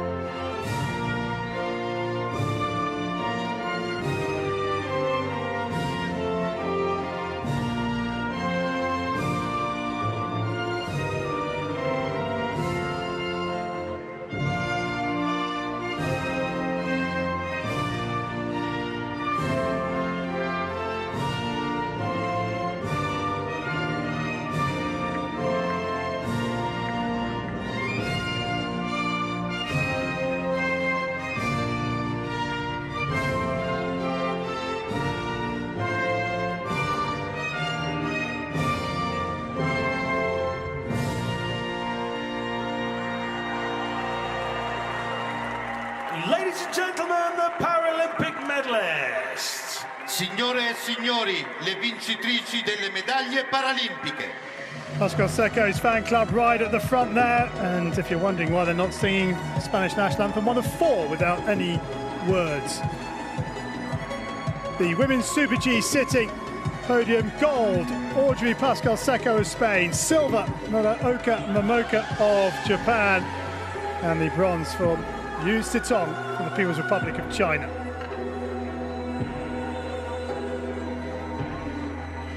Well, it was a dominant ski, wasn't it, from Audrey, winning by such a big distance. Aggressive, clean, tight line, a dominant display. I can't wait to see what she can produce for the rest of these Paralympic Winter Games. And the athletes making their way off the field of play, but look at the delight etched on all of their faces. Fantastic skiing from all 3 of them.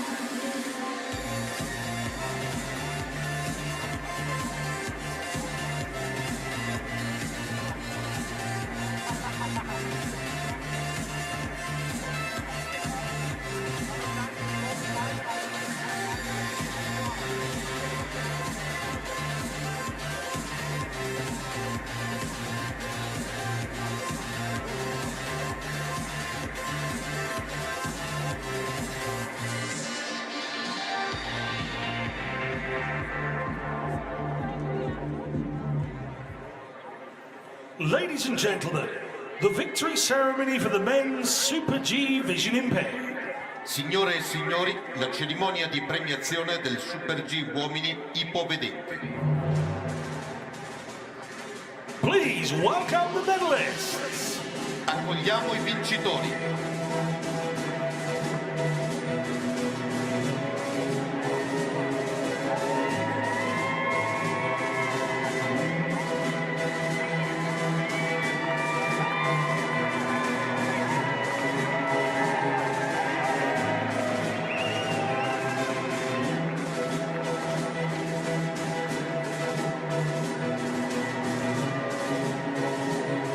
The medals will be presented by Le medaglie saranno consegnate da Mr. Andrew Parsons, President of the International Paralympic Committee. Presidente del Comitato Paralimpico Internazionale. Accompanied by Accompagnato da Dr. Deborah Alexander, International Paralympic Committee Governing Board Member. membro del Consiglio Direttivo del Comitato Paralimpico Internazionale. Bronze medalist, representing Canada. Medaglia di bronzo per il Canada, Kalla Eriksson e la guida Sierra Smith.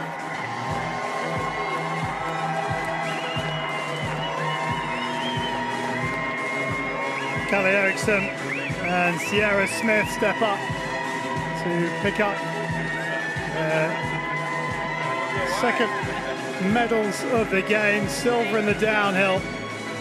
They had another great ski to get themselves onto the podium in the Super G.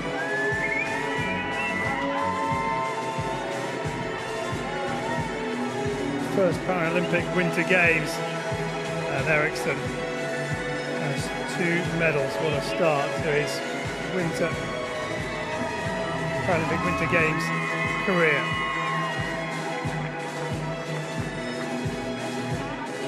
Bronze medal in the men's Super G Vision Impaired, Kalle Eriksson. This guy's Sierra Silver Smith. medalist, representing Italy. Medaglia d'argento per l'Italia, Giacomo Bertagnolli, Andrea Ravelli.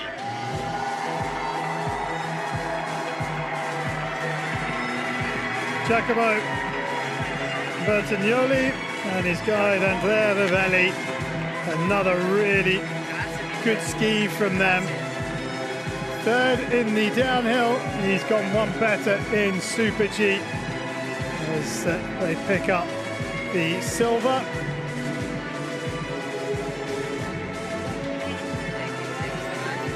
Second in the Super G 4 years ago, second again on home snow. Giacomo Bertagnolli and his guide Andrea Ravelli win silver in the men's Super G Vision Impaired. Gold medalist and Paralympic champions, representing Austria. Medaglia d'oro e campione paralimpico per l'Austria, Johannes Aigner e la guida Nico Haberl. Johannes Aigner and Nico Haberl, his guide of Austria, take the gold medal. It's their second gold of these Paralympic Winter Games. Winning the downhill fairly comfortably on day 1 of competition. This gold, however, was a lot tighter, 1600ths of a second, the difference between first and second. Third 4 years ago, they go 2 better to stand on the top step of the podium and hear the Austrian national anthem once again. Gold in the men's Super G Vision Impaired, Johannes Aigner and his guide Nico Ladies and Haberl gentlemen, of Austria. please stand if you are able for the anthem of Austria. Signore e signori, se potete, vi preghiamo di alzarvi per l'inno dell'Austria.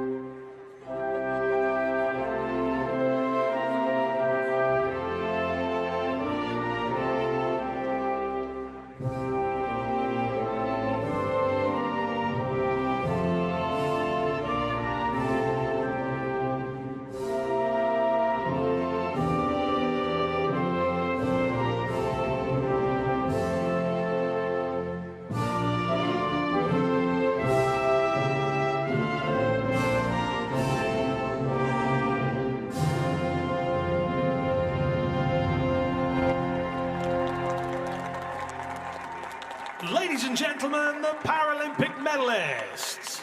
Signore e signori, i vincitori delle medaglie paralimpiche.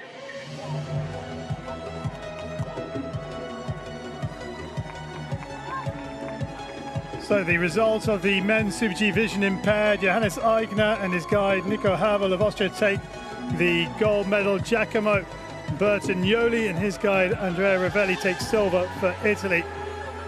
And in bronze medal position, Kalle Eriksson and his guide Sierra Smith of Canada.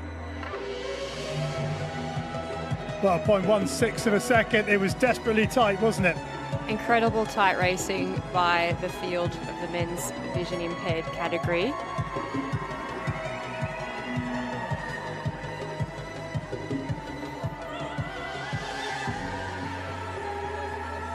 Aigner will now have his sights set on the clean sweep if he possibly can.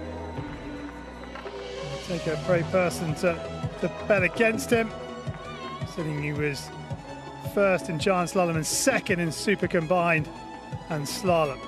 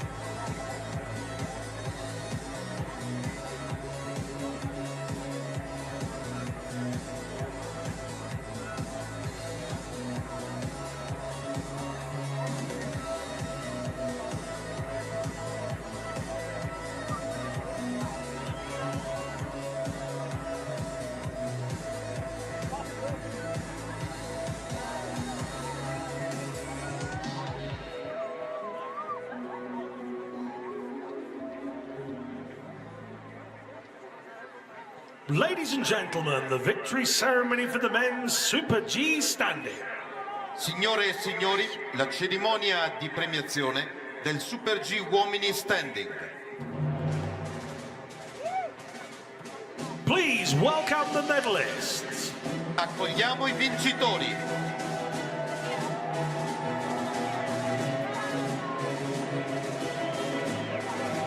The victory ceremony for the men's Super G standing.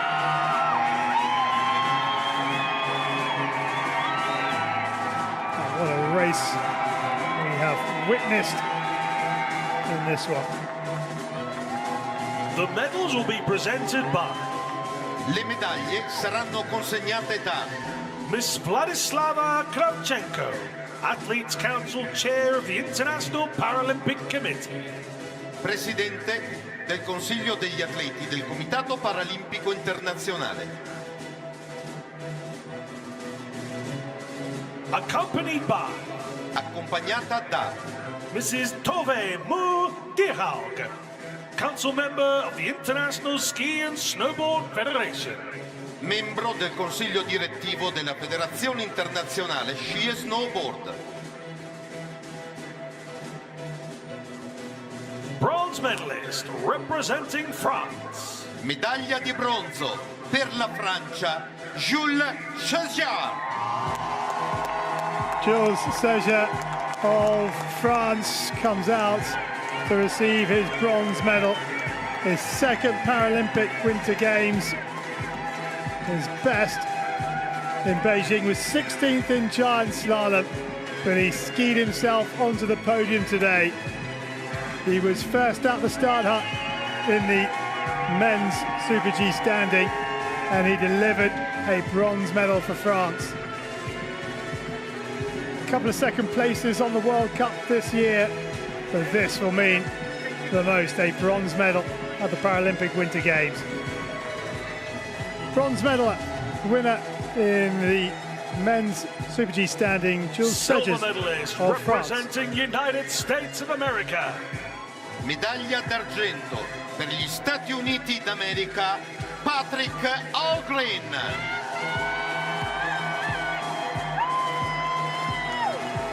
Patrick Halgren of the United States of America picking up the silver medal. A superb ski from him.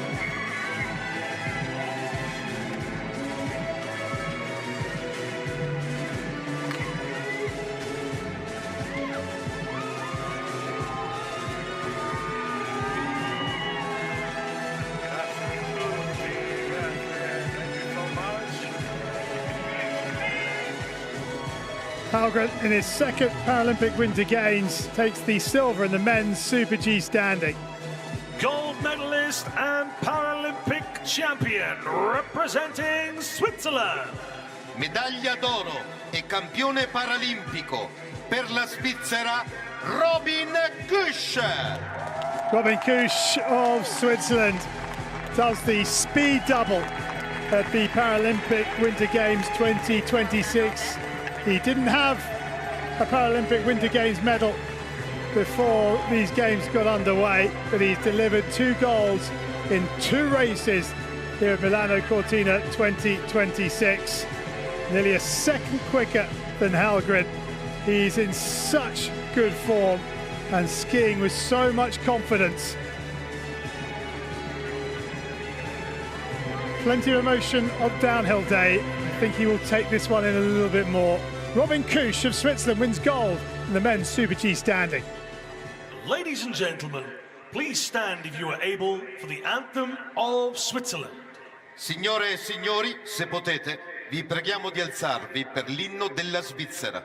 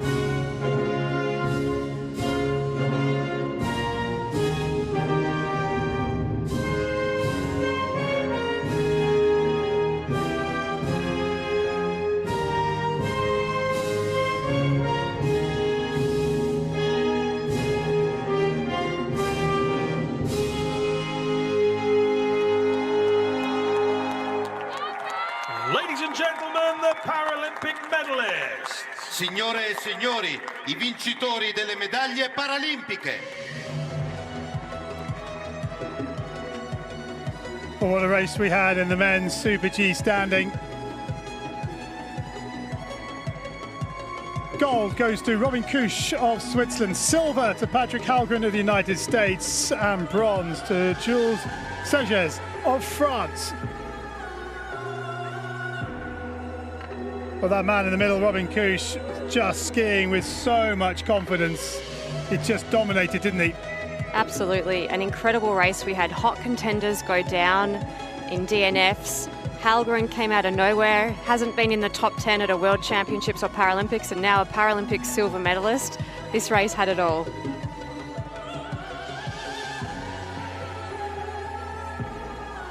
Oh, Robin Kusch. Well, remember the opening couple of races of Milano Cortina 2026 for a long time to come. Maybe there's more to come from him.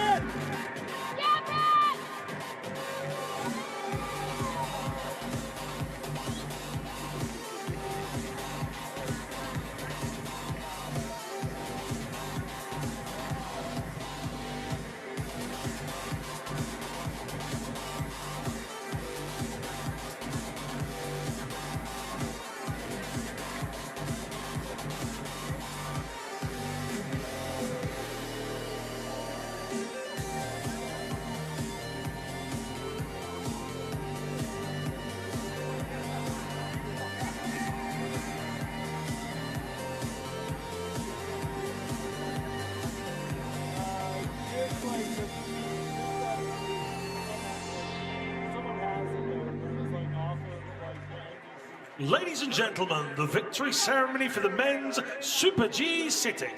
Signore e signori, la cerimonia di premiazione del Super G uomini sitting. Please welcome the medalists. Accogliamo i vincitori.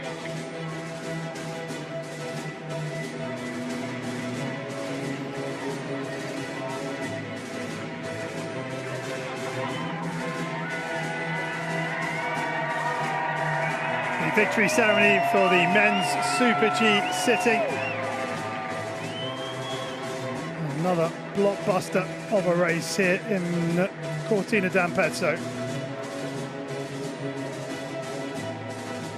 The medals will be presented by Le medaglie saranno consegnate da Mr. Josh Duick, Athletes Council Vice Chair of the International Paralympic Committee. Vicepresidente del Consiglio degli Atleti del Comitato Paralimpico Internazionale.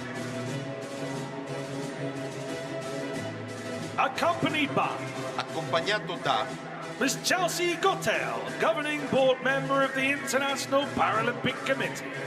membro del Consiglio Direttivo del Comitato Paralimpico Internazionale.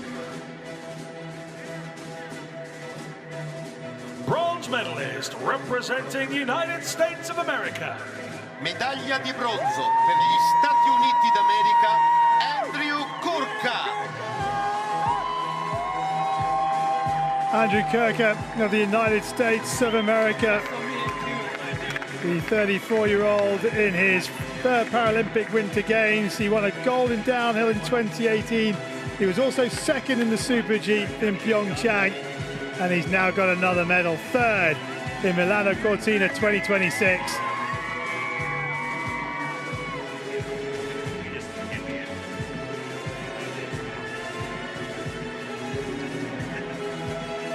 Trying to short circuit the the system, and he finally gets his hands on the mascot. Andrew Kurka, the United States of America, wins bronze in the men's Super G sitting. Silver medalist representing Norway. Medaglia d'argento per la Norvegia, Jesper Pedersen. Jesper Pedersen of Norway, a regular on the podium at World Cups and World Championships, so much so he knows that the hood's got to come up to get the medal over. Okay. Won gold in Beijing 4 years ago, but couldn't quite add another title to his name on Super G Day in Milano Cortina 2026. Another great ski from Pedersen. Jesper Pedersen of Norway takes silver in the men's Super G sitting. Gold medalist and Paralympic champion representing the Netherlands. Medaglia d'oro e campione paralimpico per i Paesi Bassi, Jeroen Kamschreur. Jeroen Kamschreur of the Netherlands comes forward. Twice a world champion in Super G, and for the first time the Paralympic champion in Super G, putting the disappointment of his massive fall in the downhill behind him. He skied with the bit between his teeth, and he delivered a most remarkable run, getting the better of his long-term rival Jesper Pedersen by nearly 3/4 of a second. It was all or nothing for Kamschreur today, and it delivered all for him. I'm so sorry. That's okay. We need to do that. Otherwise, I'm sorry. Congratulations.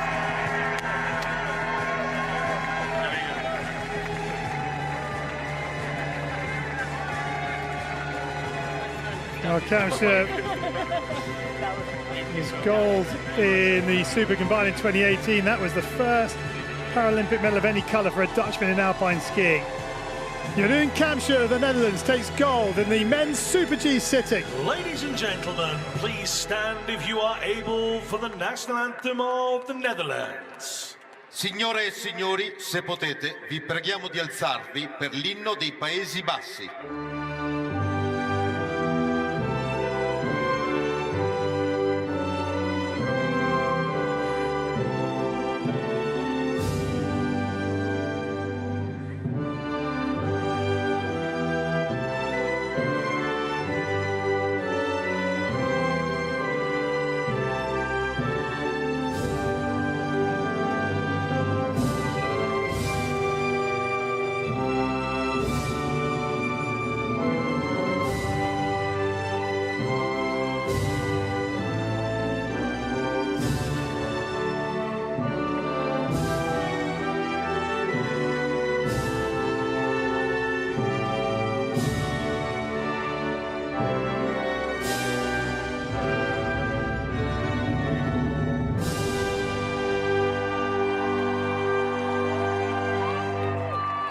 Ladies and gentlemen, the Paralympic medalists. Signore e signori, i vincitori delle medaglie paralimpiche. The podium in the men's Super G sitting. Gold for Jeroen Kamsha of the Netherlands, silver for Jesper Pedersen of Norway, and bronze for Andrew Kerker of the United States of America. Well, there was a lot of pent-up frustration you felt in Kamsha's run today with that fall in the downhill. It was on the edge, but it was desperately exciting. Kamsha absolutely stomped his run. 3/4 of a second in the lead. Incredibly tight racing across all of the men's sit skiing. Only 3/10 of a second separating second through fourth place. Great racing today by the men's sit ski.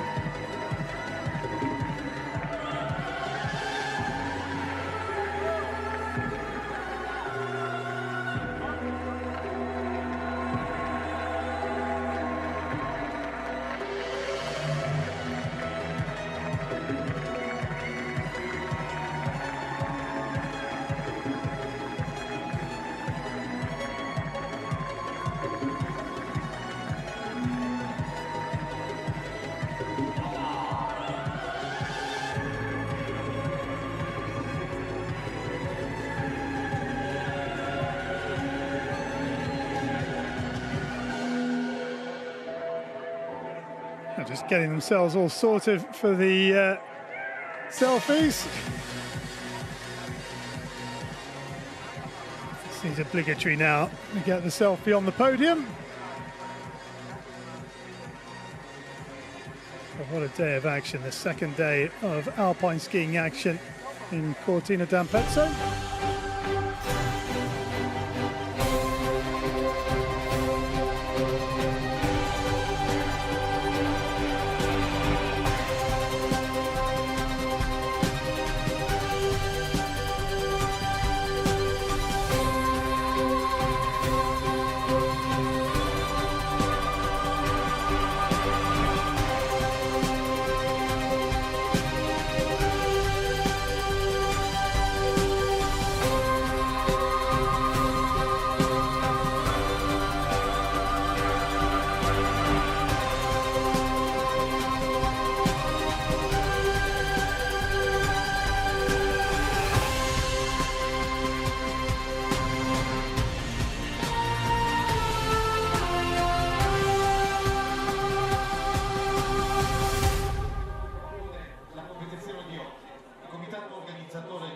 Well, what a day of racing we have had here in Cortina d'Ampezzo. Super G Day has delivered 6 different races, 6 different gold medal winners.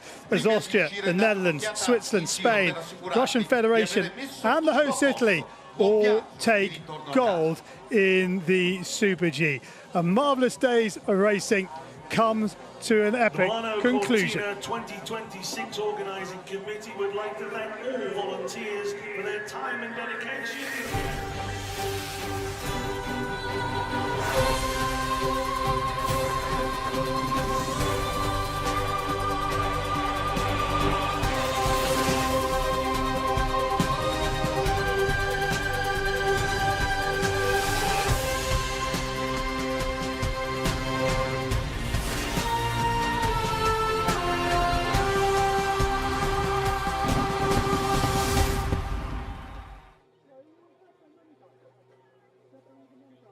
Milano Cortina 2026 Olympic and Paralympic Winter Games.